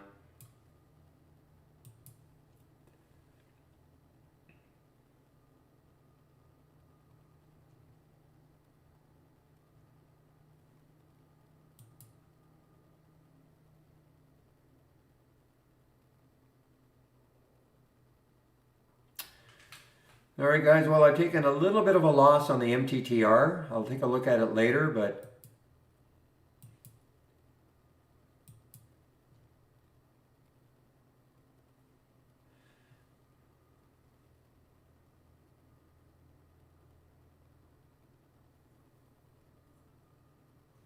I thought maybe the second time through that 23 or 22 would be the one, but maybe not. Maybe I'm just early. I don't know.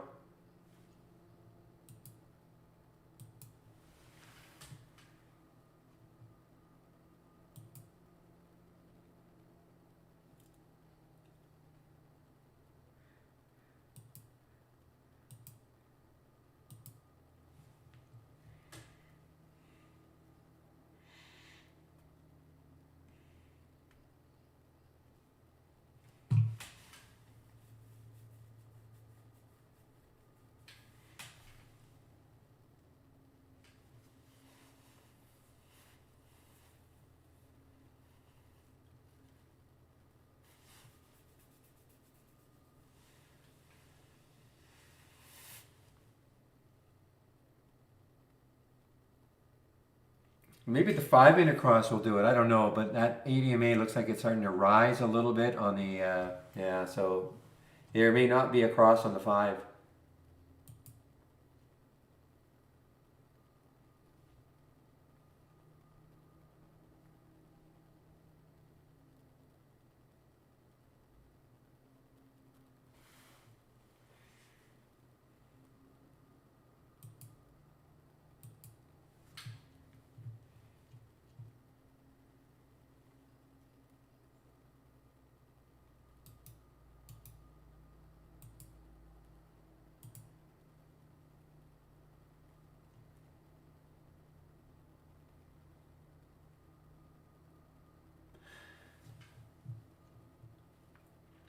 All right, so earlier on we had a little disconnect in the market. I mean, the tech is up, or NAS is up a little, Dow's up a little, SPY's up a little. Nothing earth-shattering.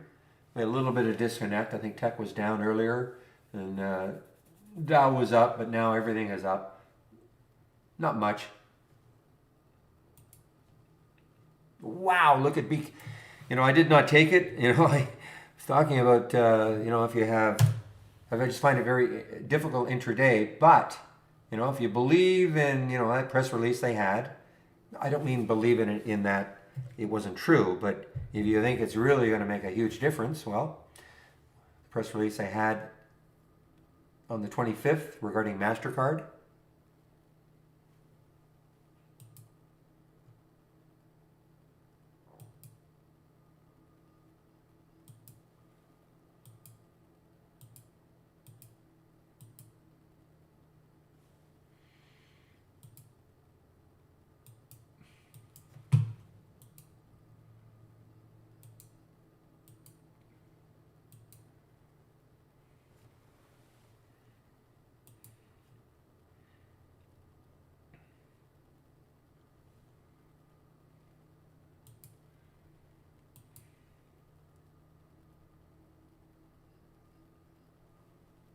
Boy, this one is just starting to crater even more. LBRT coming right into that 200-day moving average. LBRT still got about 50 cents to go.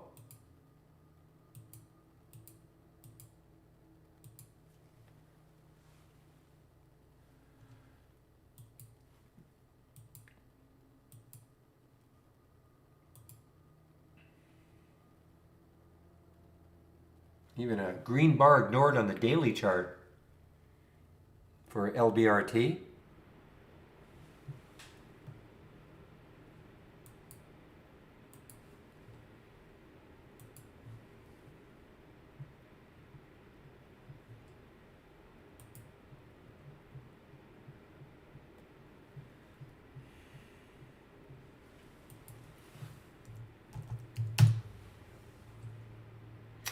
Yeah, I don't know if IB had shorts available earlier on, but there are none available now for BKKT.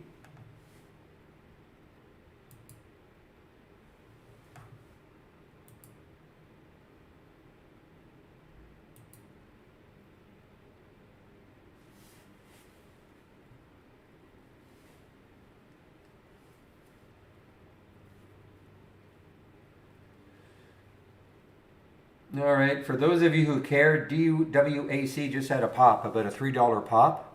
DWAC. Those of you who care. Right there. Lots of volume just came in.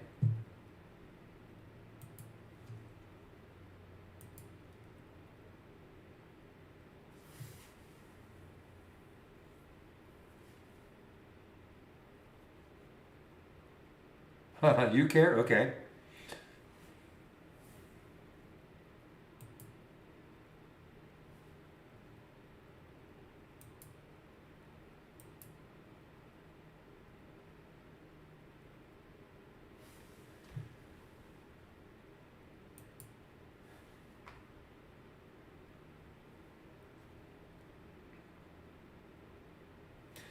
So I regret that I did not take this one from the AI. I kind of lost sight of it, but EQOS, we had an alert at 470, 514 now. Great percentage move, almost 10% from here, and plenty of time to get in. Plenty of time. Pulled back to 76 or 74. Could have got in right around here, rode it up, and this has room in. Well, the next high looking left is 529. So if you're in this one, now the next high looking left before was 508. Now that didn't stall it. The next high looking left is 529. If that doesn't stall it, look out. 627 is the next high.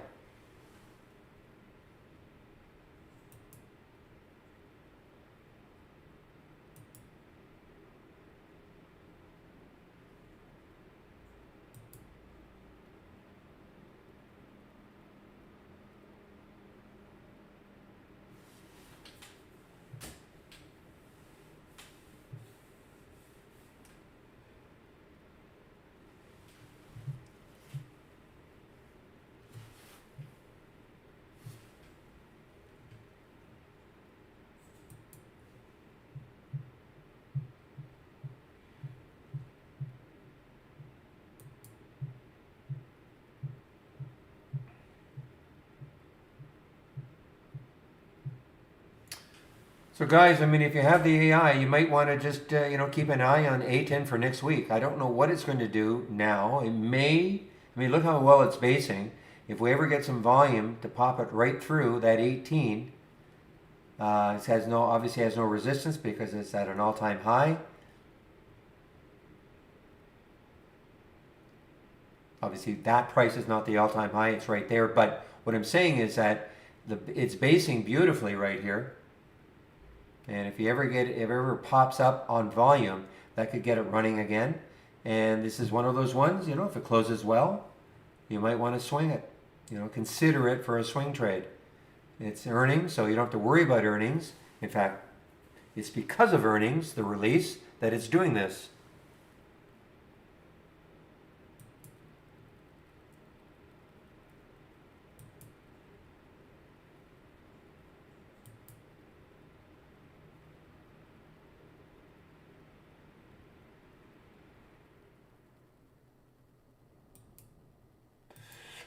Well done, Zach.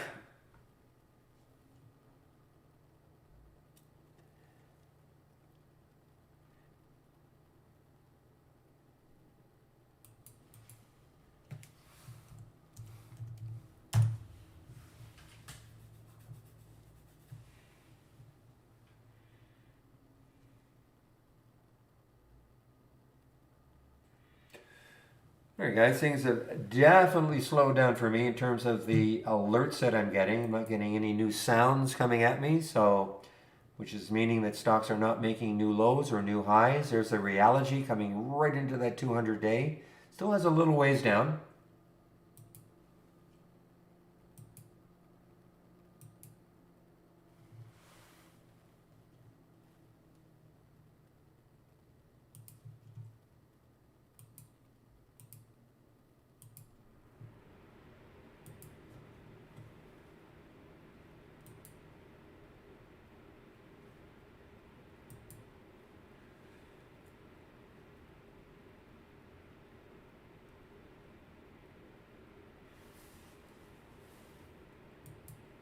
No, I don't buy those stocks. Too expensive for me, Mike. I don't. I'd rather buy the cheaper ones so I can get maybe a bigger percentage move. But hey, nothing wrong with Tesla.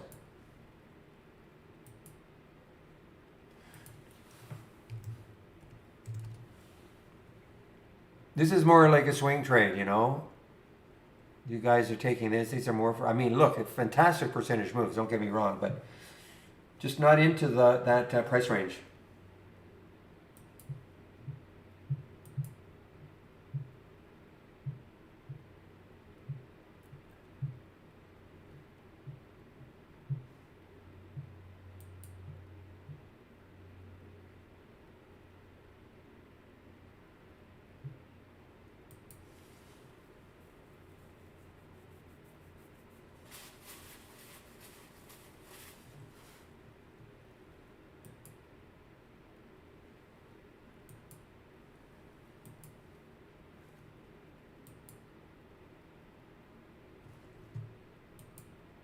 All right, guys. Well, listen, there's the alert at 22.18. So it is, what's the high here? 22.25? I mean, this may get rolling now. What's the high over here? 23? What is it here? 22.46. I don't know. It might be too much resistance right around this area. But glad I got out of my short.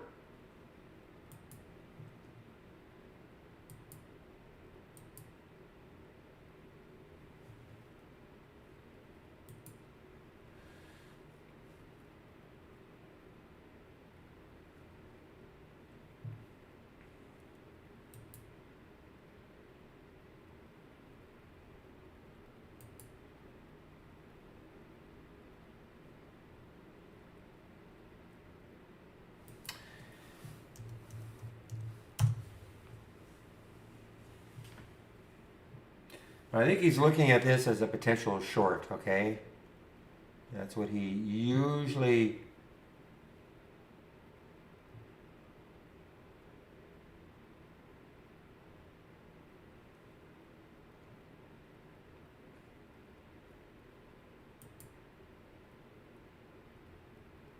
Well, volume definitely coming into DWAC, guys.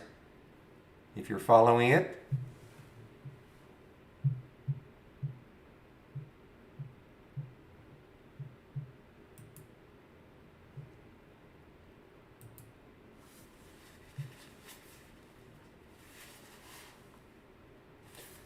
Well, I'm sure you're out of your short now, William. I think you're out of your short, DWAC.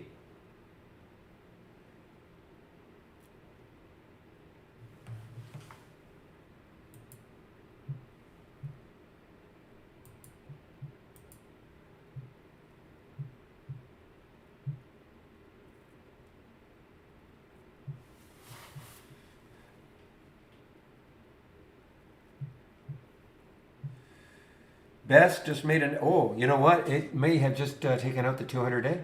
Best? Yeah, just took out the 200 day area, 168.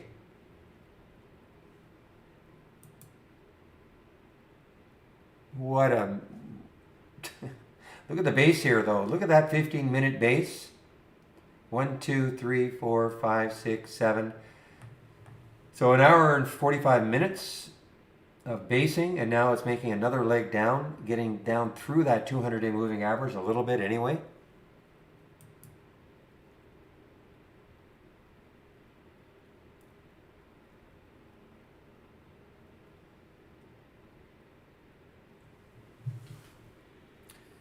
Guys, we're talking about C-pop earlier, and there it is popping.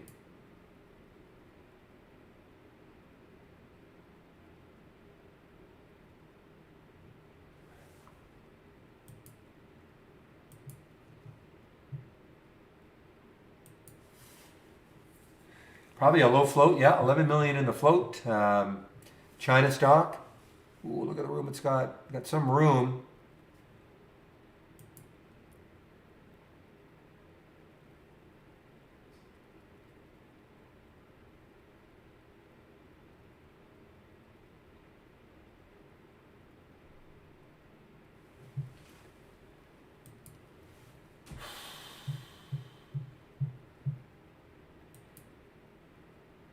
Well, C-pop, this is really moving now, guys. Look at the volume picking up. Look at that volume.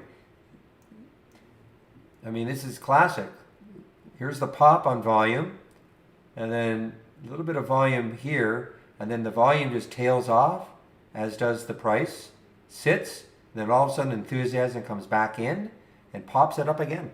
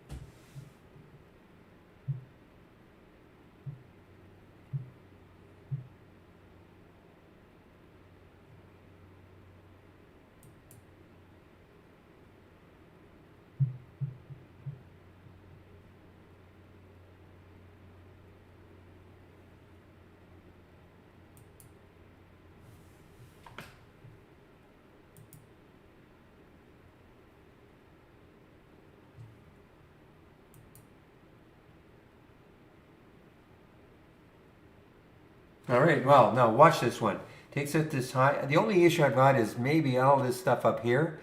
That could stall it, but if it gets some volume really pouring in again. So what I'm going to do is stick an alert around 415 for the C-pop. See if it gets back up to that area again. And it's, you know, this could stall it, but if you get enough volume, like a nice volume bar like that, popping it up through that price, it has a shot, you know, into this area, 477.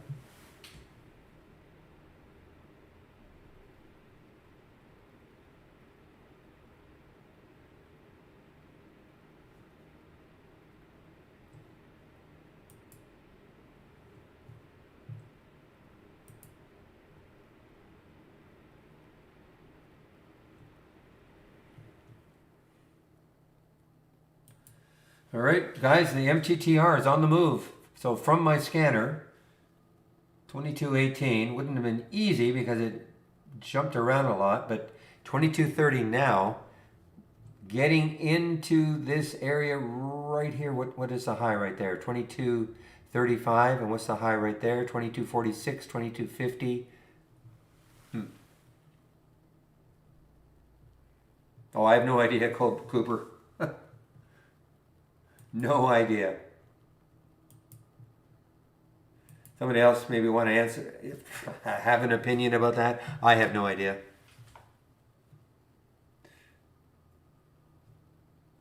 I tend not to try to overanalyze stuff. So even if I read something like that, I'd say, oh yeah, whatever. But you know what? I mean, maybe somebody has an opinion on that.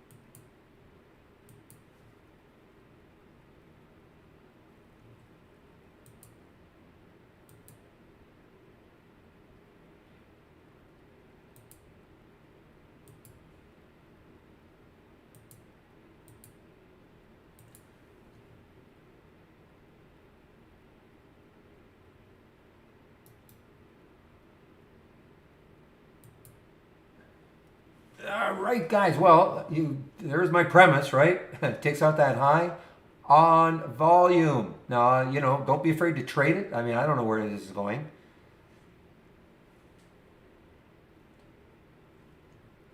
This is a little bit like the array, okay?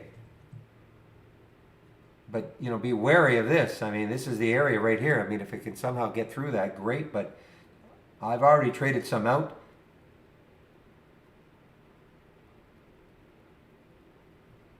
The key was the volume.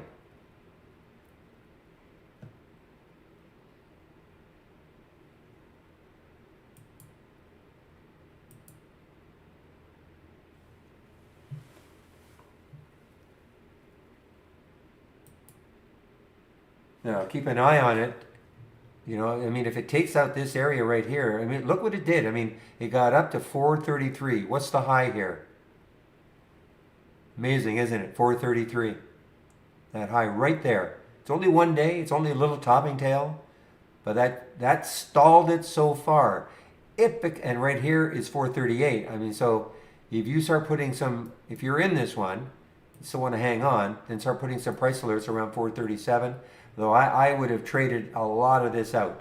The minute it hits this high, it just stalled. You can always get back in. Well, I can, Jace. I don't know if you can, but that's what I'm waiting for.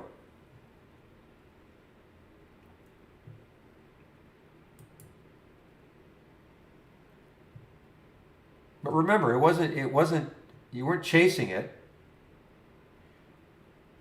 It had to take out a certain price right here, these two topping tails right there, and it did it on volume.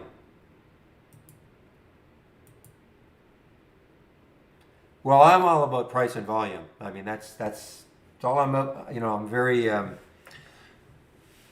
I'm a very simple trader. I don't overcomplicate things.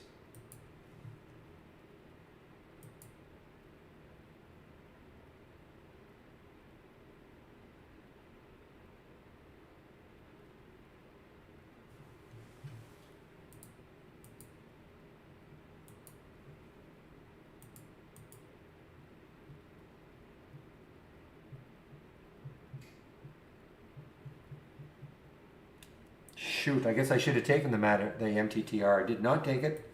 All right, guys, watch the Benny.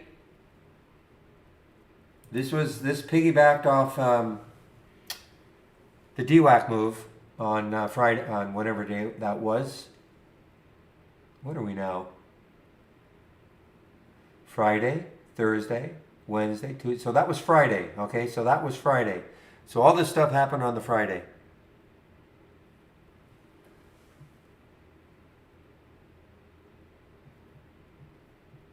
And the Benny just showed up in my option scanner.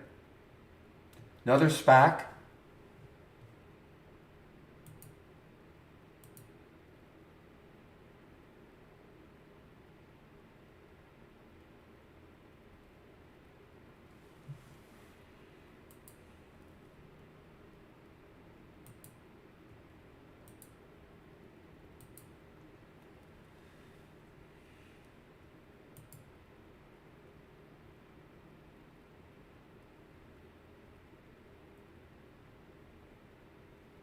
Well, what I'm using is not so much a volume scanner, okay? I do have two scans. One's called Momo up, one's called Momo down, which actually, will show you probably stocks that look just like this, okay, with the increase in volume. But the stuff that I follow typically will have a look like this anyway, without even having a volume scanner in here. So this is what I mean. So we have these are the filters that you can use. So for instance, volume, okay? So volume 1 minute. So this is what this is doing is, I'm not sure exactly the time frame, but let's just pretend it's over the last 10 days. It looks at the 1 minute volume bars over the last 10 days on average. And then so you could add that filter and you could say something like 1,000. So this has to be like 1,000% of what the average has been. So this will show you, that's on 1 minute. You can do it for 5 minute, 10 minute, 15, 30, and I think maybe 60. No, these are the time frames. So so if, depending on the time frame you're looking at, the chart you're looking at, the time frame, you'll usually see something that looks like this. A big volume burst.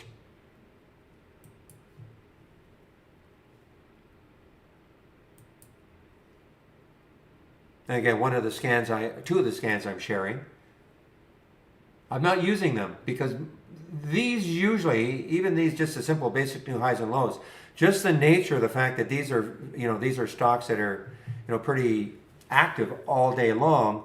When I get an alert, many times it's associated with a volume burst. But sometimes I don't care. I don't need a huge volume burst, especially at the beginning of the day.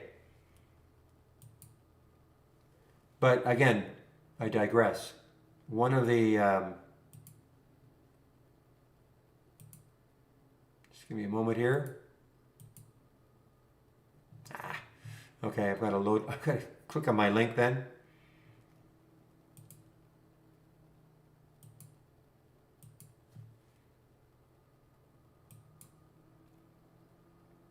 Okay, so right here, scans. So momentum up, momentum down. So these two have that component of like 1,000% in the last minute, and I think 500% in the last 5 minutes. So you're going to see things that are moving. But just because stock has a huge volume, it doesn't mean you just pile into the trade.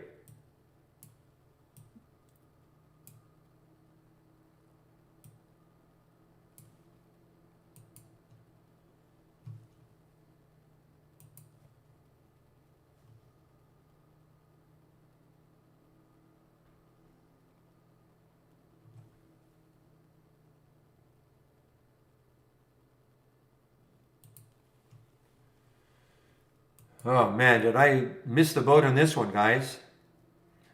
Completely and utterly missed the boat on this one. MTTR, I mean, it came from my option scanner right here at 22.18. I mean, I was, as Real pointed out, it could give us an opportunity to short. So I tried to short it, lost a little bit. Sort of said, well, it's probably going to stall right around here. No way, it just kept moving.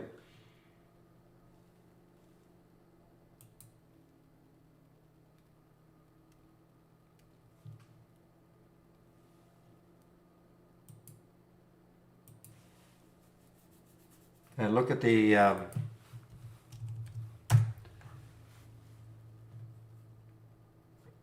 volume increase right here. On that 15-minute chart, what time is it? 1:41. So this has a little over 3 minutes to close. So you just look at it. There's the previous 45 minutes. So you're getting some volume, and who knows? Maybe it'll keep increasing. It'll be higher than these ones. See, it still has another 3 minutes to close. But this is more for intraday trading. I mean, This is not, this is not for swing trading so much.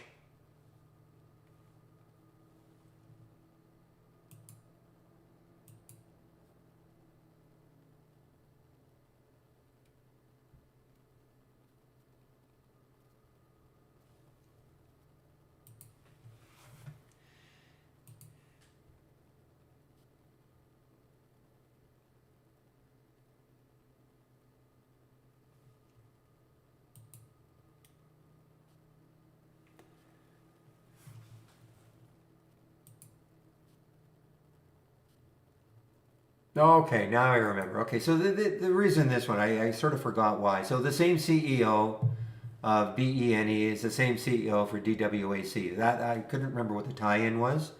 So when you start to see DWAC drop, more than likely you're going to see BENE drop, okay? Which is what's happening. So that's the tie-in. Boy, that BKKT was a nice short, but now it looks like it wants to go again. BKKT. I almost feel like I should just take a couple of these and just hold on. Looks like a very interesting swing. Bottom may have been set. I'm talking out loud. I don't want to influence anybody to do what I'm doing, but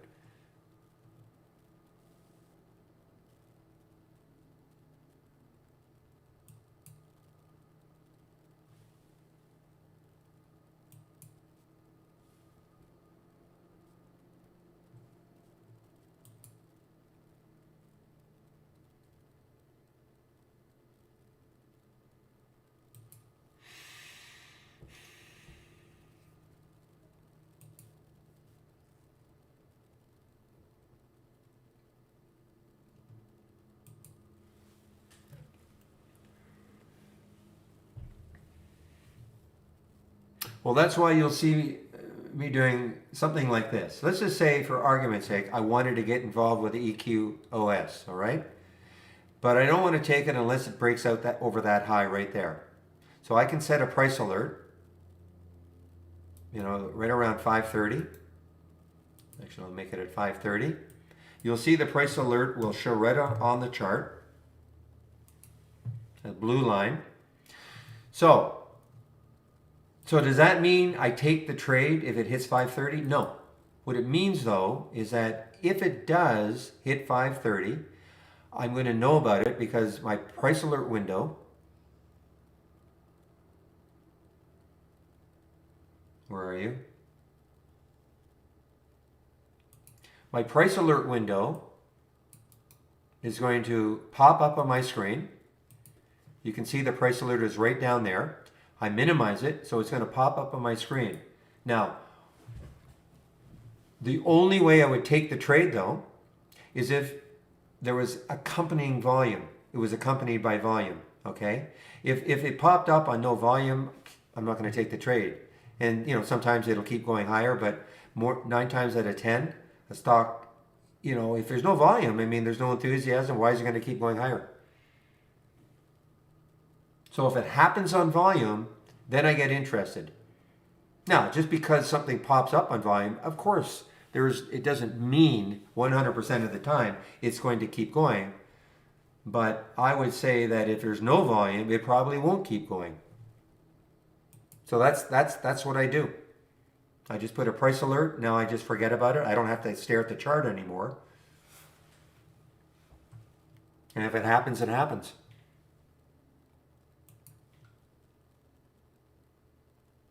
The classic example was earlier today with Array. Okay, this got halted. I'm going to get it halted. It got halted right here. There was a halt. Looks more interesting maybe on a 5-minute chart. Let me get a big chart up. I'll show you exactly what I mean.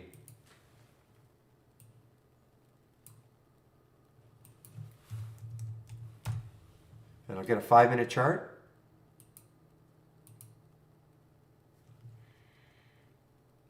Okay, it got halted right here. It got halted right at $5.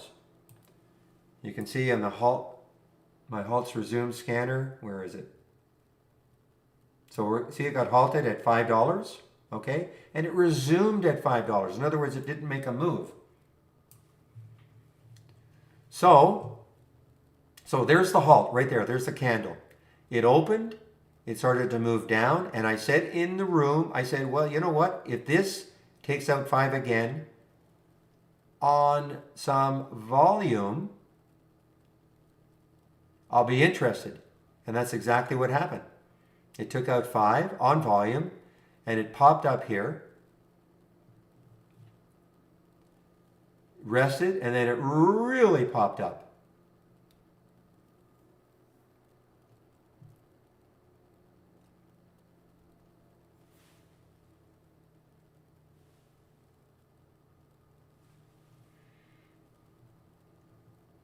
Now, did it keep going? No. I mean, but this was a trade.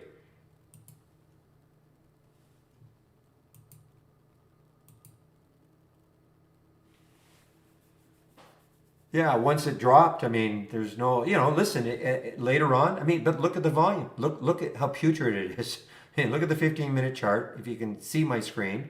I mean, look at the volume. Nothing, nothing, nothing. It's just completely and utterly dried up. Who's going to get interested in this? Unless it pops up. I think I have an alert set up here. So if it pops up again on volume, I may get interested. However, one of the reasons it stalled, look what it got up to. It got up to 572. When you look left on this month on the weekly chart, you can see exactly where it stalled, right in this area here. It just couldn't get through all this. So that's why you hear me say all the time, look left, look left, look left on the higher time frames.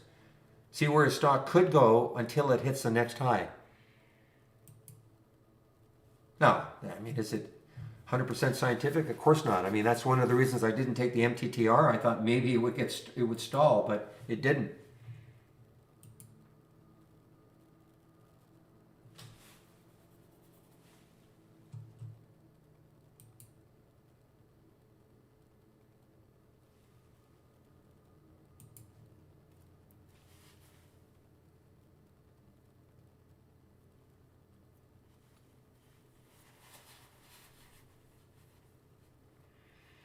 But you've got to trade them. I mean, I'm not talking to you specifically, but I mean, if you're not used to intraday trading, these can be they're obviously very wild. I mean, there's the MTTR. If you took this, you had to trade it.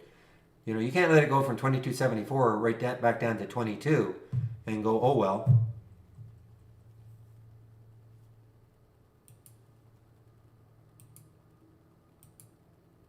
And sometimes, though, we get ones that just keep running.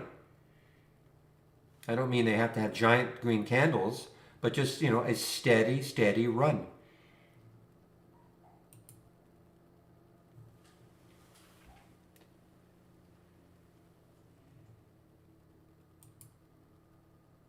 So what Real is talking about with the GREE is testing the VWAP. So again, I'm not a great bounce player, but there it is. There's the VWAP, 2552. So I guess it tested it, but it tested it on the upside, okay?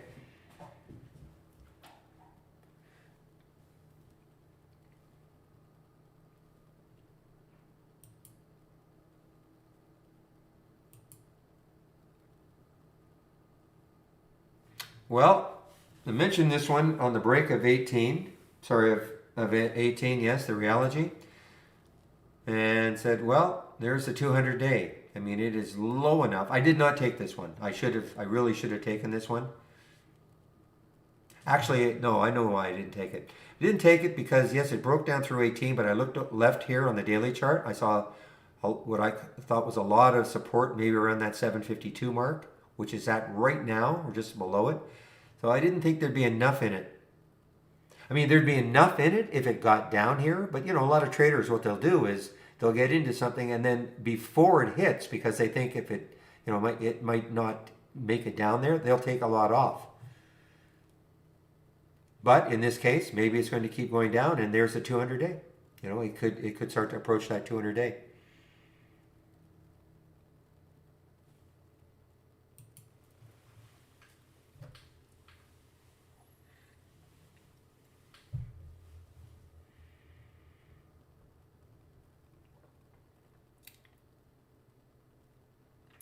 SSNT from Zach.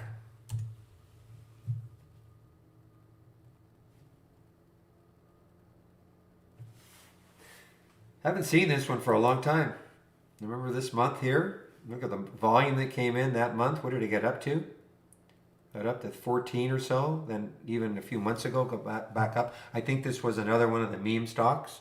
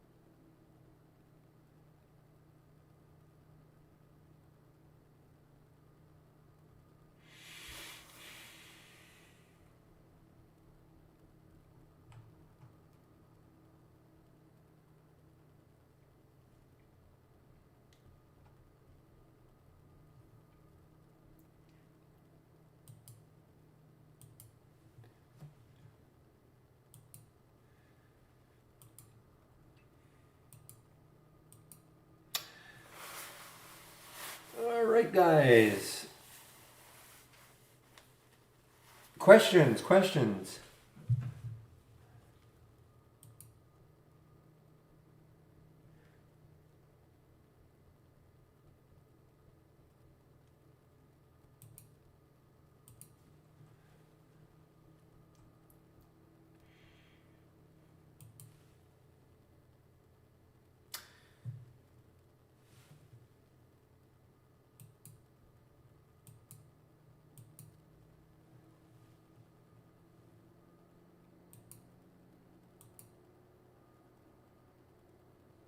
All right, so I think what Real was talking about on the GRE was the rejection of the VWAP. Okay, tried a couple of times, got rejected, and now could be a further move downward. Oh, and obviously it is off the VWAP, breaking out through here. Now the next, I don't know if he's put fib levels in. This could be, I mean, right here, they're on the 5, could be a little area of support. It's only it's only 10 minutes though.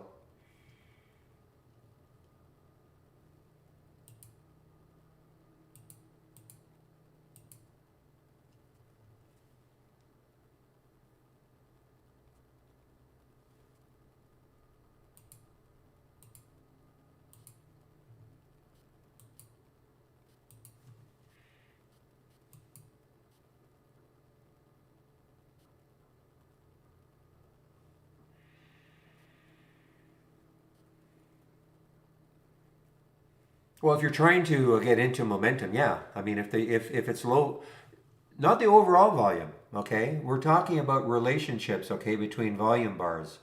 So, I mean, if you see the volume dwindling, okay, and even though the volume, the absolute volume may be high, but if the volume is dwindling, then, you could be stuck in a trade for a while. So we're not talking about the overall volume, we're talking about volume bursts and relation, and it's not so much the absolute number, it's relation to what you've seen before on some of the different time frames.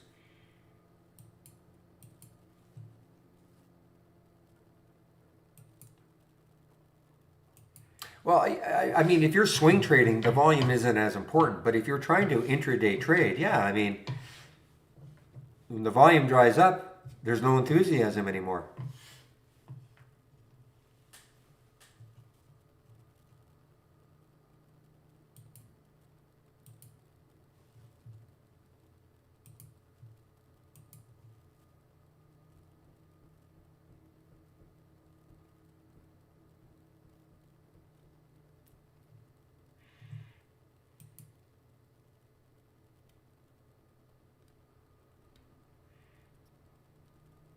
Ha! Be big or go home. Okay.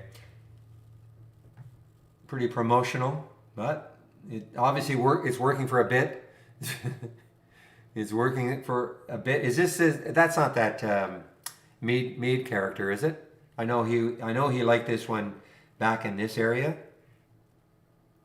Will Mead.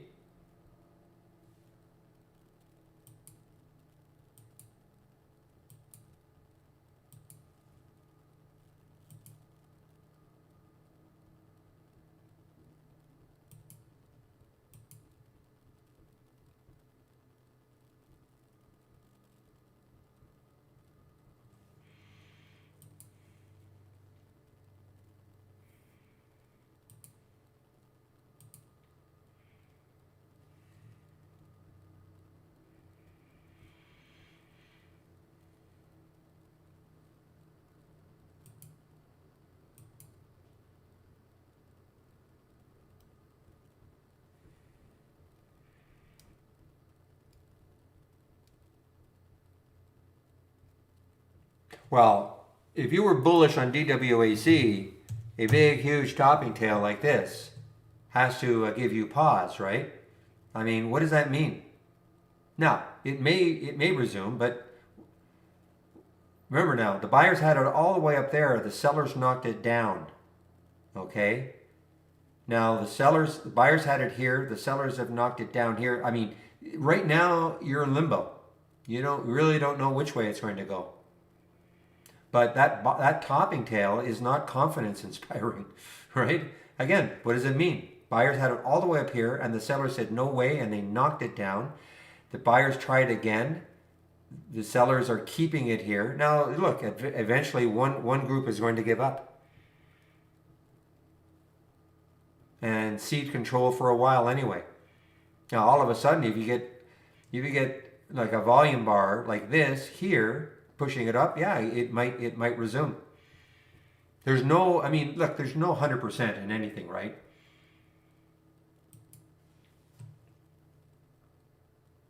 So that's generated by the system, okay?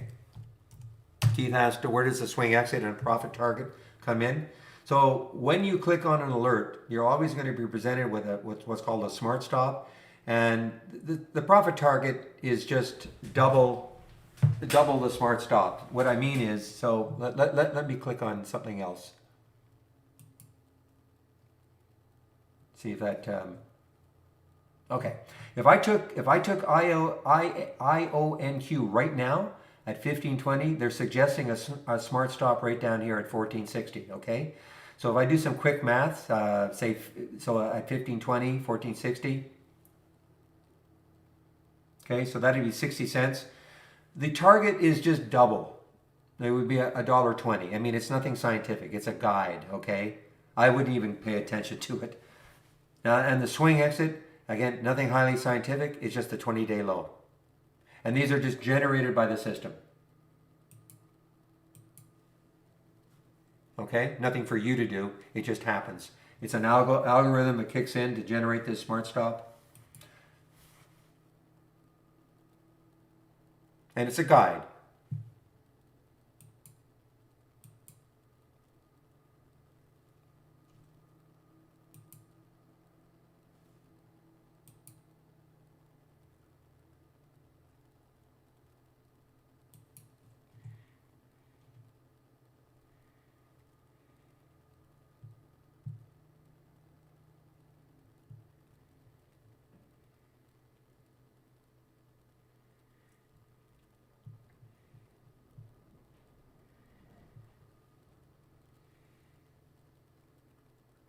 Now, the other thing about it, like a DWAC, I mean, it's a highly emotional stock too.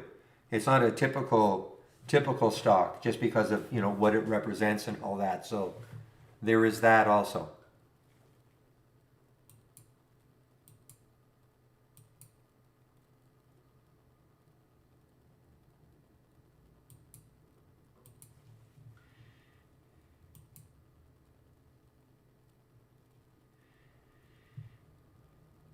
Yeah, I don't know anything. I mean, I know what dark pools. I know the definition. No, I don't know. I don't try to overanalyze where some of these big volume bursts are coming from, and some of these stocks. No, it's just traders getting active. Lots of different trading rooms out there. Okay, there are a lot of people on Twitter pumping stuff. So, I don't look at it that there's some dark pool somewhere that's doing any of this. On the bigger stocks, you'll probably find more block trades.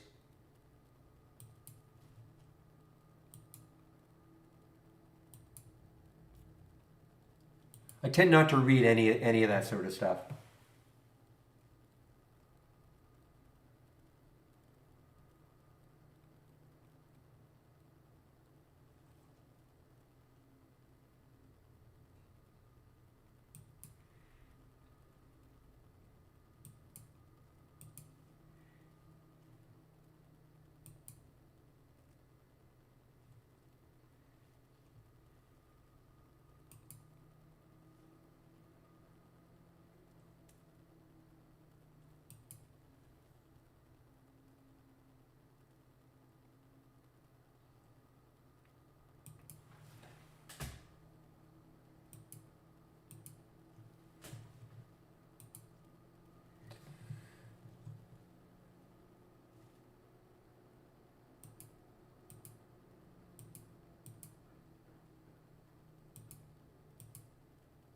Okay, guys, well, there's the volume. Let's see what happens.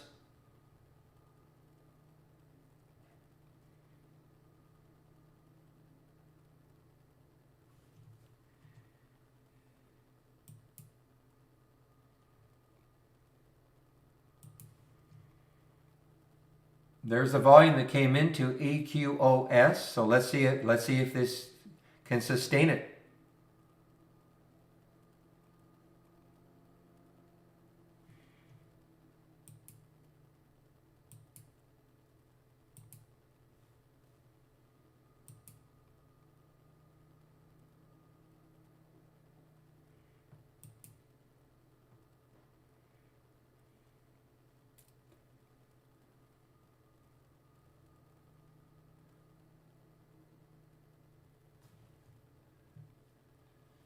Give me one more little volume burst here, or price burst.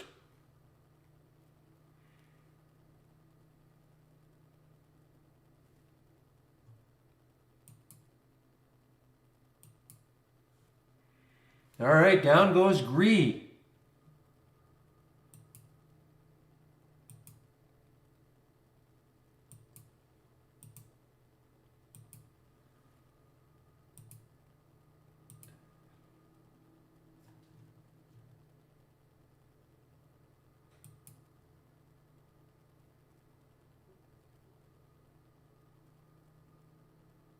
Cat and mouse.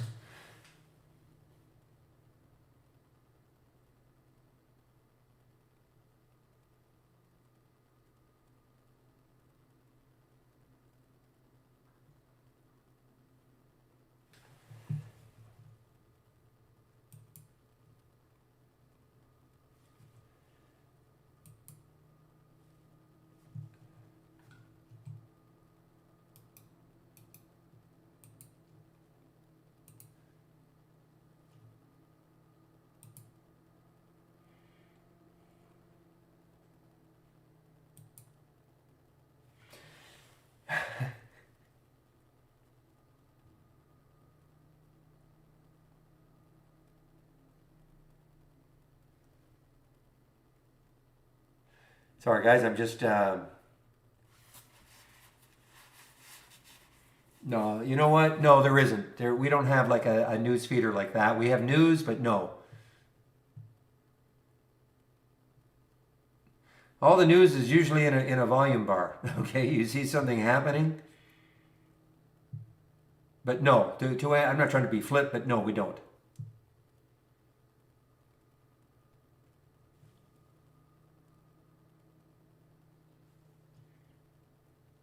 All right, guys, there's the ATEN.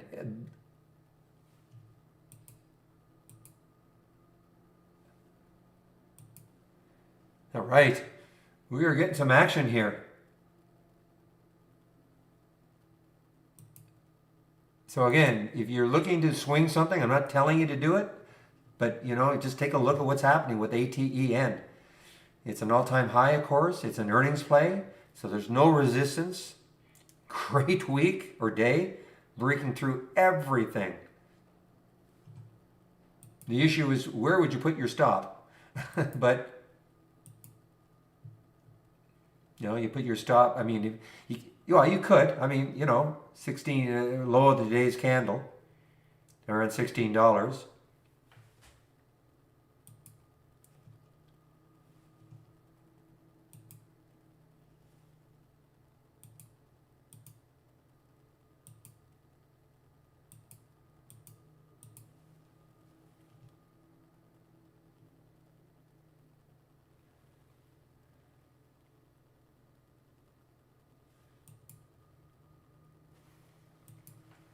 Oh, just give me a moment here.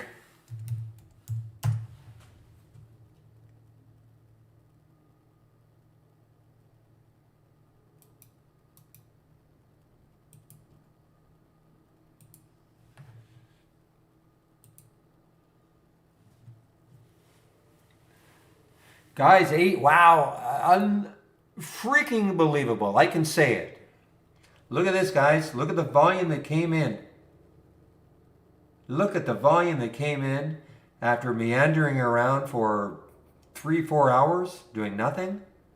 Earnings play. Boom.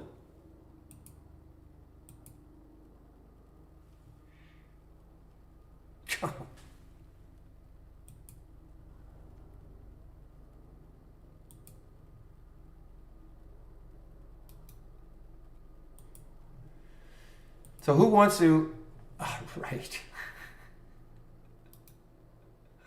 Who wants to take out a subscription to Trade Ideas? I'm going to be shamelessly promotional, but there's no better program. None. Zero.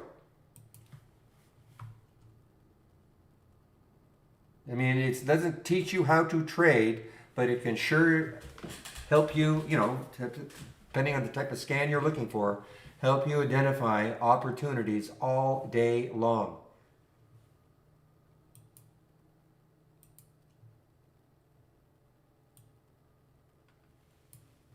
I'm not usually this promotional, but man, oh man. This has been an amazing week.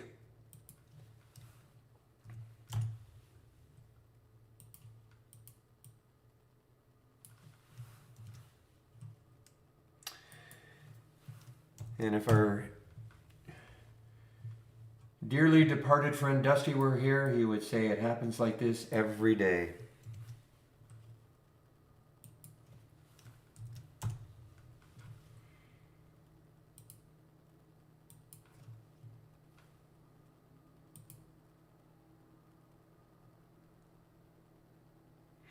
Yeah, well, okay. If you want to take full advantage of the program, you have to, you can use parallels, as Harry is saying. You want to take full advantage of the program, you should stick on a PC, okay? I mean, are you going to junk your PC? I would just use it then for, trading. You can use your Mac for everything else if you want. You want to take full advantage of the program. Or, as Harry says, you can use parallels if you're willing to use an emulator. Emulation program like Parallels. There are others out there. Or you could use something like Amazon Web Services. I mean, something like that, a cloud-based program, so that you could take advantage of using it like the app. But unless you're going to junk your PC, I mean, I would use your PC, during your trading day, during the trading hours.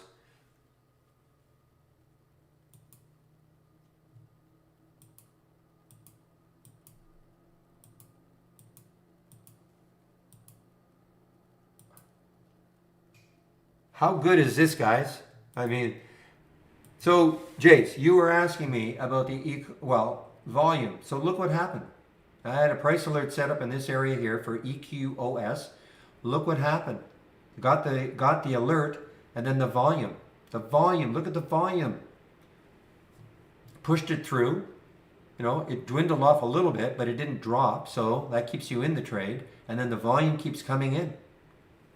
I mean, it's just. Like, I know people want to have all these different indicators. They want stochastics, MACD, RS. I mean, look, I'm not telling anybody not to do any of that. But I just, pretty simple. Stick a price alert, See if it happens. Does it happen on volume? I get interested. 25% off until Sunday night. Okay, so 25% off till Sunday night. I just popped the code in. I'll do it again.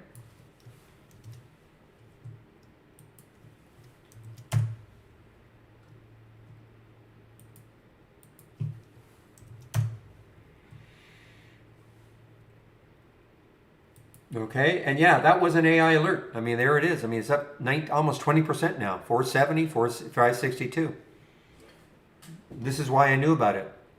This is why I know about the ATEN up, 6%, 5.3% now, and higher because it got up a lot higher than that at one point.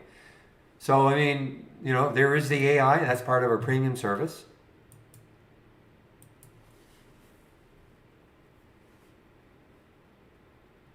Look at the volume, guys. Look at the volume that came in on that 15-minute chart. Biggest one of the day.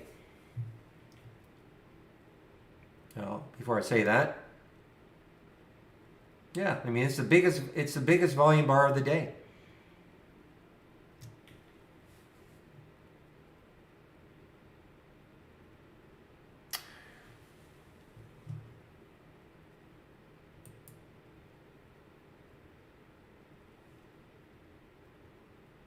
Now this is moving down, but I'm not interested. I'm not as interested now. But I mean, you might be interested in the short for MTTR. I don't know if you are. I don't know if you're still in the room.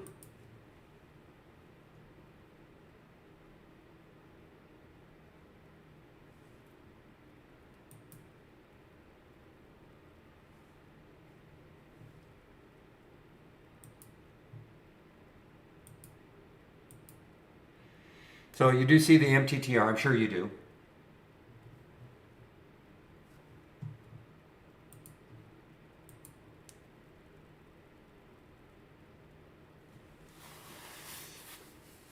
Okay, so Chris Newby, before you jump into trading, right? Practice trading with our simulator. Okay, before you start committing money to the market, practice in the simulator. I know the everybody wants to be so keen to start trading right away because they see stuff like this and they say, wow, man, I should be able to do that. It's not easy, okay? This is not easy. So that's why we have a simulator here. And you can use the simulator. It uses our real-time data, so you can practice trading using the simulator. Let's just say I wanted to take this short of MTTR, okay? Pick how many shares I want to short. I can short right now at the market, 1286, probably got me in at 1286.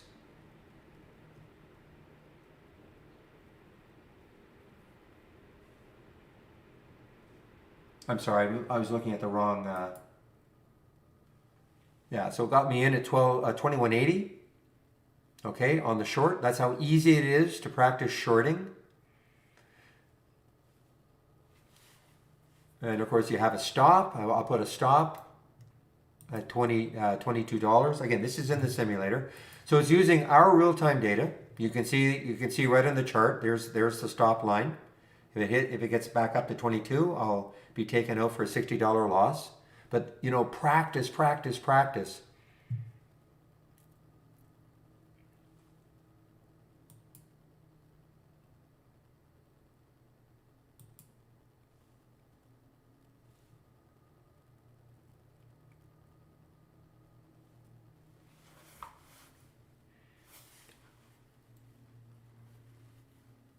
And how long it takes, I don't know. Everybody's different. Depends how much how much you put into it. Looking at lots and lots and lots of charts. AI alerts do not come with the standard package, exactly. That's part of the premium service. Oh, of course.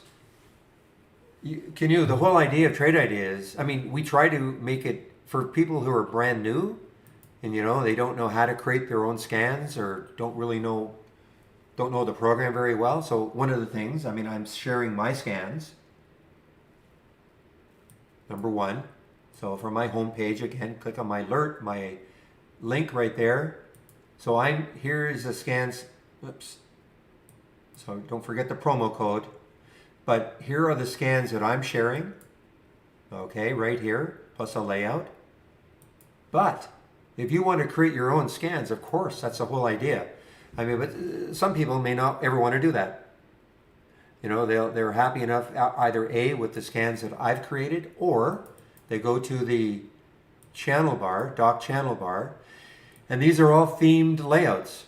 Okay, each layout is a theme. So this is a momentum scan themed layout. Here's a scan that we put together. You could have this one. You know, you save it to the cloud. You go to another channel, you know, EV related. You know, here's another one. Okay, you might want this one. Save it to the cloud. So the idea is, wow, look at EQOS, guys. This is just turning into a fantastic trade for me. I hate to... I'm overly exuberant, but I mean, this is a great way to end the week for me anyway. But anyway, the idea is that you can go to each one of these channels, extract scans that you might like, you save them to the cloud, and then you can file, load from cloud. If you save them, you'll see them.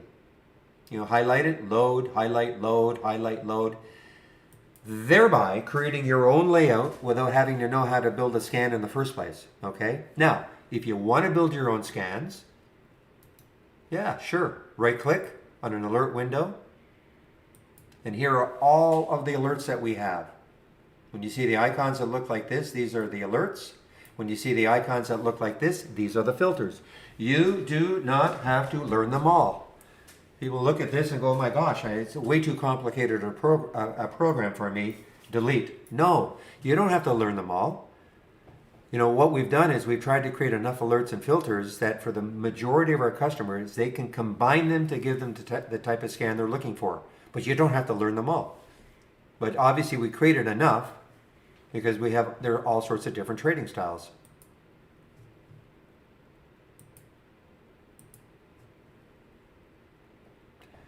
Back testing is not really. We give you 10 to try it, okay? And if you like it, you'd have to go to our premium service, okay?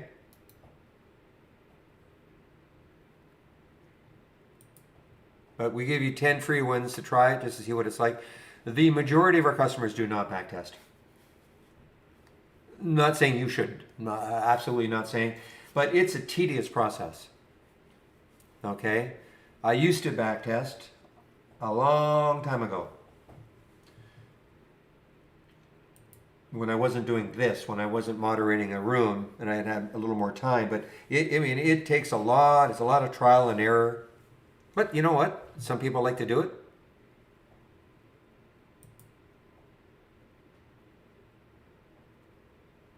Yeah, the other thing is, yeah, if you're thinking about taking trade ideas, you know, go to and this is all free right now, so you could go to the education section from my link. Save my link. All the education's here, and here are my scans. Okay, so here's all of the education for trade ideas, and we now have an extremely comprehensive user guide. You don't have to learn everything in the user guide, but it's all laid out. You know, chop list windows, alert windows, what the channel bar is, and you know, little videos usually are attached. So it's all laid out here. But we also have like a full table of contents, so you can search on different things. And again, if you think, oh my gosh, how am I going to learn this all? You don't have to learn it all. When you bought your first, when you bought MS Word and you looked at that manual, did you learn everything? Of course not. Probably learn how to print, maybe change the font, maybe do some bolding or italicizing. You know what I mean? I mean, you just pick and choose what you want to do. But the other thing is, if you're starting out, you don't have to go to the user guide. I would take a look at the 20 introductory lessons. This gives you just a nice little overview of the basic features of trade ideas.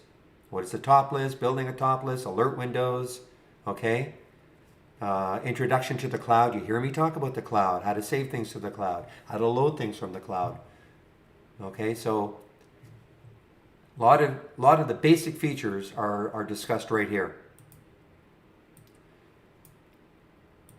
You have to put some work into it, you have to put some time into it.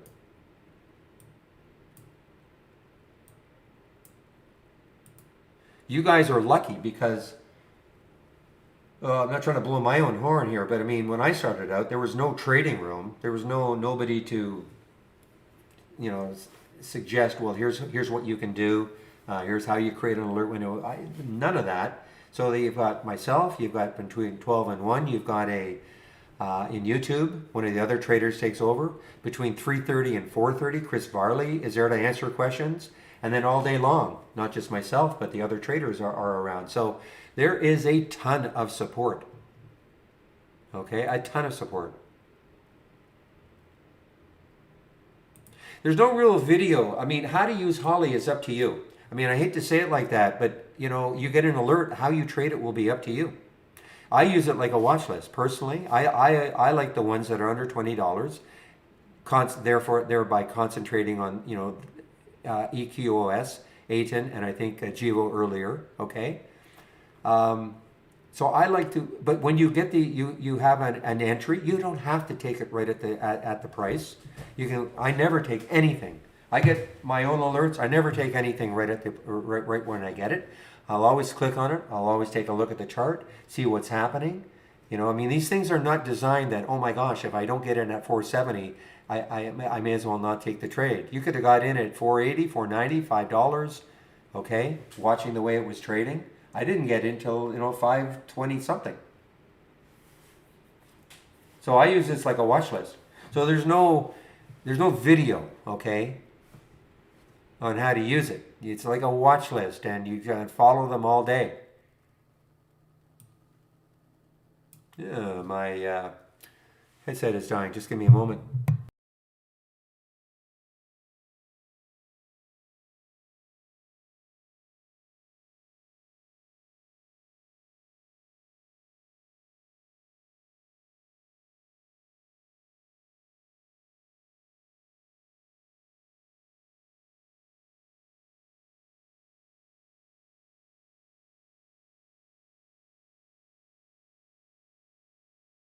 Okay.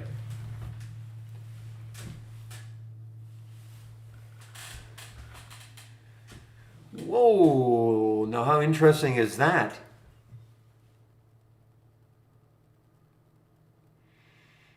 Oh, I see. So that was a couple of days ago?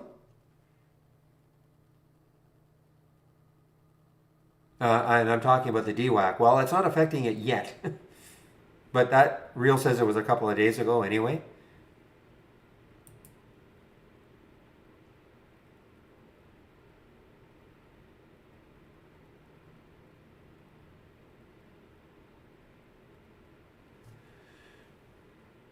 Well, yeah, that's why I whittle it down to the under $20 for me, Kinu. I don't take every trade. Some days I won't take any AI trade. They don't. Just because I get an alert from the AI, and I work for Trade Ideas, doesn't mean I take every trade. Not even close. For instance, the EQS, I would never have taken this trade unless it got over 5. Number one.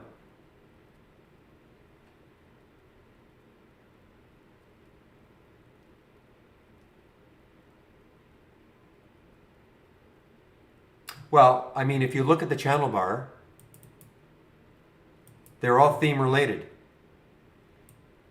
So for instance, we have an earnings channel. You can take a look at stocks that are just releasing earnings today before the market opened or yesterday afternoon. Alpha Predator is kind of a cool one. It's looking for stocks that are, the definition of alpha, those stocks that are kind of trading on their own. They don't care what the rest of the market is doing. Momentum. Stocks surging, a short squeeze, these are stocks typically that are going to have probably a fairly high short float percent. Maybe they're starting to squeeze. Again, the aforementioned momentum stocks. So the scan, you can call them the scans, or these layouts here are organized like that. Trade the gap. Some of you like to trade the gap, that initial gap that happens.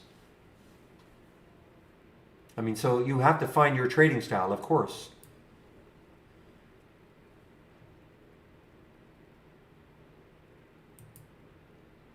And what your trading style is going to be, I don't know. I didn't know what my trading style was going to be when I first started out. I had no idea.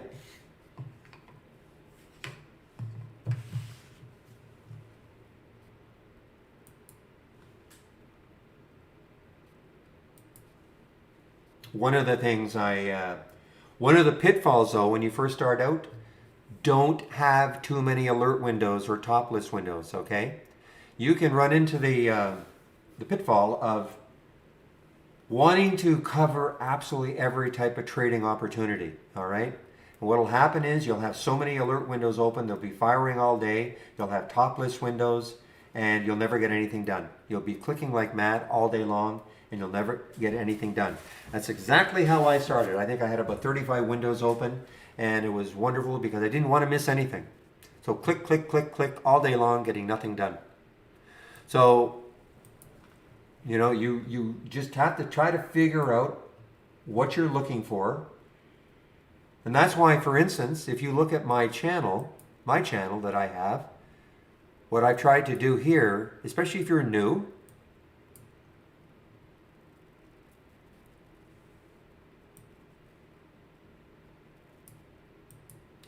you know, just to concentrate on a few stocks for the day.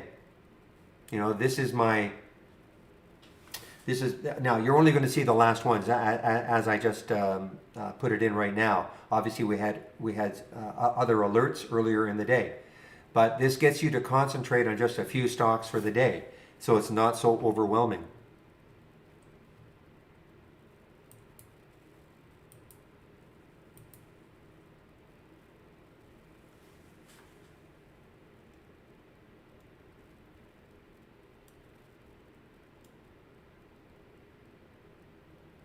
Lando. See, I'm not in this one anymore, but this was an early short for me. Azul, I could have kept this all day almost. This was a short earlier from the 10-day breakdown. Oof. I was watching a vid. I'm trying to answer somebody. You mentioned an alert that raised at 95% of a previous high instead of when it passed the previous high.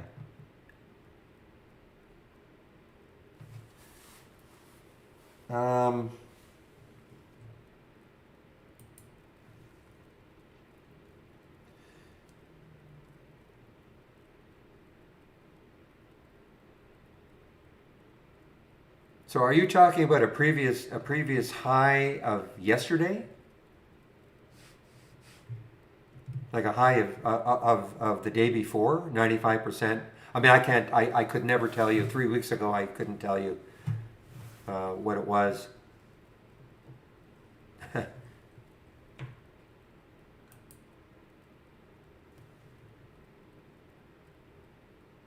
So, okay, so for instance, I mean, again, I don't know, I don't recall talking about something like this, but I mean, we have a lot of great position and range filters, okay? Very powerful.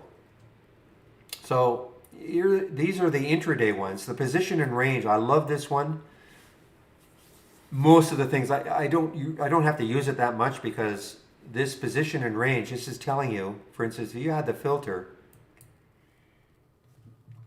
and you said, for instance, a minimum of 85, maximum of 95, just as an example. What that would be telling you is that a stock is within 5 to 15% of the high of the day. Okay, that's what that filter would do. The position in the daily range. But position in previous day's range. You know, this is my watch list up here is based on one of the filters. It has to be above yesterday's high. So that's why it says 100. So it's position in previous day's range. You set that at 100. That means today the stock has to be above yesterday's high, as an example. Okay? But this is part of my, this is in my channel. So I don't share this window individually. This is in my channel.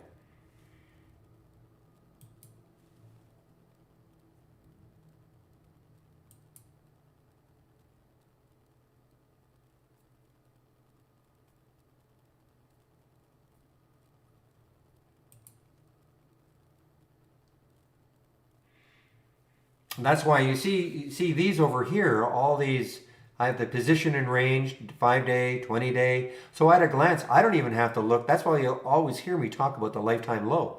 A lot of the things we see in a 10-day breakdown are very close to a lifetime low. I don't even have to look at a chart. I just can see it right here. This gives me a nice little, well, sort of pictorial plus numerical presentation of where a stock is on these various time frames. So without having to do any over analysis, I can tell, how well is the stock doing over the last little while. Look at Loop. It's at 5-day range. It's way above the 5-day range, way above the 20-day range, 112% of the 3-month range. It's within 25% of an all-time high, as an example.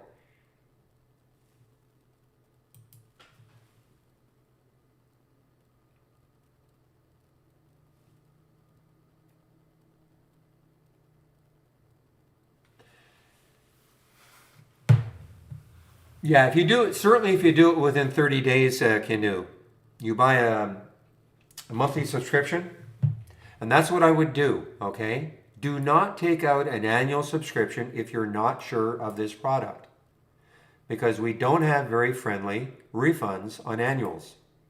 I'll tell you that flat out. But there's no reason to do that. Because right now, here's your promo, because the only reason people say, oh man, though, I want to take advantage of 25% off, and if I really love it, I want to get it off the entire year. I get that. But you can always start off with a monthly. You'll get the 25% off, whichever one you choose. And if within 30 days you decide, wow, I love it, I want to upgrade to an annual, we will honor that 25%. So there's no rush to take on an annual because you think you're going to miss that 25%. Try us out for a month.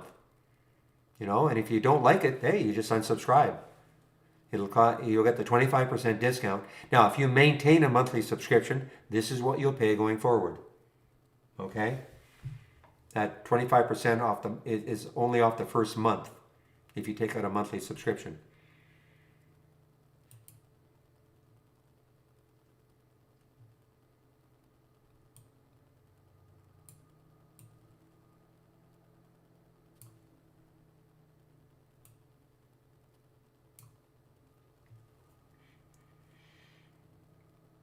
And the other great thing, in this room, we have all sorts of different trading styles too. It's not just about me. So, if a person is not a momentum trader, and but there's people out in the room that look for pullbacks. I know Real and Zach, if you don't want to short, well, you probably won't follow them very much, but because they're looking for tops, stocks that are topping out, kind of probably high RSIs, outside Bollinger Bands and all of that, and then presenting great short opportunities as an example.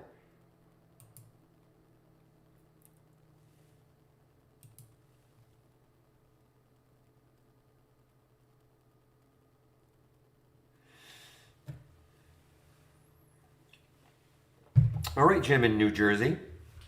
CDNA. Okay, let's take a look at CDNA.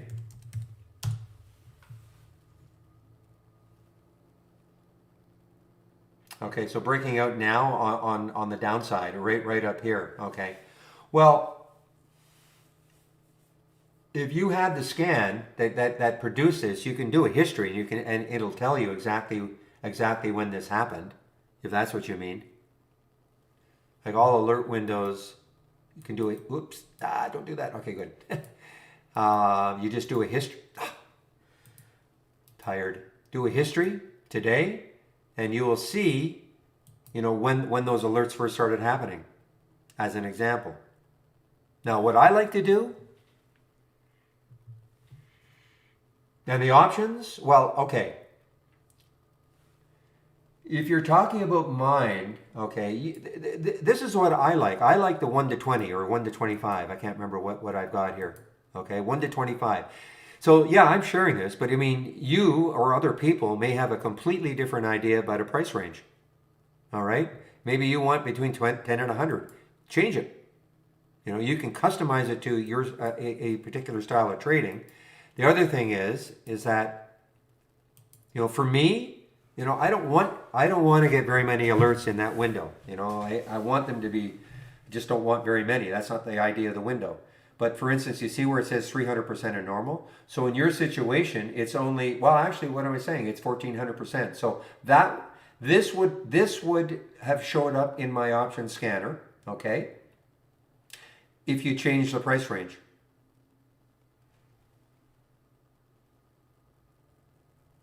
As an example.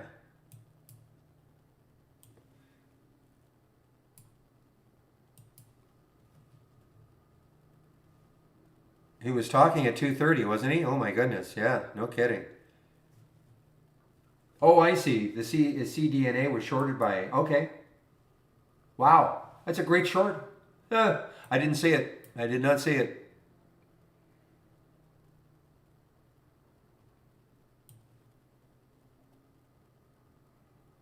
So I mean, there was the alert. I mean, there was the alert from the AI. I mean, you'll always see that price, 52. You'll always see that. That was the suggested entry, and there was your $10 stop. Okay.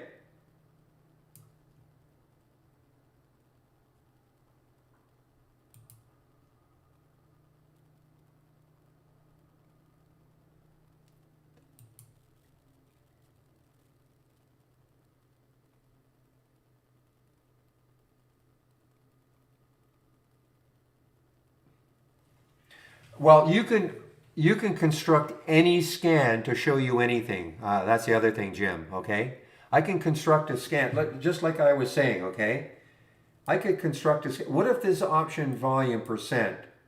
I mean, that's 14. That means it's trading 14 times normal options. Okay, it doesn't normally trade options. You can tell right off the bat. I mean, it's only 2,800 contracts, but that's 14 times normal. Okay, so in my scan here, it's got to be at least 3 times.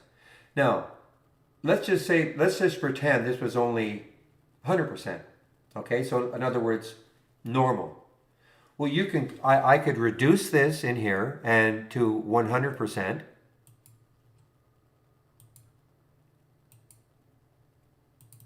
Okay, I could reduce this to 100%. This is, I mean, I wish they didn't do it this way. It's just a ratio, 300%, 3, okay? So 100 or 1 would just be the ratio 1, which would be an average, just normal. So I could reduce it. What would happen is I will get many more alerts, and one of them could have been this one. And the problem is that when you get overwhelmed by the number of alerts you get. And so, yes, but then it's maybe trying to find a needle in a haystack. Okay, which is the one you really want? So there's always a give and take when you're creating your scans. You can frustrate yourself, and again, I'm not talking to you, Jim, specifically, just in general. You can frustrate yourself by saying, wow, I wish I had a scan that picked that up. I can construct it for you, but it may give you 10 others that you don't want to see, okay? So there's always a give and take, and you just have to say, okay.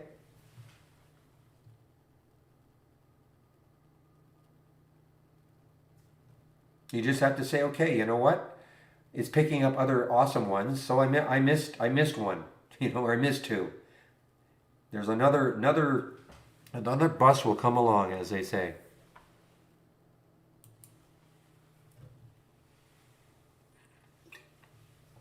For that canoe, you'd have to, if you go to info@trade-ideas.com, I think they have some kind of a graph versus the SPY. I pay no attention to it. Because I think the best way to use the AI is as a watch list.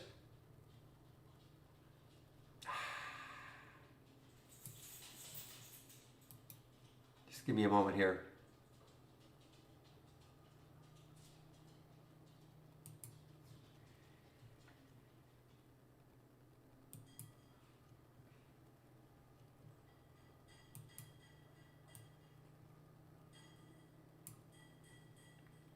is as a watch list and managing the exits on your own. Okay? So it's hard to get true stats. My experience with the AI will be very different from yours, perhaps, or somebody else's.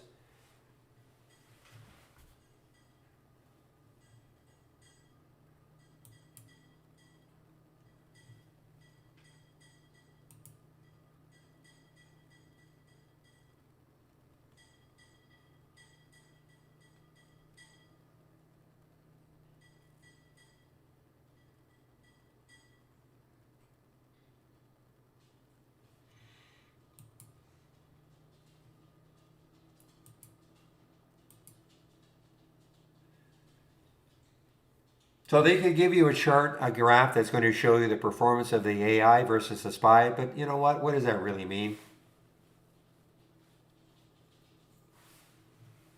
To me, it means nothing. you know, I,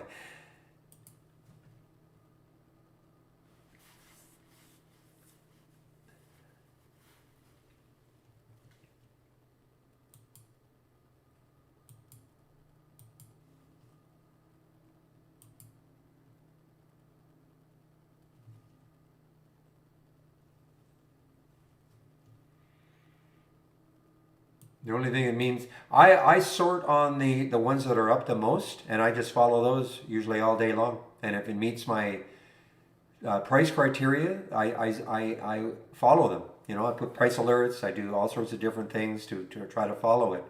But I don't say, oh man, I got this alert at 4.7. I'm going to take the trade right away. No, never. But look at that, 23%.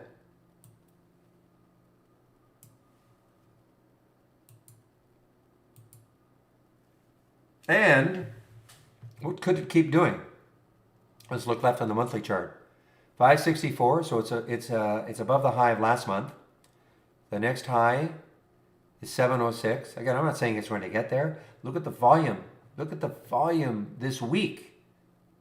I mean, we had big volume here that popped it up, and then the last 2 days it kind of drifted down, and then it's interesting because this is the big volume day. And it produced, I mean, you know, this is a massive gap up.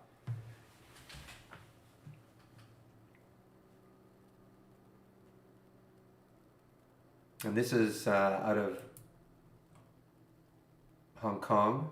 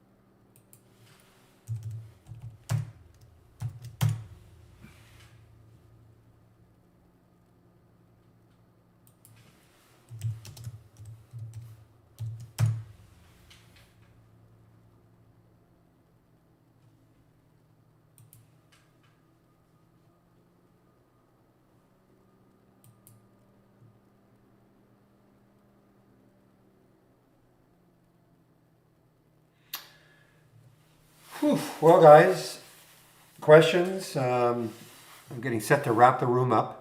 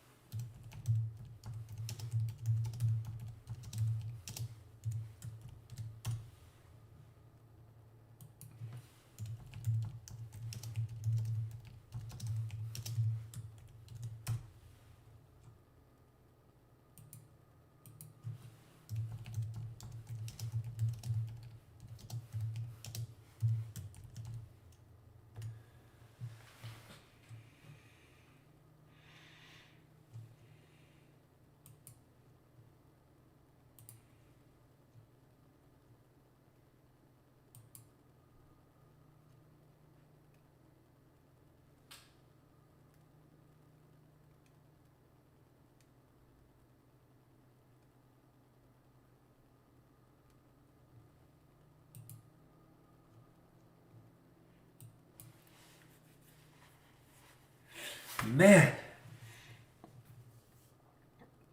And you know what I'm manning about? EQOS.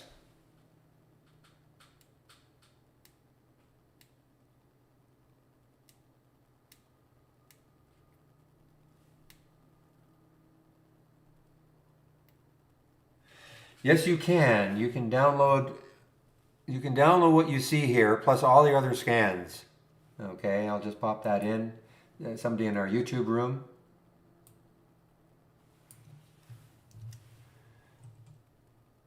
Oops. Okay, so if you click on that link, you will see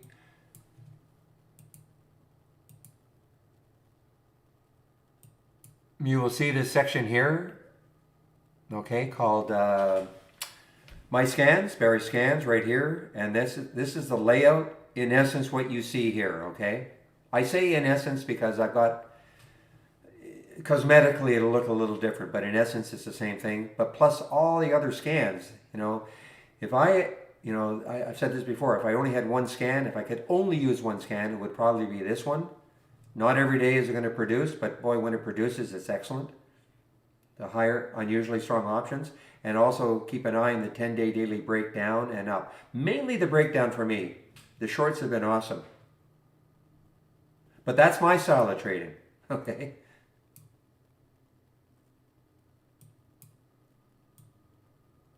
And save the link, save the link. If you save the link, then you can look at all this whenever you want.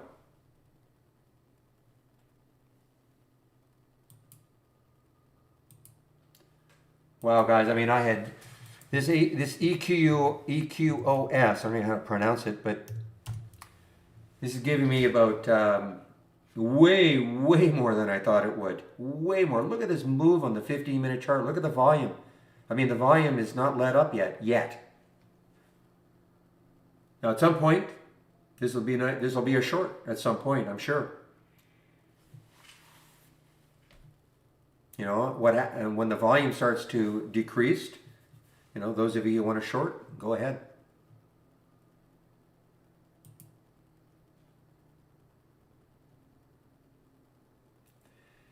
In the details pane, or is it fixed? What detail are you talking about? This?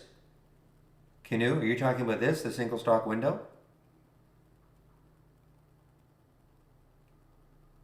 Oh, that's totally customizable. These are just filters that we have. Okay, this is what I like to see. But if I click on configure and then columns, here are all of the columns that you could have. These are all the filters that we have. So you could construct it exactly the way you want it based on all these filters. Okay? So these are the columns I'm using. But, I could delete a column and add one in. And so the answer is yes. You can create your own. It's totally customizable.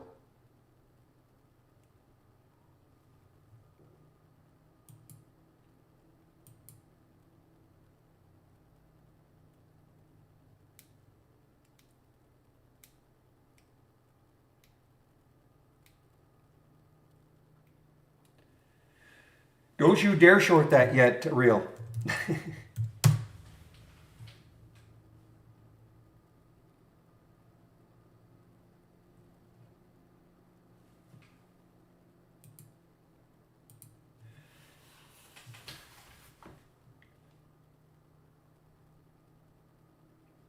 So what we've seen this week is we've seen moves like this. Now what I mean by this is a lot of times what will happen is, and this is only in the last couple of weeks that I've seen, stocks that do this. Because what happens is a lot of times is they'll do this and then they stop and then they just fade for the rest of the day. There's no huge continuation. But for whatever reason, this week, and maybe even I think last week, we're in a market where some of these very, very cheap ones, low float, traders are interested in them all day long, which is fantastic for us. Now, this is not going to last. I mean, we'll start to see, pops like this, and then it just sort of fizzles out. So we have to take advantage of it while we can.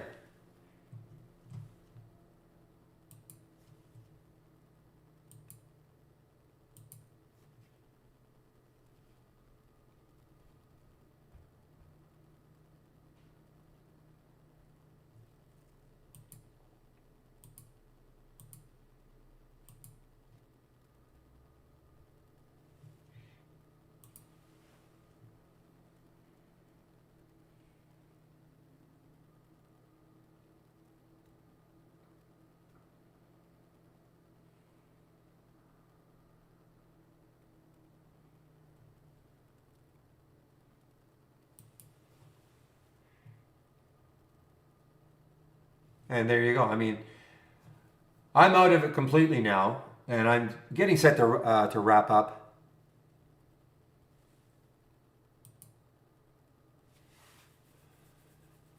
In fact, I'll always stick around if there are questions, but if there are no more questions, I think I might just wrap it up now.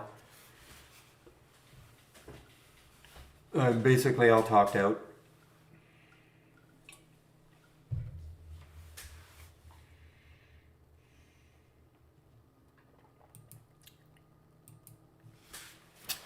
You too, Brian.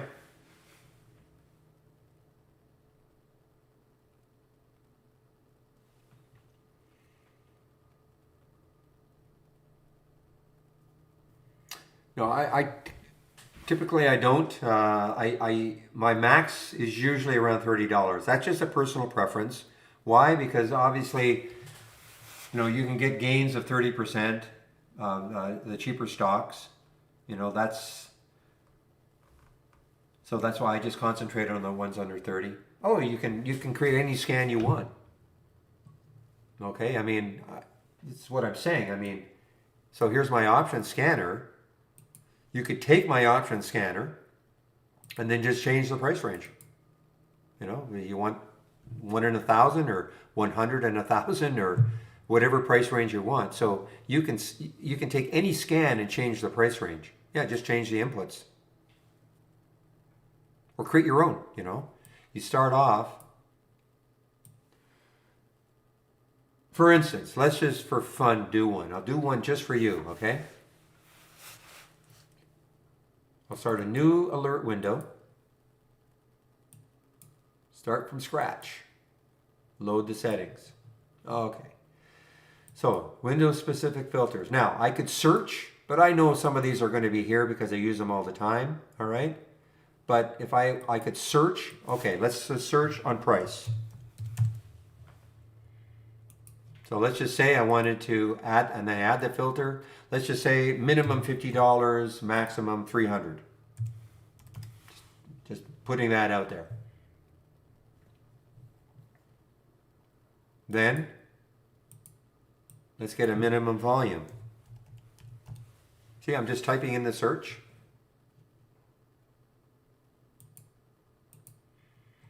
Let's make it 1,000,000 shares. 1M. So you see, if I click on summary, see how it's being built?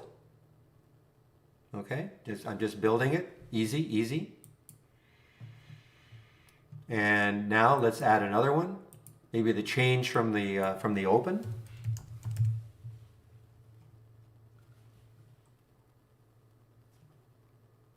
Just have to scroll down. I could have typed it all in, but I'm just going to say the change from the open. In percent, add the filter. I want it to be up at least 4% from the open. See how I'm just building it. Very easily I'm building it. And again, I like to use the relative volume. That now is going to tell me, is it trading abnormally? Just because it's trading a lot of volume doesn't necessarily mean, Apple trades millions of shares every day, but is it abnormal today? As an example. So that's what this relative volume filter does. So I'll add 2, just pick 2. So I've just built a very, very easy little scan, and now I'll call it large cap, but I can also add in some of the fundamentals.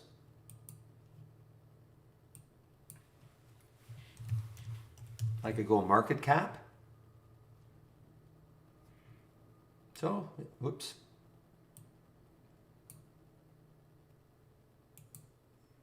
What do you want, a billion market cap? Let's go 1 billion. I think the B works. Yeah. Okay, so I've just built something, and now, if a stock, now I have to create a trigger. How about a 5-minute high? I mean, if I put just a new high right now, I may not get any alerts. Okay, so I just want to put in a 5-minute high, see what happens. 5-minute high, add the alert, check it, done. Okay, here we go, Denny's. Or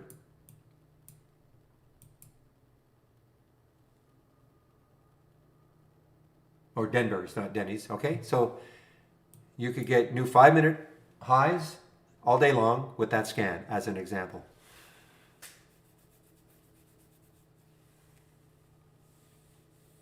Excellent, Brian. Yeah, I it's having stops and having a trading plan and risk and all that. It's so important to trading.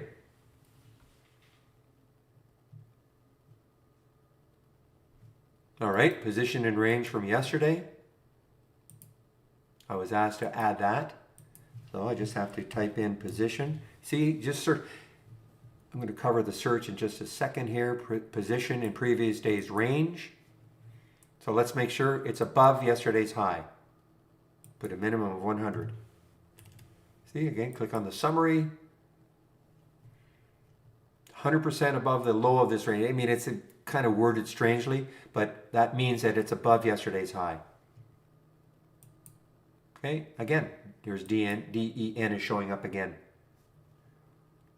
Now, one of the things people ask all the time, do you have this, do you have that? All you have to do is in an alert window, right-click, configure, and search. So for instance, if somebody said, well, what do you have for MACD? Just type it in.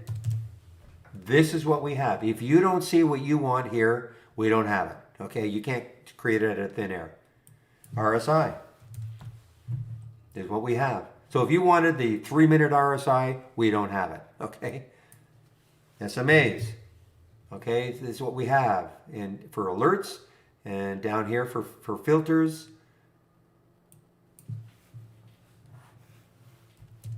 Ichimoku. Guess what? We don't have it. Okay, so if you're ever wondering if we have anything, all you have to do is just type in the search and see what we have.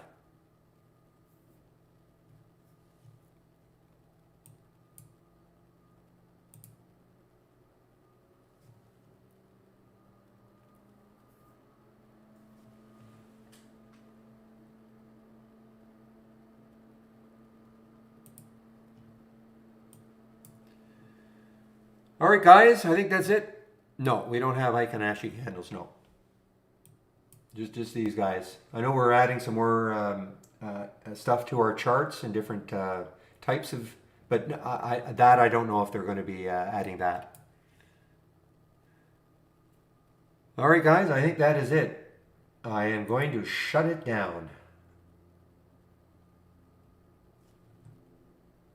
Script.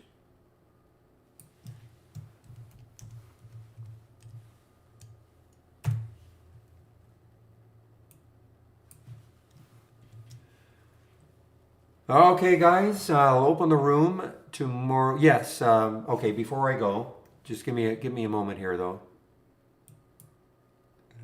Close the room, get the script in.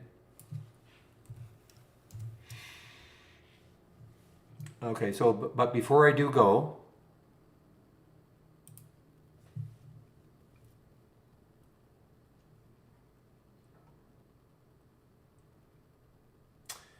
if you still need your fix with trading and talking about trade ideas and the market, here's a YouTube link. So at 3:30, you can head back. You can head to our YouTube channel, and Chris will be there between 3:30 and 4:30. Okay.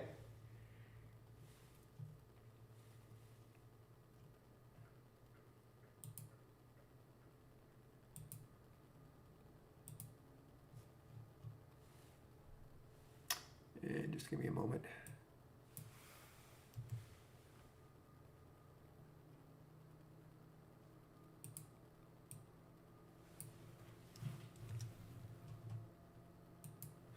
All right, everybody. Okay, I've got my script. Son of a... Just a minute. The amount of copying and pasting I do all day long. Copy. What?